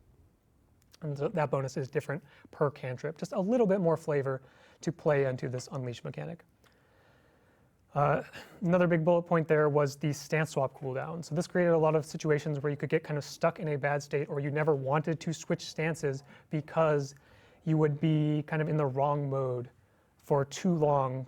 That 10-second cooldown didn't feel super great, especially when you're trying to set up the combos that you want. You want the CC and defense, switch into Unleash, get the offensive combo off of that, but it just didn't play really well when you were already in offense. You had to wait, a very long time. So we reduced that cooldown down to 1 second, and that's why the Unleashed Ambush skill is going to be controlled by a timer as opposed to every time you unleash. But that's just going to give you a lot more control over when you have access to the Unleashed pet skills, when you have access to the other side of the hammer, and not be too punished. The thing is, I was playing with a trait that chunked that cooldown anyway, and even with that trait, I still didn't want to swap. Lines for gameplay here. Quick final note here: the player material effect that you see when the player is in that unleashed state got a lot of feedback around, the conflict it has with Fashion Wars, especially as a permanent buff. It's a little bit different than like a Necro Shroud or Hollowsmith Forge, which are all temporary things. Just always having this. Yeah, just effect put on the pet then. It doesn't affect the pet. Just fucking put on the It's going to pet. fade out after a period of time after you enter Unleashed state, and you'll still have all the bonuses of being unleashed, but that material effect will fade out after a little Just so that cosmetic. Oh my god. So we have one, last but not least, we have the Mechanist. That could have been And another meaningful couple, mechanical obviously, technical change, but keybinds, same they've stuff, attack my focused on target, that return to instead. me. Those are now available with Mechanist. And then we have the big category here is the updates to the Jade mech. And like I said before, there's changes that do not fall into the same bucket that you'll see in the patch notes, but this is kind of the main thing to talk about for this preview live stream here is the Jade mech. And first thing we'll throw out there is that the mech is going to be a little bit less powerful. We saw even competitive modes, or not even outside of competitive modes, the mech was a little bit overperforming relative to where we want it to be. So we've just reduced the base stats in a lot of cases where the power it was like 1370 something, and now it's going to be. See, I'm worried about this though, 1000 Boots. instead. I'm So really just worried about this. I know, me too. Reduction to some bulkiness from that, from the vitality, the toughness. Like I said, the mech either has the weight. It has to set feel up like right a god, now or the whole from thing feels the like nothing. mechanisms Yeah. themselves. Exactly. On top of that, we've also reduced. It has to be the perfectly cooldown on balanced. the- Well, we'll see. Otherwise- It mech certainly resummoning, was so strong. There previously might it be a was lot of 100 seconds. headroom. Mech dies. You're stuck without the mech for 100 seconds. It feels really bad. The common feedback we saw is, the Mechanist just doesn't feel like it does a whole lot without the mech. And I mean, the mace is cool, the signets are cool, but the mech is obviously the big primary gameplay element. So when it goes on a 100-second cooldown, it just kind of sucks. And you want to, everyone hold the elite skill to resummon the mech rather than using the Jade Buster cannon, which is the super cool thing it's supposed to do. So the cooldown is down to 50 for Beta 4. We'll be keeping a close eye on that, and we'll be reevaluating. Like, does mech strength need to be adjusted even more, and the cooldown need to come down even more? Or, I like the idea of so on making and the so mech forth, and squishier, the reevaluating cooldown shorter, what the but right keeping the power there. numbers for those cooldown and Yeah. elements is. It's just The last big all point to talk kinda about for the weird. mech is the skill responsiveness, and this is actually something that we saw a lot of where you try to use a skill, you command the mech to use a skill, and it would just not use that skill. And the reason that would happen is because And then the he mech had a walks couple off of other skills somewhere. outside of its auto attack chain that it prioritized very highly. If it was going to use Jade Siphon, it's going to use Rocket Punch, it's just going to ignore you when you tell it to do something because it has a better idea. The mech, it thinks it's a little bit I smarter actually than you, didn't so have it's this like, I'm just going to experience. use my own skill instead. Oh, I had some interesting experiences And in that PvP obviously with just it. made the gameplay feel really clunky. So Jade Siphon is actually not going to be a skill anymore. The mech will never use that ability, and that's another kind of power level adjustment to the mech, give it a few less things to do. And then Rocket Punch has been pulled out of the mech's AI package, and it's instead going to be used anytime the mechanist uses Mace 3. You use Mace 3, the mech will use Rocket Punch at the same time, get that nice CC and CC. Cool. More control over the CC skill feels really Wow, good that there. gives you a And as lot of result this, reason you're to just use gonna have Mace a lot now. more responsiveness when you use it to use one of your F1, F2, F3 command skills. The mech will pretty much always be there and always be ready. That's quite interesting. So again, that's this super high level, quick summary of all the changes to 9 Elite Specialization for Beta 4. Oh, that's not 9. We're We'll be already posting done. the patch notes pretty much right after the stream ends, and you'll be able to see the full list of changes. And obviously, I you wonder guys what the have been elite skill looks play like. with all these things. We're expecting a No lot tool more belt coming feedback back. around all these things based on Beta Nope. 4. So But I mean, that would obviously have give been us- go on the rough. forums, tell us what you think, and we'll be continuing to Tool iterate belt on all while these the mech things is as dead we is look what ahead I thought would toward be interesting. End of Dragon's launch. I think that's a bad idea. And so now I'll toss While back the mech to is Ruby. dead or We'll gone, wrap because things up. you could send the mech away, Cattle, right? As always, you're a hero. they're not You when it's do sent all away. of that stuff. So thank I you very much.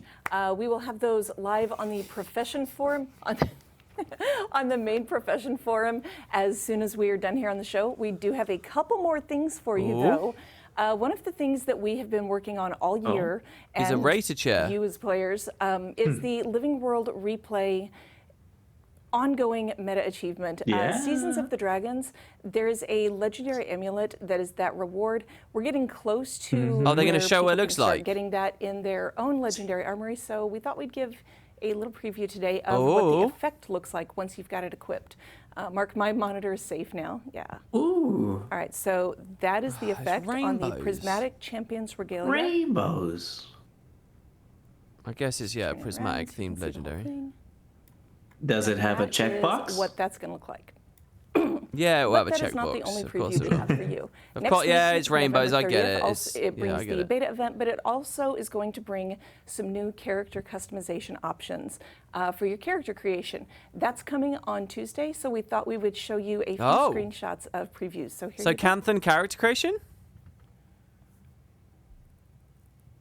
Oh. Okay, so different, like East Asian kind of ethnic choices. Oh wow, a Sylvari option.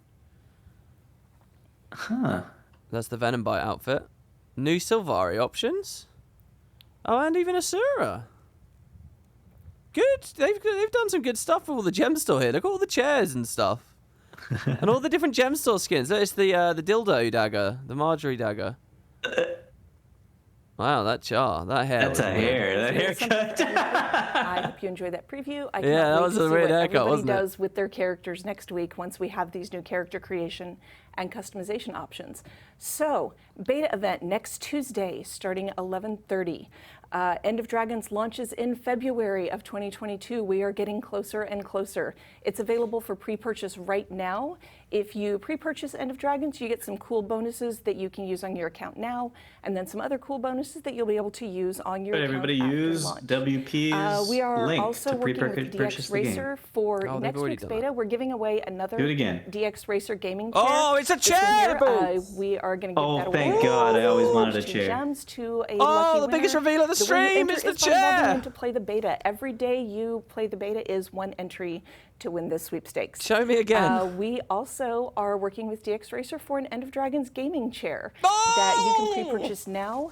That's a cool Pre-purchase chair, though. lasts To be until honest, November 30th. I Next want that Tuesday chair. Dude, it's like is the day. There's a 600 lot quid. happening. I'm not gonna buy the chair, It's but so I want expensive. Purchasing this, get that in. I'm not gonna before buy it. purchase I just ends want it. next Tuesday. We are almost at the end of that. We also have some Black Friday sales coming up. Like I mentioned, here in America, this is Thanksgiving week, and with that comes Black Friday. So starting on the 26th, Pathfire. What is that? half Oh, that's the price. sky scale people were Guild Wars talking 2 about. That's the new Gems, sky scale 20% mount. off. That looks Oh. You can ridiculous. check our website now. That Check looks- that did guildwars.com. look crazy. There's an article listing out all of the retailers with links where you can pick those up depending on where in the world you are. Also, check the Gem Store daily. Starting on Friday, we're going to have daily sales for Black Friday for the next 4 days. Next Thanks show for is the December Sublight 3rd. Shadow. We're That's gonna going to be go telling towards you my about gamer a chair. whole lot of End of Dragons gameplay features. Yeah, Arbor Stone So follow our channel Revitalization. so you don't miss us. and Gameplay we will see you overview, then. December 3rd. Now let's all go to the forums and we'll get those notes up and running. See you next time. Bye-bye. Thanks, Bye-bye, guys. everybody. Bye. Bye-bye. All right. How about that turtle? Wow, man. Wow. Jeez Louise. What do you want to talk about? I should have taken some notes. What do you think? I let also me should have taken some notes. let me unmute here. I thought that the turtle was slower than I thought it was gonna be. Right, let's have a Isn't little. it? We'll have a little chat here, and then we'll go to the forums in a second. So don't worry, guys. We will review the forum notes. Don't you guys? Look, they're already linking it. So you thought you think the turtle's too slow, do you? I don't know if it's too slow. It is slower than I thought it was gonna be. Well, yeah, I think it looks cool in meta events. Actually, I think that's just going to be like an open world meta event, random, pew-pewing. And I don't just mean in End of Dragons, guys. I mean, like, imagine like fighting Tyder Covington at the gates here, just zooming around in little circles or whatever. I'm looking forward to it. It looks like it's going to be a lot of fun to use, especially the fact that it's a two-person mount. It's going to be a lot of fun. But like I said, I think it looks slower than I thought it was going to be. I like the speed it starts at. I like the increase in speed as you run. I don't like the speed it caps out at. I think it should cap out at like maybe 50% faster than it currently caps out as.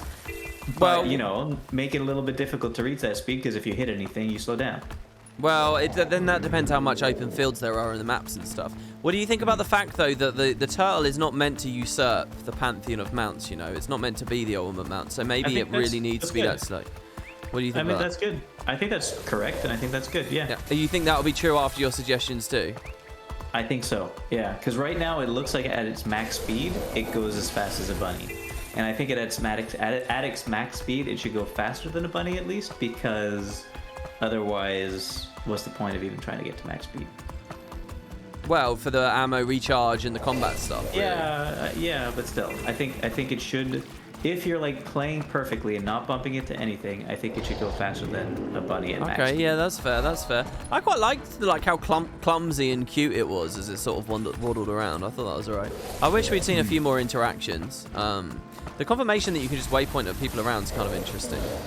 I don't know how that'll go, because your thing Like about I holding said. people permanently in loading screens is quite weird. Yeah, I don't know about that one. That sounds like a possible issue that they'll have to deal with. Oh yeah. Yeah. As for the elite specialization section, what do you think there? The elite specializations, there were things that I mean, all the things that they changed, except for one of them, seemed like good changes. Yeah. I don't know if all of them are enough of a good change to pique my fancy, Right. So we'll see. We'll see how it all feels when we get to put our I hands feel on like it they again. didn't do anything really well. We should go to the notes. Let's actually talk Yeah, about the let's do notes that. Let's do that. before we do that. Okay, so I'm going to open it up. So you guys won't see this on screen, but I'm going to read them out loud, okay? So in chat, there is a link to the notes, okay? So, hello Tyrians, with Beta 4 right around the corner on November 30th, we want to give you an early look at the changes to End of Dragons Elite specs based on the feedback we collected from the first 3 events. We've done more than just tune numbers and fix bugs. Although the timeline's been tight, we're listening, and we've made changes to core mechanics, skills, traits, blah blah blah. Lots of changes to make, blah blah blah. With these changes, we're documenting them, blah blah blah. Okay, here we go. Elementalist, the Catalyst. Ready? Catalyst first appeared in Beta 2. We saw excitement for several mechanics, but your feedback pointed us to a lot of blah blah blah blah blah. Fucking hell. Alright. The Jade Sphere felt difficult to use and tied the Catalyst down. So, for starters, the Jade Sphere no longer drains... Energy no longer drains. Now, we actually saw that on the Echovald stream, I think. You no longer lose energy. The Jade Sphere no longer drains it while deployed. Instead, it consumes a flat amount to instantly cast at the target location and will always persist for 5 seconds. Now, you can deploy multiple spheres for different achievements at the same time, allowing you to deploy benefits of your Jade Sphere and associated combo fields in multiple simultaneous locations. We'll be keeping an eye. What's the uptime that you could get? I don't know, but someone in chat said earlier it feels like shades, and I think that that's totally what it is, right? They're going to feel like sand shades, scourge shades, but different elements, which I think is quite interesting. Yeah. I was wondering though, so it's going to be in F5, right? And every time you attunement swap, it flips to a new color, basically. Is that the idea? Yeah. So it's not like we have a bunch of F keys. It's still just an F5, right? Yeah. Next we have several skills felt difficult to use or weren't well connecting. We've got a mix of hammer and utility skills. Most notably, Hammer 3. Here we go. Yeah, this is interesting. Wait, Hammer 3 in Earth has been in each achievement. I read Earth. Each achievement. Yeah. So Hammer 3, if you guys don't remember, that's the rotating orb thing. They now activate instantly. The circling projectile now orbits faster and closer to you. It will strike enemies in melee range consistently. The skill to launch them is now a projectile finisher. The skill to launch them is a projectile. Interesting. That idea of them orbiting closer is like what they did with Jarlis as well. The catalyst. No, but that's good. It's not that interesting. It's a good thing that they just did it. So when you finally launch them by pressing the third skill again, once you're in the attunement or something else, it shoots all the things at someone. And before, it wasn't a finisher in any way, shape, or form. And now it it's is. A projectile finisher, and I'm guessing it's going to be a multiple projectile finisher if you have more than one orb. Which is excellent on the catalyst, because then those projectile finishers will become auras, which will become more stuff for you. Yeah, that is actually huge. Yeah, I actually remember when I was playing the catalyst before doing that, and it wasn't a projectile finisher, and I thought, oh, that's a bit lame. But I moused over that and thought, oh, well, that's for balance concerns. But there you have it. No, okay, that's good. Yeah. Yeah, whenever we see something about that on Catalyst, you're going to want to pay attention. Augment utility skills have been improved. He already talked about that. Oh, okay. Oh my god, Boots, there's so much info here. I'm ready. Let's go. No, I'm not, though. I've been streaming for 7 hours. I can't keep going. Not enough time. Oh my 9 god. hours or Also, bust. I don't have the information on screen. Also, I'm going to have to do this all again on YouTube anyway. Oh, yeah. This is so going you to take want me to come hours back and or hours something? and hours. I mean, it's huge. Uh-huh. And a lot of it's Why like don't minor we- stuff. Why don't we do it now, and then you just clip it and ship it for No, YouTube? no, I don't want to do that. Well, some of it's pretty minor. Fixed a bug where hammer projectile skills could be fired behind the player. Flame Wheel, Icy Coil, Crescent Wind, Rocky Loop. I don't even know what the names of some of these skills are referring to. Where's the elite? I want to see the elite at least. Elemental Celerity, right? That was the elite. Instead of reducing rechargeable weapon skills when striking an enemy, this skill now recharges weapon skills of the catalyst's current attunement when activate. Oh. So you activate it to refresh that attunement's cooldowns? No, the weapon skills of the one you're in. So that means you could stay in an attunement that you like. Like, let's say you want to stick in fire attunement. Yeah, you can double You can fire. use all the skills, yeah. So you can double Meteor Shower then. Yeah. You can double cast Meteor Shower. That's quite interesting. You could double cast Phoenix. You could double cast any big ability that you like.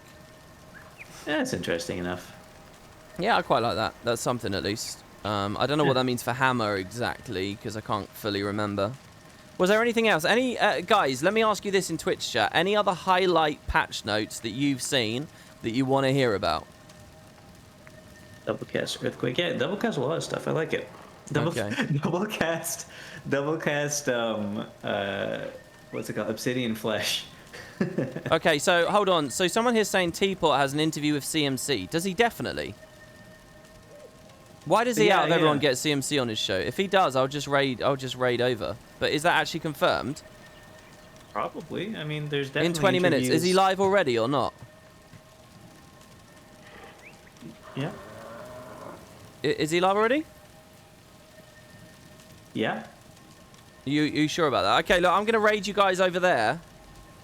And we'll do it this way. Rocker, do you want to? Is Rocker still in chat? Rocker, do you want to put the command in?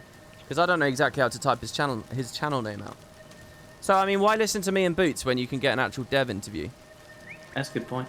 Right. Although, to be honest, I am quite the bounty of knowledge. I would go on longer, Boots, but yeah, since I'm coming up on 8 hours and I did a video this morning, I think I should probably stop. I get it.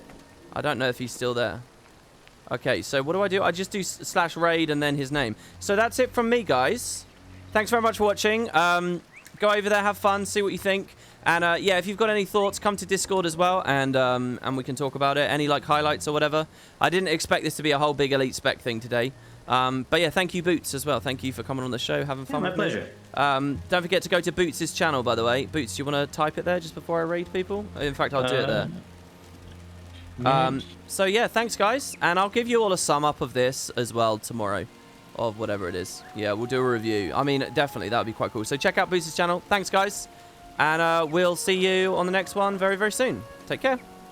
Bye-bye. Oh wait, am I meant to wait? I never know how to do this. All right. Yeah, just when you think there's enough raiders. All right, whatever. I just clicked it. All right, I don't know if anyone can hear us anymore. Can they? Probably not. Probably not. All right, well, there you go. Okay, so I'm going to stop